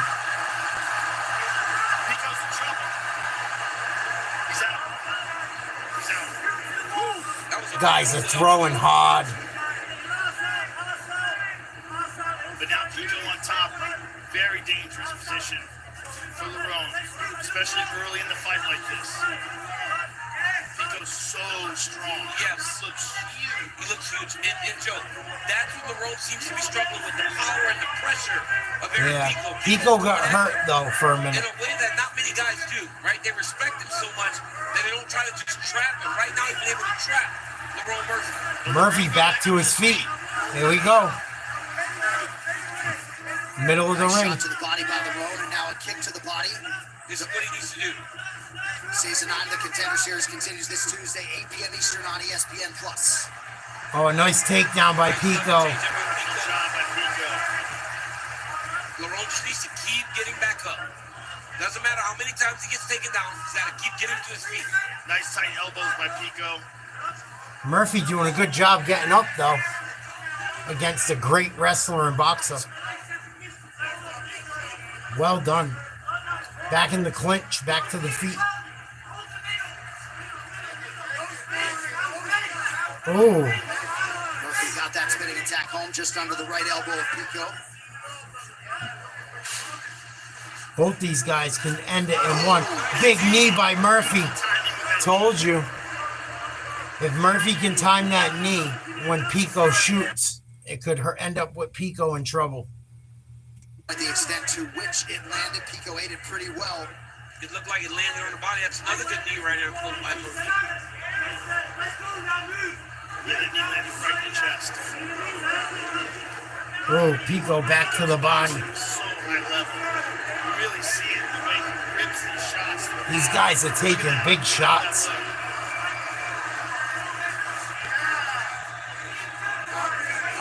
Murphy keeping that guard high, staying composed in the face of pressure. So much pressure. Oh, Pico got knocked out. Spinning back. Spinning elbow. Wow. That's the knockout of the year. 2 spinning back elbows in a row to end fights. Aaron Pico just got put out. Just like the last fight. Holy shit. 2 fights in a row. Same fucking ending. Wow. He stepped off, hit him with the spin. He recognized Pico was coming down. Right? He started moving down. Pico chased him. And he started moving. Pico chased him. And he got a beautiful spinning elbow.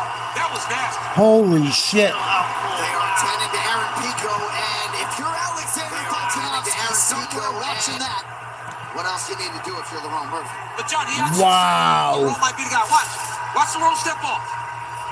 Step off. Beat. Oh my God. He knew Pico would keep chasing him. Same as the last fight. No follow-up shots needed. Perfection. He's fucking out. Look at this again. I mean, it doesn't get any cleaner. Beautiful. 2 spinning elbow KOs in a row. That's never happened before. No. They don't happen often at all. That's a fight bonus. Oh shit, right in the temple. What a highlight. Holy shit. 2 fights in a row. Aaron Pico was supposed to come in and clean house. Only thing he's doing is going to fucking sleep. Wow. Aaron Pico just got destroyed. Maximizing a showcase Whew. and getting the inside track for a title fight with respect to Yair Rodriguez and Mobster Boyev and everybody else. Yeah, it's Lerone Murphy. Wow. Right, John? It has to be Lerone Murphy. Lerone Murphy needs a title shot. I said, are you missing something big? Is that why? Another underdog with a W. Well, he's not missing something big anymore. That was nasty. Hey, Joe. Hey, John, sorry. That's wow. like whenever a guy's trying to win the Heisman, and they need that moment. That was his moment to earn himself a chance to fight. That was impressive. That was nuts. Wow. All right, to make this one official. Aaron Pico's still out. Ladies and gentlemen, referee Herb Dean is going to stop to this contest at 3 minutes, 21 seconds of the very first round. Declaring the winner by knockout, Lerone! 2 fights in a row. Holy shit. What a great night. Ladies and gentlemen, I am here with the winner, Lerone Murphy. Lerone, we were saying before this fight that sometimes sometimes in this incredibly talent-rich featherweight division, you don't pay attention to everyone. And someone needs to make a big statement in order to really stand out. Unbelievable. A big statement. Yeah, man, this sport's all about moments, and I just created one. I needed something like this. I took the fight on 3 weeks' notice. I believed in myself. I knew the opportunity was there. I'm next in line. Let's go, Volkanovski. Well, you certainly made a very compelling argument to that tonight, sir. Let's take a look at it on the big screen. You knew that he was pressuring you and constantly coming forward, and you timed this spinning elbow perfectly. Brutal. Yeah, man. He's Pico. He's good. Hats off to Pico. I think that's the hardest first few minutes I've ever had. He's dangerous, man. But I knew he was going to walk onto something. I threw a knee a bit earlier than that. Crumbled. I was getting his timing down, man, because you knew that he was constantly, constantly moving forward. Yeah, he's too aggressive, and I said that in my pre-fight interview. I said I will use his aggression against him. Well, you certainly did that, sir. And you also, I've just been informed, got a $50,000 bonus tonight. Congratulations. 2 in a row. By spinning back. A very compelling argument for spinning elbow. In line for the title. Yeah, can I just say one thing? My teammate Jordan Barton here, he's been my hardest sparring partner for every camp. He deserves to be in the UFC, European champion. Get him on Dana White's contender service. Please, Dana, please, he's ready. And I'll tell you that he told me before the fight that you were going to win by knockout. And I think you said first round as well.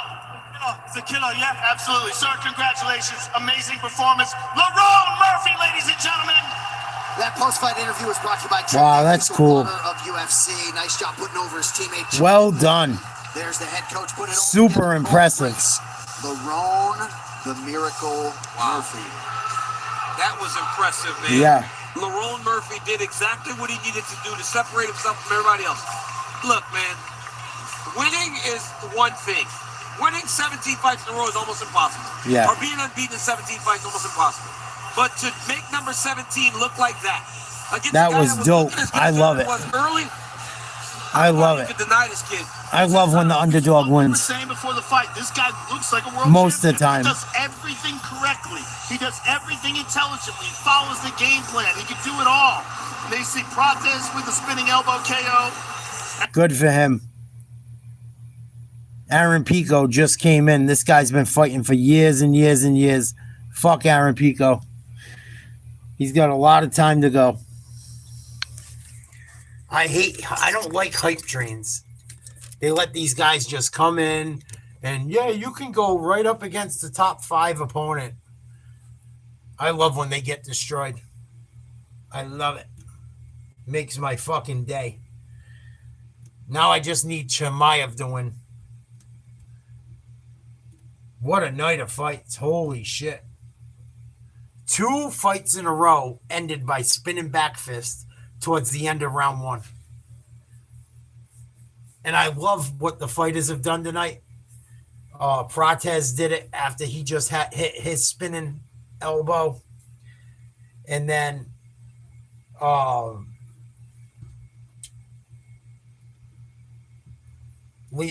Murphy said the same thing. Talking up, saying their boys deserve to fight in the contender series at least. Looking out for their guys. That's awesome. What a good night of fights. But Aaron Pico's 28 years old. He'll get over it. He better get over it. Lerone Murphy, still undefeated. 16-0 or 17-0-1 now. That was nasty. Both them guys landed some shots too, but I knew Pico, if he rushed in, was going to get hit with a knee. I didn't think he got drilled with a knee bad. He got drilled with a bad uppercut. But he was holding his own. That spinning fucking elbow was just what the doctor called for. Oh, September 13th, Crawford and Canelo.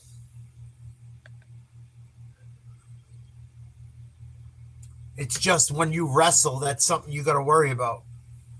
As a wrestler, or if you're going to shoot, you got to worry about them knees and them kicks up the middle or spinning attacks.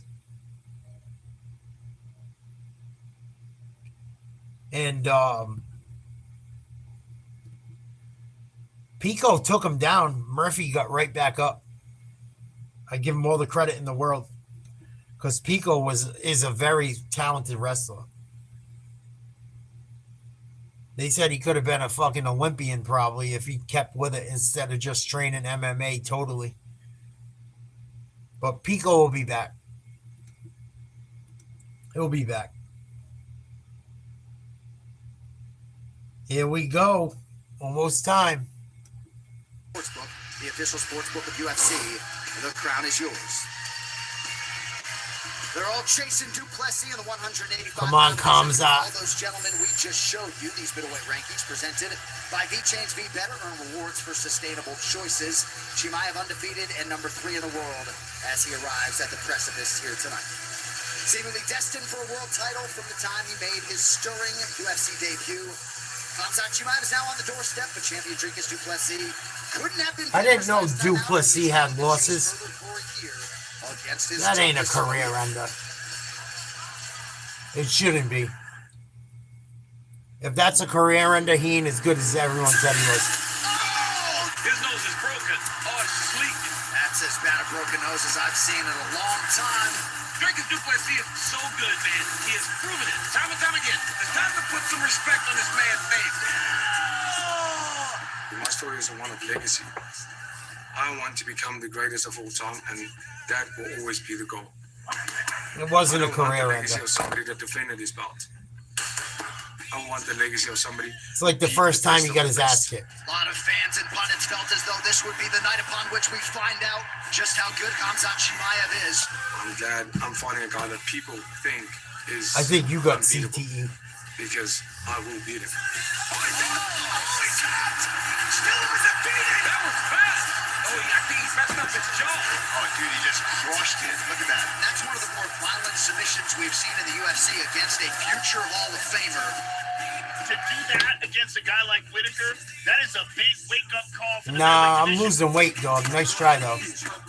Maybe next time. Fighters like Dricus. It's nothing special. Nobody knows this guy. I try to explain Nice to try. people like I'm fighting Dricus, but they I say, lost almost 40 pounds I in need to make him famous to 55 days. Nice try, though. Who is the people wants to watch? Not Dricus. A force unlike anything the fight game has ever seen. Over. One shot. One and done. This guy is one of those special fighters I've ever seen. Nobody can stop me. If not the most special guy that I've ever come across. That is it. The hype is real. The speed, the takedown, everything. That's why he's such a terrifying talent. There's the tap. Kamzat Chimaev. How good is he? He's 16-0 and deserving of all the hype. But, this is a different level. I'm constantly evolving, trying to get better. It's not about the I'm person on that fighting, suck it's your about mom's what pussy that person diet. represents. And that is the next step in the ladder to becoming the greatest. When I go out there, losing is not an option. Du Plessis is an absolute tank of a man. He's a huge, powerful middleweight. Oh my goodness. Big strikes raining down by the South African. The pressure, the pace, the cardio, the belief in self. I'm not scared of Kamzat taking me down. He's probably gonna take me down. He got me down, I'm getting back up. Now you're getting tired. Then you take me down again, I get back up again. And you realize, yeah, you took me down, but that doesn't mean anything. What happens when I take you down? He's got the choke. There's the tap.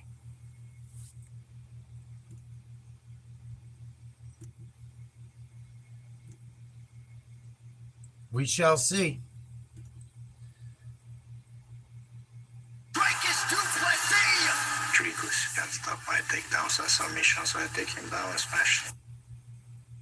He is not inhuman. He can be hurt. He gets tired. If it goes a distance, I'll win. If I finish him, I'll win. Just like that. Dricus du Plessis. Dricus can't stop my takedowns or submissions, so I take him down and smash. I will prove to this guy and to the world I am the greatest.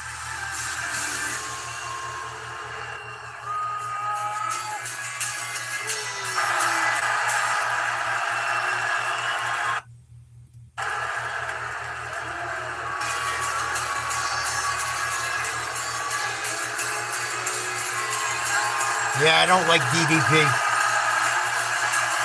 I'm rooting for Khamzat. I think DDP's a fucking faggot.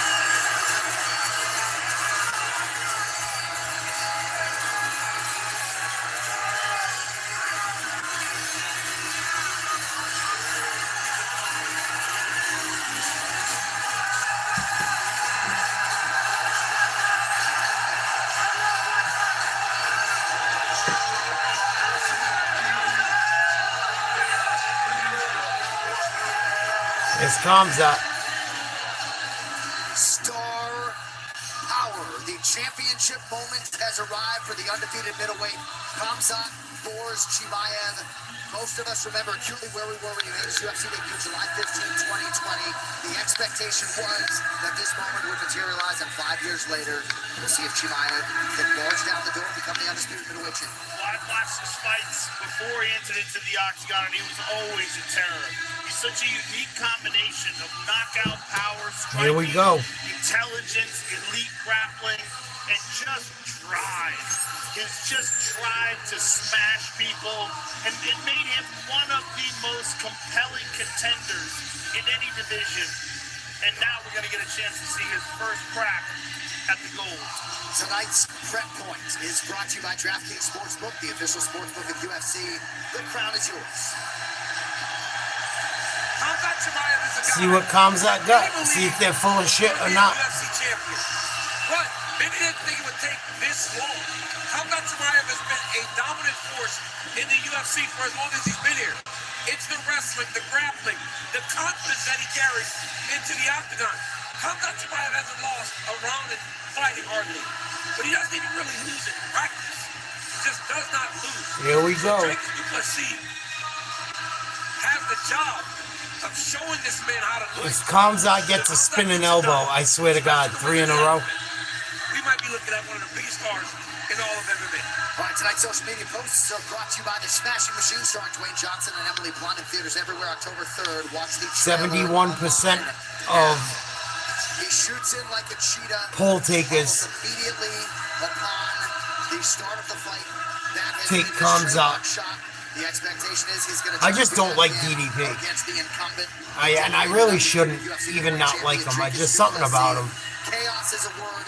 Both guys are violent offensively, sharp. I think he fought a lot of guys that were on their back half of their career.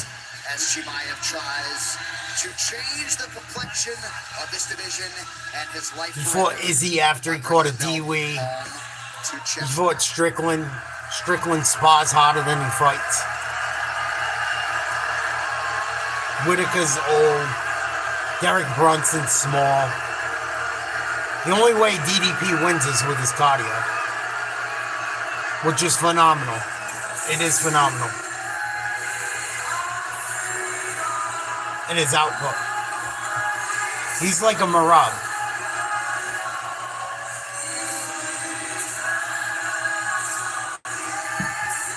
But I don't think he can wrestle with Khamzat.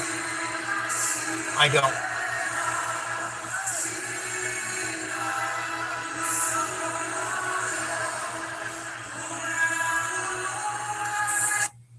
Oh, he's so fucking corny. He's so fucking corny. The African champion. Fucking idiot.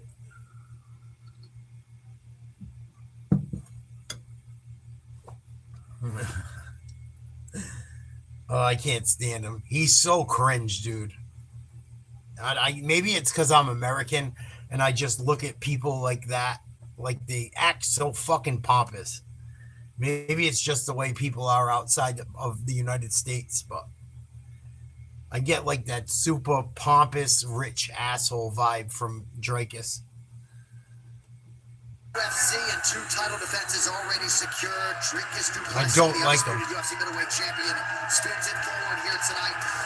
He's a good athlete, DC. He is a thinking man's fighter. He put so much into this, and over the last 18 months, as he has become the champ and successfully defended, he has leveled up in all areas.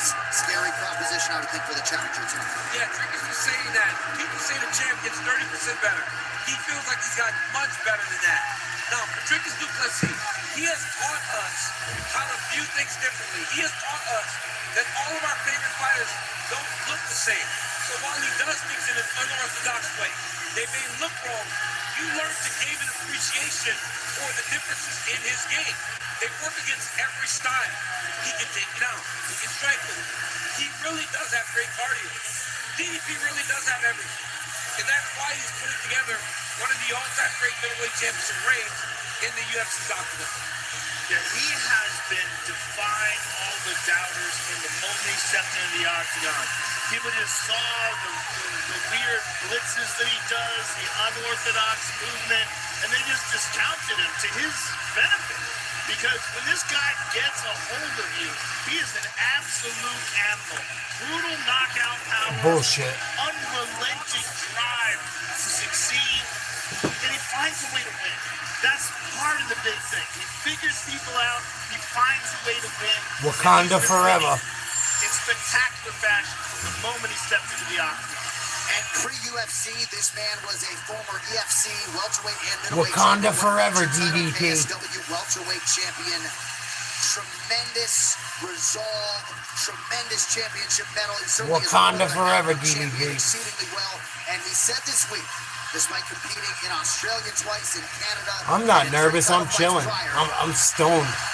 This is the biggest event upon which you will have I'm fought. chilling. It's the best opponent that he has ever faced in Hamzat Chimaev, and he said singularly this middleweight championship is the biggest fight of 2025. A lot of the fan base agrees. Some props to watch if you like Du Plessis to win by knockout plus 550. Chimaev to win by knockout or TKO is plus 350. Chimaev by submission is plus 120.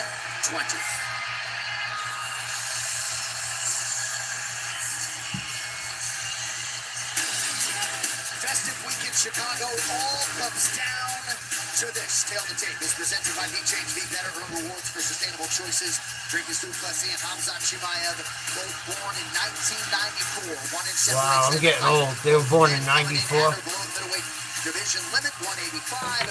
1 inch in reach for the champion, Dricus du Plessis. Now to set up our main event as only he can. Here's Bruce Butler. Ladies and gentlemen, this is the main event of the evening. Sanctioned by the State of Illinois Athletic Commission. Our 3 judges scoring this contest are Sal Diamato, Ron McCarthy, and Derek Clearly. After the action begins, our referee in charge of the octagon, Mark Goddard. This championship bout is brought to you by True Classic, where perfect fit meets heavy-hitting comfort. Visit TrueClassic.com/UFC for a chance to win score credit. And by The Smashing Machine, starring Dwayne Johnson and Emily Blunt in theaters everywhere. October 3rd. Watch the trailer online now.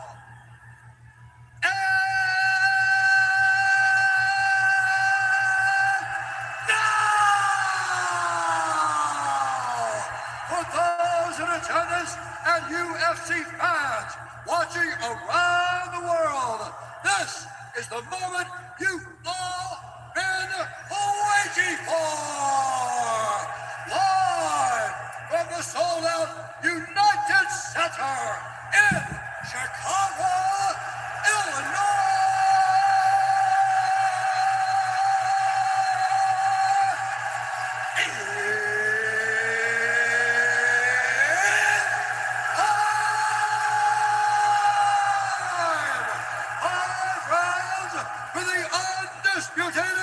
UFC middleweight championship of the world.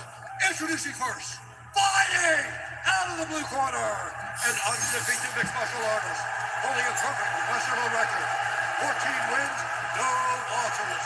He stands 62 inches tall, weighing in at 183 pounds, fighting out of the United Arab Emirates by way of Chechnya, Russia. Chechnya. The number 3 ranked UFC. Come on, cum shot. Contender in the world, the challenger, Hamzat Chimaev. This is a big fight. And now, introducing his opponent, fighting out of the red corner, a mixed martial artist holding a professional record, 23 wins, 2 losses. He stands 6 feet 1 inch tall. Not many. At 185 pounds. Not many people there for DDP. Pretoria, South Africa, presenting the undisputed, reigning, defending UFC middleweight champion of the world. I love it. Dricus still not. I love it. I'm glad it's getting like that. I want to see a war no matter what. I want to see a fucking war. Okay, gentlemen, you understand the rules you fight. Then listen to me at all times. Keep yourself protected. When I say stop, you stop. If you want to touch, do it now. God bless. You guys are ready to go, boy. This is going to be good no matter who wins. This should be a fucking war. They both start kneeling too. Let's fucking go.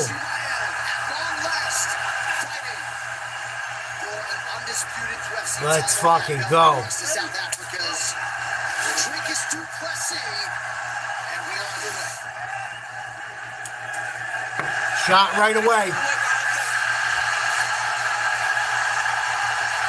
Oh shit. Good job by Dricus, but it's not gonna work. Yeah, he's gonna get caught in a Von flu. Yep. Dricus said he understood he was going to get taken down. But this was quick though. Very quick takedown. I can't imagine he thought it would be that quick. First level change, how that was able to take it. Side control right away. Now here's the question, is he gonna be able to get back up? I'm so excited. I'm so excited for this fight. Oh, he's gonna put him in a crucible. Oh man, he's beating the shit out of him. They're gonna end it. Dricus is in trouble. In a crucifix. That's basic ass wrestling. Dricus is in trouble. He's getting his head beaten. Protecting his head by tucking it close to Hamzat's body and preventing it from hitting with any real force. But this is still a terrible position for the champion. Go for a triangle choke. His brand of violence all over Du Plessis. Triangle choke or a Kimura coming up. Du Plessis can't do nothing with that crucible.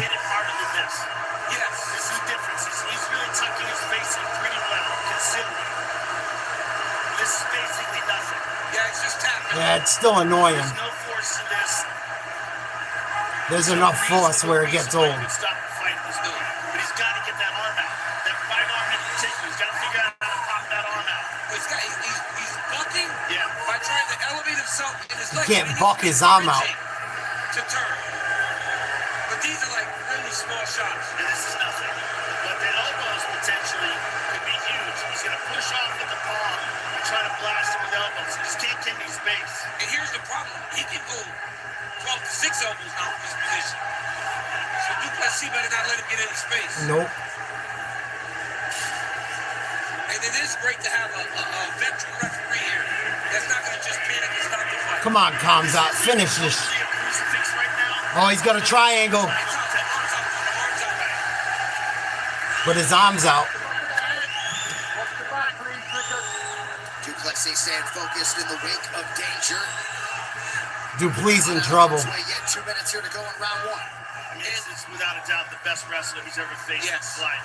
Yes. Du Plessis in big trouble. It's just so smothering. And for DDP on the bottom here, all the bucking and bridging takes energy.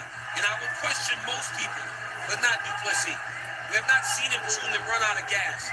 Now, this is great for Hamzat, though, because he can hold you here 25 minutes if he has to.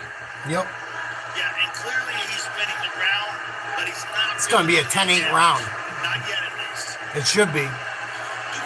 DDP can't do anything. Du Plessis is very smart here.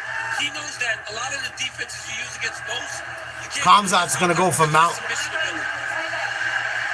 blatant fence grab there by Du Plessis. Perhaps it mattered not. Du Plessis cheating like a motherfucker, grabbing the cage. His body between Du Plessis and the fence. Nice knees by Khamzat.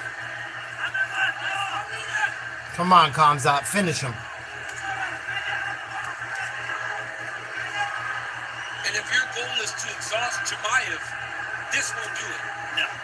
This is where he lives. Yeah, this is where he lives. Yeah, but this ain't gonna tire him out, Johnny. It's much more tiring for Du Plessis. Khamzat is right where he wants to be. This ain't gonna tire him out.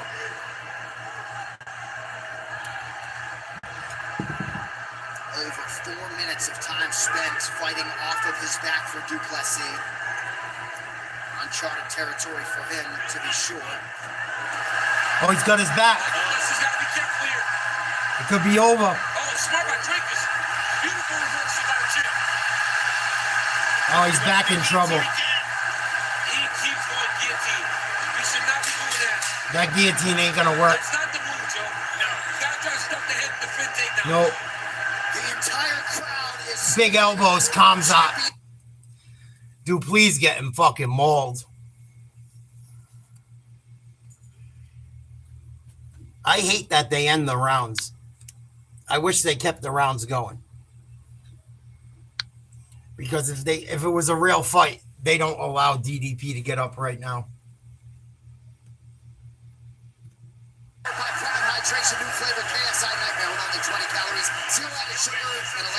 Khamzat made that look easy. I know there's another 20 minutes, but Dricus' face is getting clawed up. It didn't cost Khamzat much energy.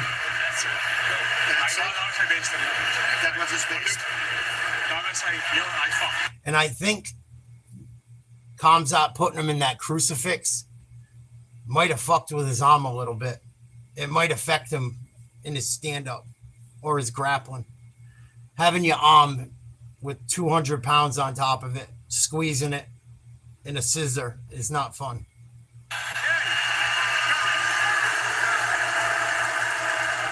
Round 2 is brought to you by Monaco, the official can cocktail of UFC. 2 shots in every can.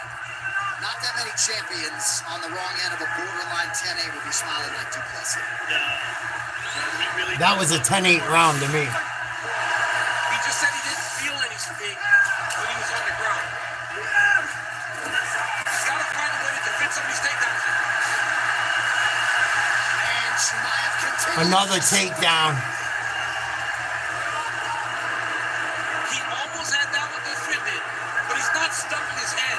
So Chimaev's able to build back into him and take him down.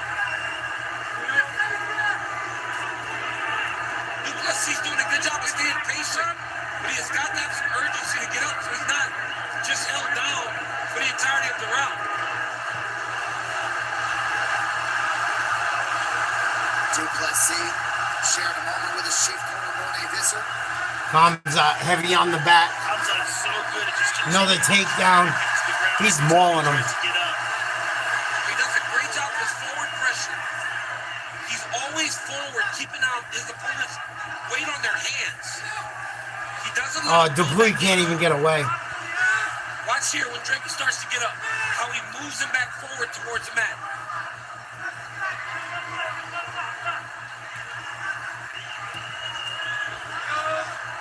Dricus du Plessis has attempted 4 strikes, hasn't landed any of them, significantly at least. He keeps going guillotine. He should not be doing that. That's not the move. Right now, his hands aren't doing anything. He's got to attack Chimaev's grip to try to break his lock. That's step 1 in trying to get away from him. He's also got to be very careful that he doesn't completely give up his back from this position where it looks like it's really close. Chimaev's doing exactly what he needs to do. Du Plessis seems pretty composed in there. But again, he's down. Chimaev's not taking a lot of risks either. Like this will be down 2 rounds. And Hamzat is not really expending a lot of energy here. Hamzat's trying to get a hook in. Exhausting him because he's not being defensive at all. He's just riding him. Our UFC 319 fight clock is presented by the Terminal List Dark Wolf of Pico Star, Taylor Kitsch, and Chris Pratt, only on Prime Video. Oh, he's got his back. Stop the choke here. Almost. Dricus recognized it. Hamzat might put him away.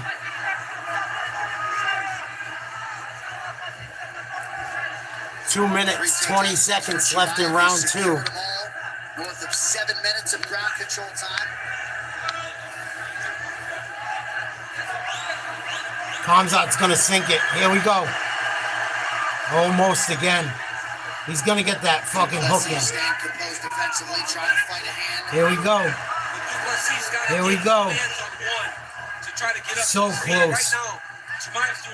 Chimaev's taking his time being smart. Making it hard for du Plessis to get up, and when he does, he just drives him back to the mat.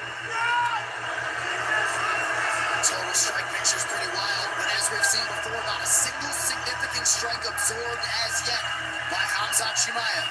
Dricus can't even get up. He went multiple fights without getting hit at all. Right. Hamzat's gonna choke him out if this continues. It's so close to over. Every UFC opponent that he has tried to take down, So he has close. succeeded in doing so.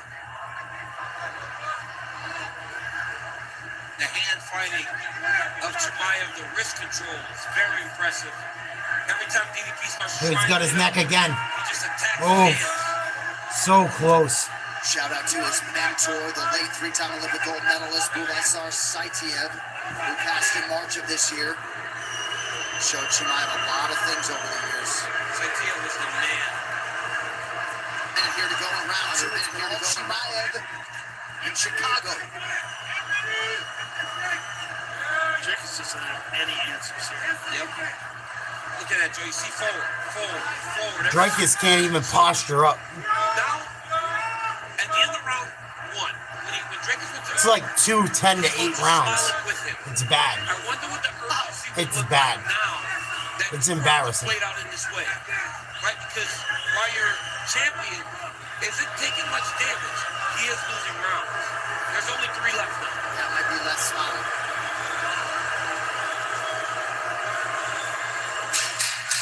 Oh, he can't even get up. It's kind of crazy. Yeah, it is. This is Khabib-like. Absolutely. He's got to make the takedowns harder. That's the thing.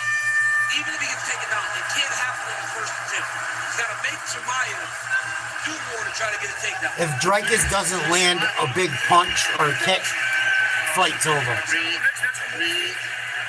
don't want to give up anything. Dricus has to keep it on the feet or it's over. He can't wrestle with him. How are you feeling? I'm feeling great. Awesome. Great. Feeling great. He's feeling the round. You're going to have to catch up. Nog zodat alle situationen intelligent is met dat doen al nou. Weet je, de alle kruikse blok staat zo.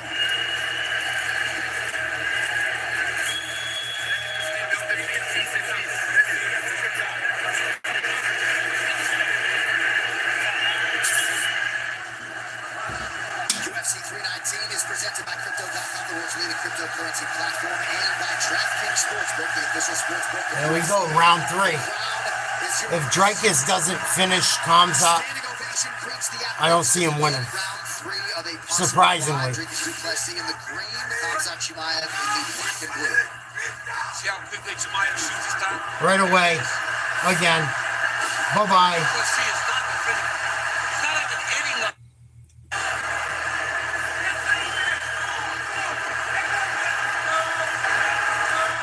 Wow, he's getting mauled. 5 takedowns on as many attempts for Chimaev.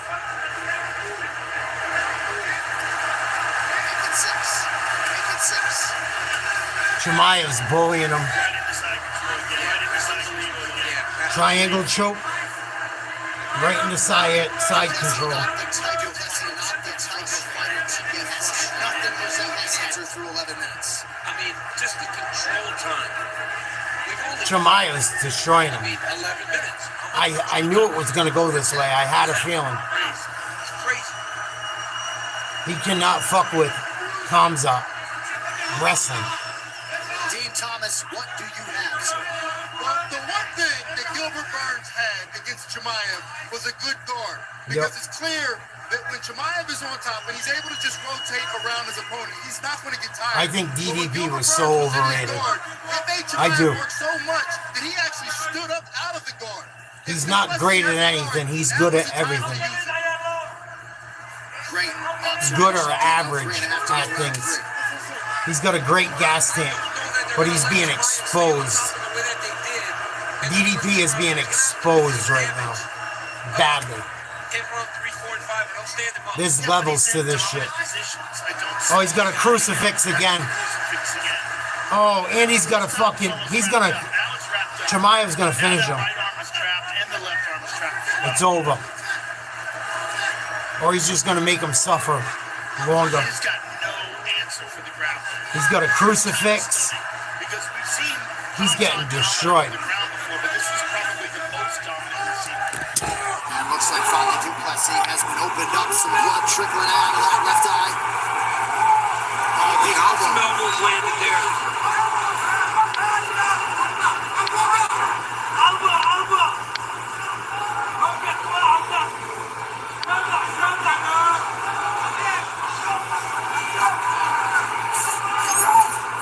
Plessis looks to his left. It's hard for him Bad. to do anything of He can't even get his arm when out. he tries to turn in the opposite direction. When Hamza hits That's a him, basic it's a big shot. wrestling move. That's a basic wrestling move. Incredible to watch the challenger handle the champ in this manner. They teach you that shit when you first start wrestling as a kid. I know. Dricus got to try to use his legs or something. Dricus can't do shit. He's got to do something, Joe. Yeah, he just can't. Chimaev's like playing with him like it's his little brother. Momentarily, but the difference in grappling is just astonishing. It's unbelievable to watch Dricus dominated. Dricus is going to be the one with CTE. Big elbow. Oh. You want to talk about CTE? Chimaev's burying him. They're going to call this fight. It's getting out of control. He's punched him in the head 300 times. Even though they're not huge shots. You want to talk about CTE? He's just burying him. Bad. It's 3 10-8 rounds in a row. Du Plessis has had no answers. Du Plessis doesn't have a 10-9 round yet, in my opinion. And it looks like you popped that right arm down. There's no pressure on it now. He's getting ragdolled. Completely dominating. It's so exhausting. His arm's out now. Yeah, his arm's out. But I mean, he got beat up worse in this round than he has the entire fight now. This is bad. Now he's bumming. It's over. Ran naked. Coming in. Here we go. Beginning of the end. Dricus is fighting it off, but man, is he getting dominated. Yes, he is. And we are 3 rounds down.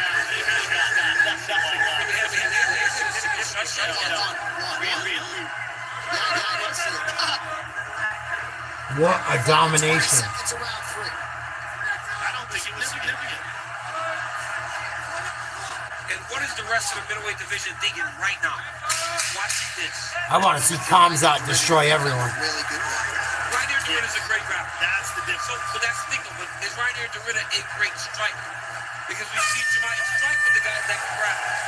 All Chimaev through 3. I don't think du Plessis wins this fight, even if he wins the next 2 rounds 10-8. He's getting destroyed. Listen to me. How is he feeling? I'm feeling great. He's handling me well. Are you going to take him down? Sure. My arms are feeling great. I'm feeling great. Okay, we're going to fight him now. Don't allow your elbow to stand out. Don't let him catch you in the crucifix.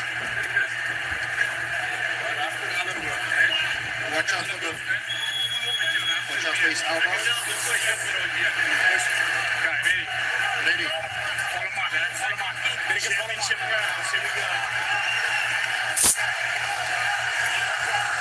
Well, non-middleweight contenders not Duplessis got to hit a big punch.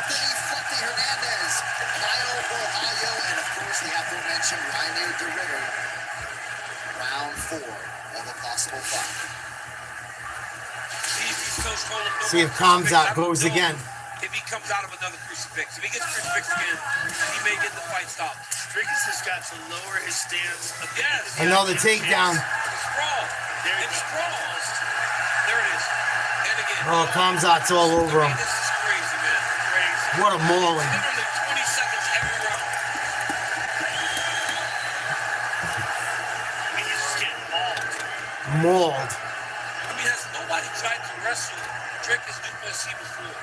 Because I've never seen him. I would have tried to wrestle him. Takedowns like this. So there's no one at this level that is. No one ever tries to wrestle him, and they should. Success a long time ago, not on Chimaev's level in terms of the MMA wrestling. He's 7 of 8 on his takedown attempts. Duplessis' record was not what everyone thought it was. I'm not saying this fight's over, but I knew he had holes in his game. The unflappable champ du Plessis. It has to be fatigue. Yeah. As tough and as durable and as much endurance as he has, he's just been dominated for 3 straight rounds and now deep in Chimaev's up 10-8 in every round. It took him much longer than most fighters. I don't care what anyone says. Frustration down because, right. Now he's attacking the lock a little bit. Oh man, Chimaev just dumps him again. just shook him off. Chimaev is just a step ahead of him with his takedown and wrestling. Just his knowledge in those positions, even in the clinch. Chimaev's wrestling a little is ahead of him. far better.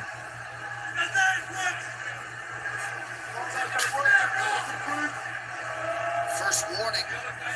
Gotta make him work. He's the one fucking dominating. You know, I kind of disagree with that because this is fighting. And Yeah. he's doing it very effectively. Another takedown. He's doing exactly what he wants to do. To say that he should be doing something different when he's totally dominant seems to be kind of crazy.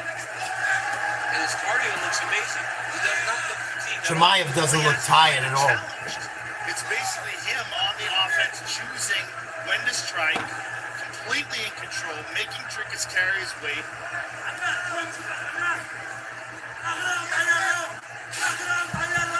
Well, we said off the top of the broadcast, Dricus du Plessis as champion was the biggest betting underdog defending his title in UFC middleweight history, and now we know why. Oh, he just gave up his... He's gonna get him in a crucifix again. Here it is. He's got it again. Dricus just put himself in a crucifix. Again. Fighting one arm from the bottom. Just can't do anything about it. Kamzat slides that left shin across the arm, and he just has no answers. He can't get that arm back. I mean, that's the top pressure that Kamzat What a has. mauling. It's just amazing. Where Hamzat is messing up on that crucifix is he's putting it right between his legs. You don't need to do that. You need to put your knee above the elbow and keep It's your looking shin like it, Johnny. behind it. Then their arm just goes up and down your shin. They can I never told get out. people, watch out. I didn't think Dricus was as good as everyone thought. I never have. late round 4. A dominant performance from the challenger doesn't even begin to describe it. I mean, this is going to be one of the craziest scorecards we've seen in a long time. It's not over yet, but it's not looking good. Like Amanda Nunes versus Felicia Spencer, 50-40 in there. I mean, this is not that good. Kind of make that call because even though there's not been a lot of damage, oh my God, he's going to separate. Why is he separating them? That's bullshit. Chimaev was working the whole time. Dricus hit him with a knee, but got took down again. That's bullshit. That ref should be fired. That was the worst breakup ever. Kamzat split. He's bleeding. Kamzat got hit with a mean knee. Shooting.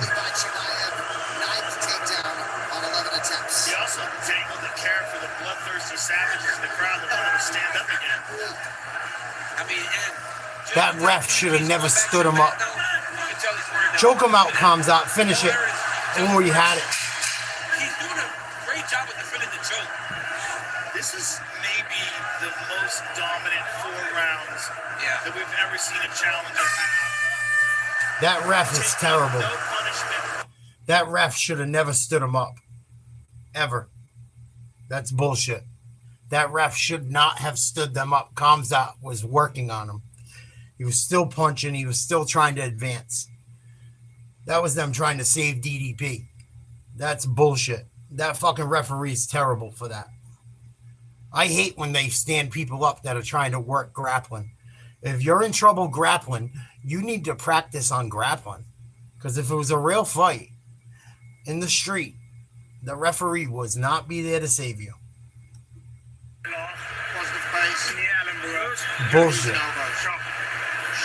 If it was the other way around, they wouldn't have done it. It's because the Khamzat's dominating. That is one self-believing warrior, right? Still suggesting that he's got this and he'll find a knockout shot. 5th and final round to decide the undisputed UFC. Come on, Khamzat. Take him down, maul him, call it a night. No, he has shattered the record for ground strikes landed in a UFC fight by more than 100. We got 5 minutes to go. Oh, head kick. I love his corner telling him, you've got to get low. You've got to get low.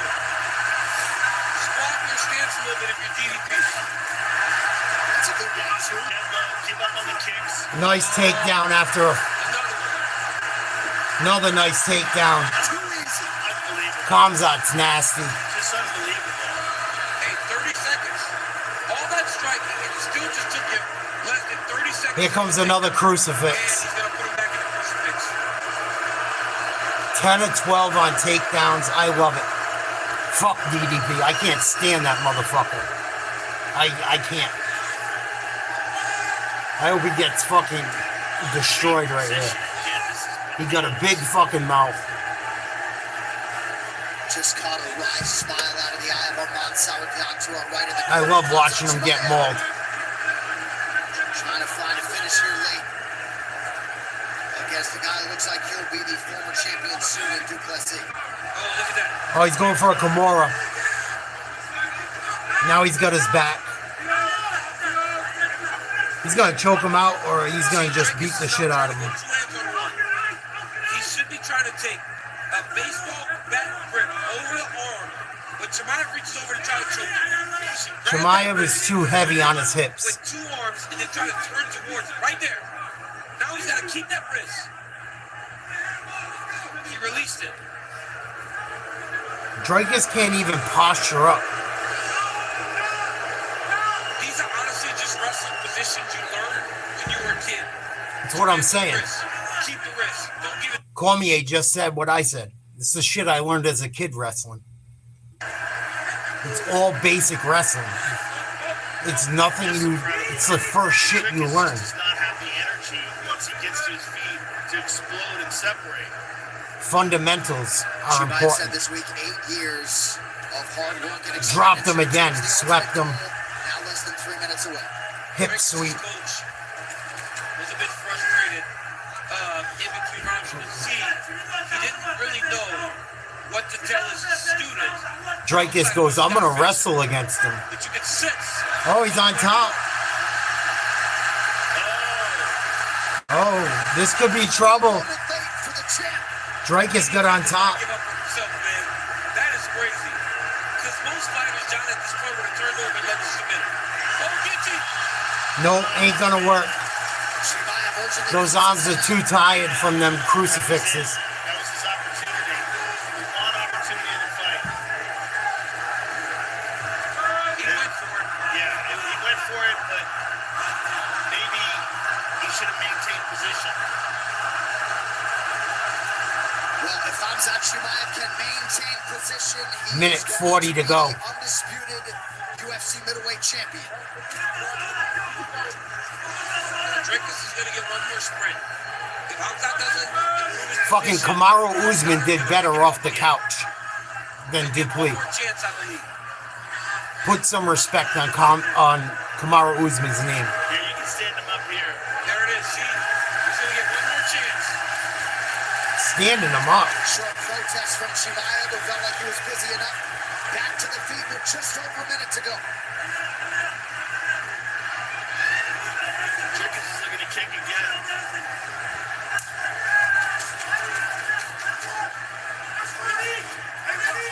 Dricus is exhausted, it looks like.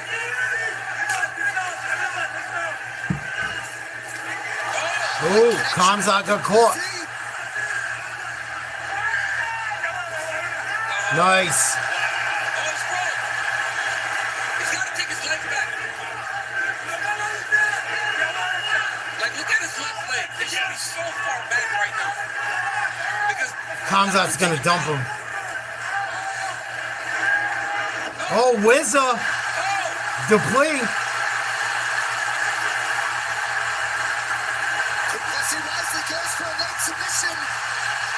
He's not going to get it. Oh, it's close. I feel like UFC's doing some WWE shit. I don't think this is really happening. They did this shit at the end to make it look like that. I think that was all made up. I do. I think they did that flip-flop to make it interesting at the end. I don't think they kept making Khamzat get up from dominating him. Fucking horrible refereeing. Haha. Bye-bye, DDP. I love it. DDP no more. They did everything they could to try and give DDP a fucking miracle of a fucking shot to win. Stood him up 3 times in the fucking 4th and 5th round. Come on. DDP got fucking mauled. If it wasn't for that ref, that shit wouldn't even have been that close. shot, get to the corner immediately, put DDP down. It's still 50 to 40 to me. John. I think Khamzat Chimaev scored a takedown with 30 seconds into the round. Every round, and then just controlled it. Dricus du Plessis really I love it because I can't stand fucking DDP. I didn't buy him as a champion ever. Takedown I didn't. number 11. Khamzat Chimaev had his way with one of the best. He just squeaks out a win. Squeaks out a win. But just pace, pressure, wrestling. Every time DDP thought he'd have an opportunity to strike, Khamzat would just take him down. Punch, shot, double leg, angle. Good. Take him down. I mean, it was beautiful. And good. There's no question we have a new champion. It's just a matter of what the No one scores look even like wants to see this rematch. I mean, what do the scores look like? Fucking 50 to 40. For Khamzat Chimaev. 48, 42 or was something. the highest grossing event in United Center history. More than 20,000 witnessed Khamzat Chimaev's brilliance here tonight. That was easy work. A new Wow. undisputed UFC middleweight champion with the scorecards and the decision. I knew when Chimaev came in 2 pounds underweight, it was a fucking wrap. We go to the judges' scorecards. And DDP barely made weight. For this contest, 50-44 for the winner by unanimous decision. Easy. And now, He doesn't even look like he got in a fight. UFC middleweight champion of the world. Bye-bye, DDP. Bye. Thank you, Lord. I can't stand DDP. I think he was so overrated. I think he fought everyone at their worst. I don't think Strickland's all that.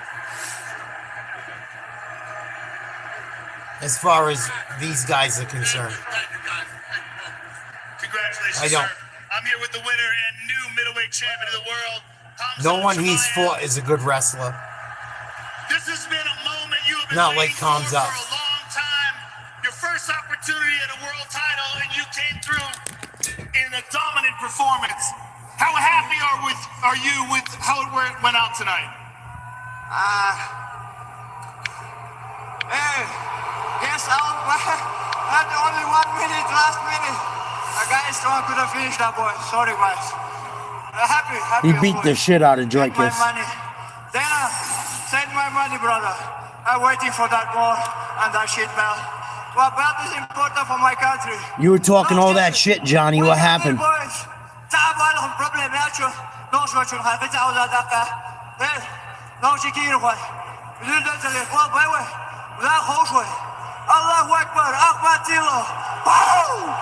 Hamza, what was the game plan coming into here? Was it just what you did? Did it follow to a T your game plan? Just take him down, dominate from the top? Bro, I don't know. I never game plan. Just go in, work like I do in the gym. That guy is strong, couldn't finish. Respect that guy. The only champion who was saying my name. This guy has big heart. Real lion. African real lion. Thank you, brother. Well, Hamza, enjoy this moment. Congratulations, sir. You're the new middleweight champion of the world. Thank you very much. Thank you. Ladies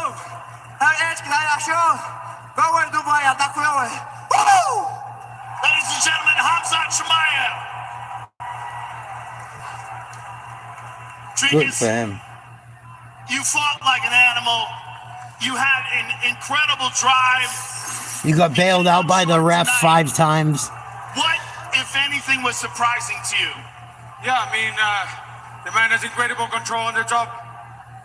He's just like a blanket. I mean, it wasn't a matter of strength or, you know, it wasn't that physical. It was just, he knew, almost as if he knew what your next move was going to be. And he got it without using too much power. And I had to decide, am I going to be on my back or have him on my back? At the end, I went for it, had the back. I could almost taste that victory, but, you know, big ups to Hamza. He deserves this 100%. He beat me fair and square tonight. He was the better man tonight, and I'll be back. I'm coming back, get my belt back. But for now, it's his, and he deserves it, and he has to enjoy it. You're all done, son. You're all done, DDP. Without you guys, we don't have a job. You got more. So we really appreciate it. Thank you, everyone, for showing up. I'll be back stronger, better than ever. I believe that, sir, and I look forward to seeing you again. Thank you very much. Everybody in South Africa, you all know this flag means the world to me. I'm sorry for anybody that I laid down. I'll be back stronger. Now, as South Africans, we rise, we fight through adversity, and we'll show the world they still don't know what we know. We're coming back stronger than ever. We will not lose this fight lying down. I promise you that. See you all soon. Thank you, everybody, for coming out once No, again. you lost lying down. You got crucifixed. I want to thank my country, Abu Dhabi, UAE. Thank you for that big support. All my camp here was helping me, guys. Thank you. His Highness, I want to thank him too. The King. Thank you very much, brother. So Hamza Chimaev moves to 15-0. He becomes That's a hell of a band. undisputed UFC middleweight champion. Dricus du Plessis dripping with class in defeat. The ever gracious former champion. Fuck will go him. back to the drawing board. Fuck you, please. See you later. Thank God. Most boring champion ever. Is on in the United Arab Emirates for Hamza Chimaev, in Chechnya, of course. And he was donning the... What a fucking beatdown that was. Johnny, you were talking all that shit, remember? About 25 minutes ago, you were talking mad shit to me. What happened, dog?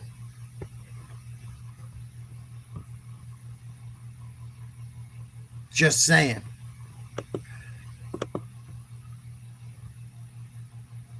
Just saying. Fucking people talk shit and run. I love it.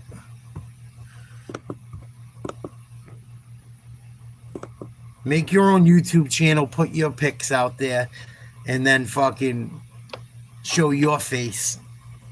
Motherfucker. I love people like that. You know, it is what it is. It is what it is now, right? If it went the other way, though. Fuck out of here. I'm sure you are, Johnny. You're such a you're such a stud. You go into fucking chat rooms and talk shit to people like me instead of doing your own thing. But it's all good. Thank you for watching. Your boy got smashed. With an American tradition. This deal is dedicated to the ideals and the dreams that have created America. Thank you, Walt. I'm delighted to be here for this happy occasion. This is where heroes work. This is where veterans are celebrated. All right, player, you take care. This is Disney. Well, we got a stacked lineup coming your way on UFC Fight Pass. Have Watch a good night. exclusive live events from top promotions like LFA, Cage Fury, Fury FC, and more. More than you got. Also, Asia's best prospects battle it out for a UFC contract. On Road to UFC, it's all streaming live. More than you only got. on UFC Fight Pass. All right, putting a bow on UFC 319 here in Chicago, Illinois. John Anik alongside Joe Rogan and Daniel Cormier. So Khamzat Chimaev came in as the biggest betting favorite for a championship underdog in UFC middleweight history, and showed you exactly why. We'll see what the rest of this division has for him, but he held serve to be short tonight. They were right. The bookies were right. Yep. I mean, I'm sure. and for Dricus to come back from that and bridge the gap between him and Khamzat, that is a tall task. Yeah. It's a tall task because that kind of dominance, that kind of grappling dominance was not just a level. It was multiple levels. And it just didn't seem like he had any answer for that. I don't know who he brought in to train Here we with go, him, but right? clearly he didn't bring in All that anybody shit talking, that had Vasi. that kind of skill. Yeah, he needs to be wrestling more, but I mean, Khamzat Chimaev just did exactly what he wanted to do. His pace, his pressure, his control, his cardio, Talk everything. massive shit to me, and then he looked more prepared than he's ever been in his entire career. His whole career has been impressive. This is pure dominance, man. Fucking blows The bookies are right. They knew, and Khamzat Chimaev proved them right. Vegas 10 times knew. over. And for Dricus, he goes back into a division full of sharks. Well, right. I mean, he's got 3 former champions on the ledger, does Du Plessis, right? Adesanya Strickland and Robert Whittaker. But now when you look at this division owned by Khamzat Chimaev, there are a lot of guys who can really grapple, Joe, at the top of the division. So some exciting fights beckon in the future. Absolutely. Right near DeRitter in particular, given his ability It's to all grapple good. on the ground. And, you know, It was a and good also night of his fights, ability huh? to land shots standing, particularly that knee that he Toughness. lands. Oh, that knee is nasty. His toughness, experience. He throws those combinations with that long lead-in knee. I thought it was a very good You night know, of fights. he's interesting. Yeah, when you stream more than one thing, it's usually an issue. Don't worry about it. Yeah, Pats looked okay today. Khamzat destroyed fucking DDP. Thank the Lord. I'm so sick of DDP and all his dick riding idiots that think he's the GOAT. Not even fucking close. Lerone Murphy, amazing spinning elbow to knock out Aaron Pico. Carlos Prates before that beat the buzzer in round 1 with a spinning elbow on Jeff Neal. We had 2 spinning elbows for knockouts in the first round. The 2 fights prior to the main event.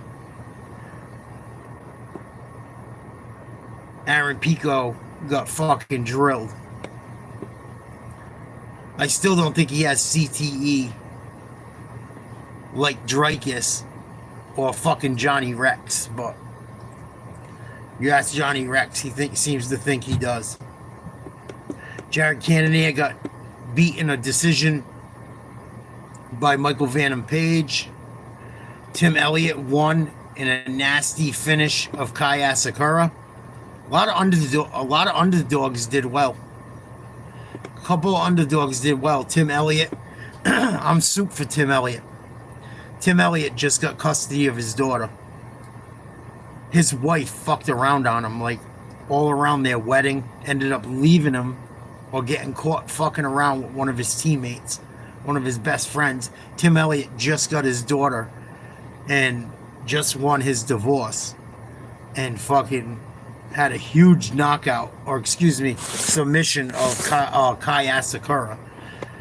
He was an underdog. Page was a favorite. Carlos Prates was a favorite. Lerone Murphy, underdog. Duplessis, underdog, lost. But there were some underdogs that did well tonight.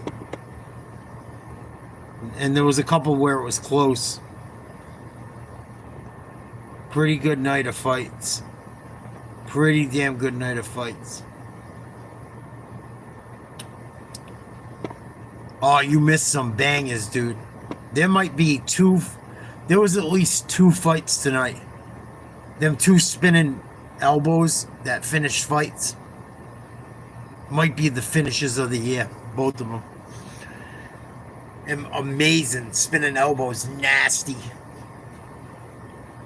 And Khamzat Chimaev just destroyed Dricus du Plessis, as I prayed he would. I had a feeling, but du Plessis got a good gas tank, so I was a little apprehensive, but du Plessis got mauled. Them referees should be ashamed of themselves. I'm sure Dana or someone had a fucking talk with them. If fucking DDP gets mauled, do whatever you can to try and give him a chance to stand up if Chimaev isn't working like crazy. Chimaev destroyed him. They should have never stood them up whatsoever. They should have never stood them 2 up. I think Chimaev should have won 50-40. Absolute mauling. Made it look super easy. Put a guy that's supposedly a stud in a crucifix 4 or 5 rounds in a row. Chimaev could have probably took his manhood if he wanted to. If the referee didn't stand him up, in all honesty. Impressive. Good. Like I said, I'm so sick of fucking DDP. Good riddance. That fucking guy puts me to sleep. I think he's boring as fuck. And I think everyone he fought and beat.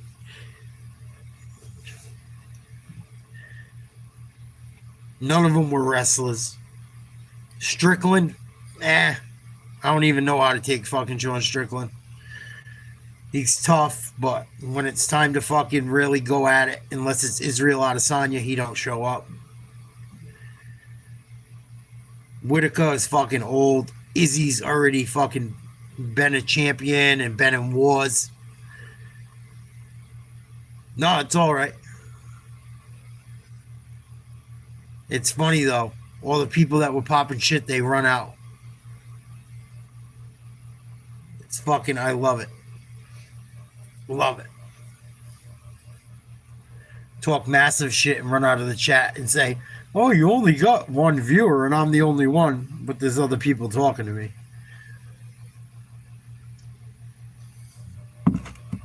You ain't got a viewer, motherfucker. Go do something else. Aaron Pico got smashed. I don't think he has fucking CTE, though. I think he'll be okay. I think Johnny Rex has CTE, thinking DDP stood a fucking Ice Cube's chance in hell. But I digress.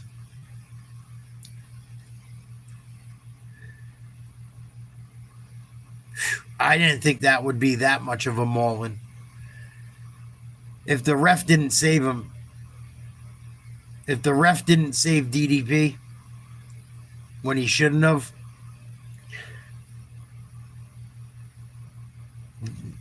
he doesn't fucking do anything. That was like a Khabib type performance.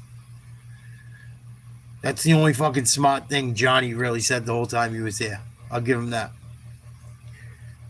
That was a Khabib type performance. I don't think I've ever seen more of a dominating 5 rounds.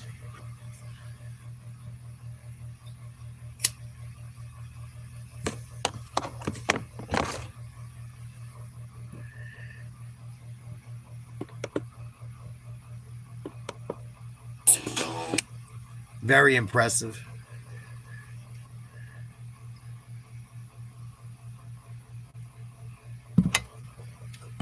So we got a couple more things coming up over the next few weekends. October 4th, big fights.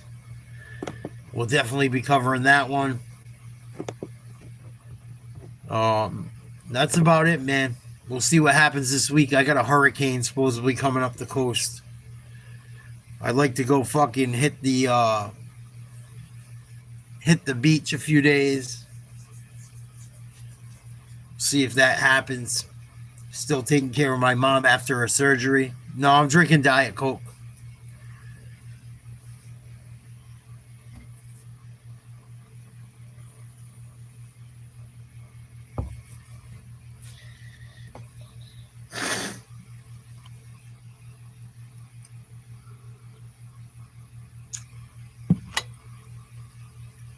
Well, yeah, I'm just going to be doing my weight loss shit and hanging until the fucking NFL starts. Pretty good card. Pretty damn good card.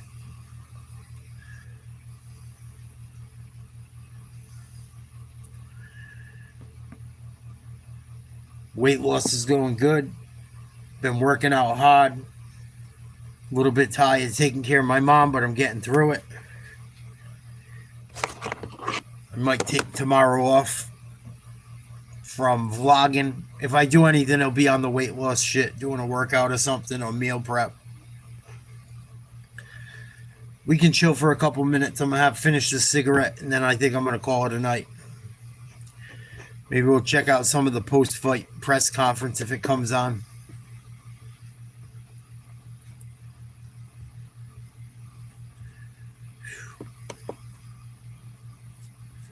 Cum shot with the big win.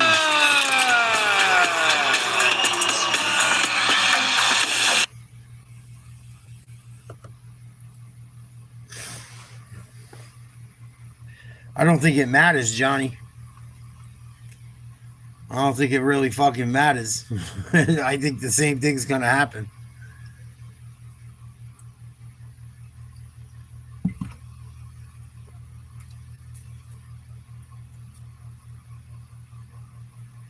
I don't think it really fucking matters who he fights.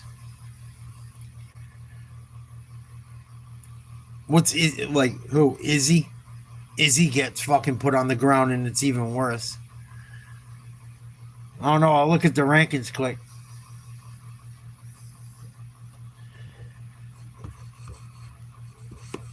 A place to do it, like you said, UFC 319 co-main event. I needed something big like this, and obviously the UFC is about moments. I just created a great moment then for myself. Yeah, they've been talking about fans, that. I'm happy. You said it yourself there. The UFC needs moments, but you. Pereira's fighting Ankalaev. I don't think Pereira wants to. I don't think Chimaev can go up to 205.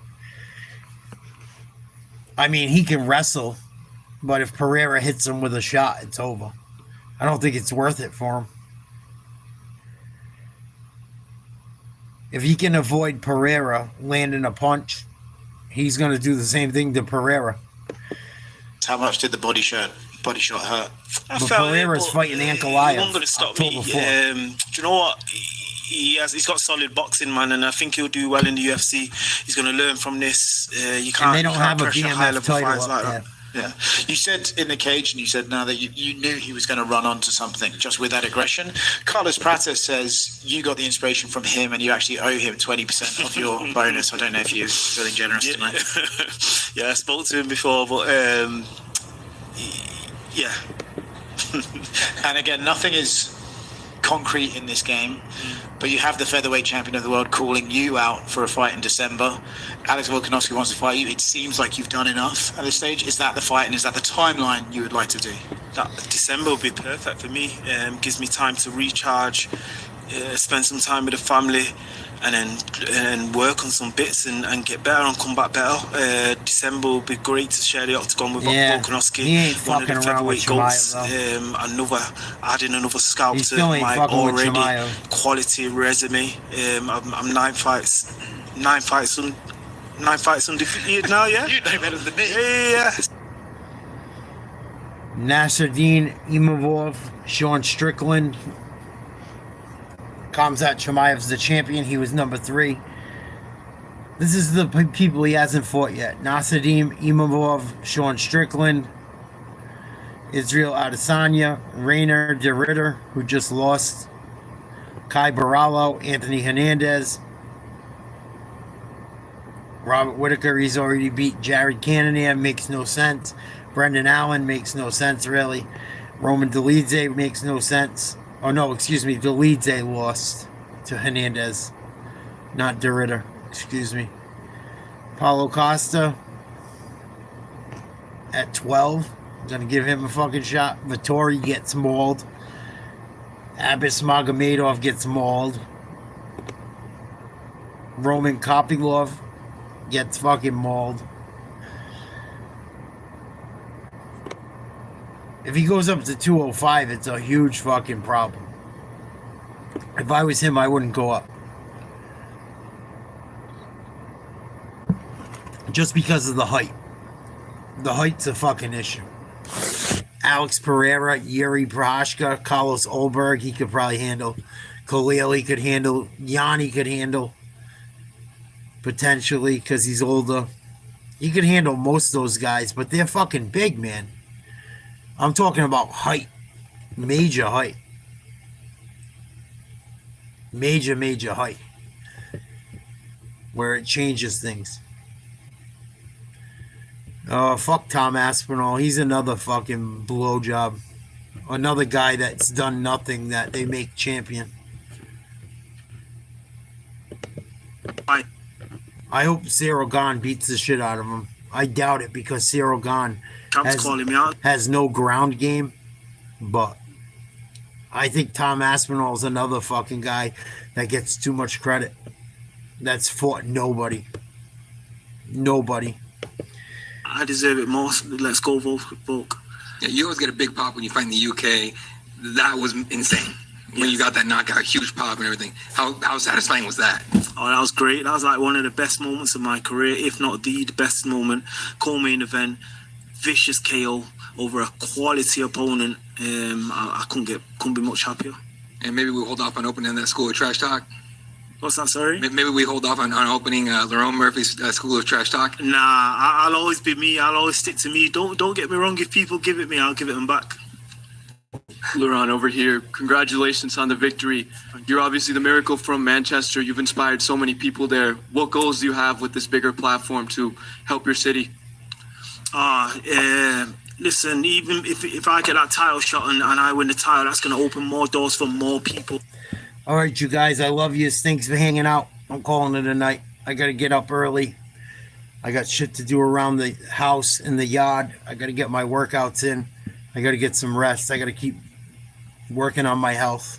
Weight loss is going good. I don't want to fall off. I don't want to stay up too late. I didn't party much tonight. Had a good time. You guys take care. I'll see you guys tomorrow. Peace.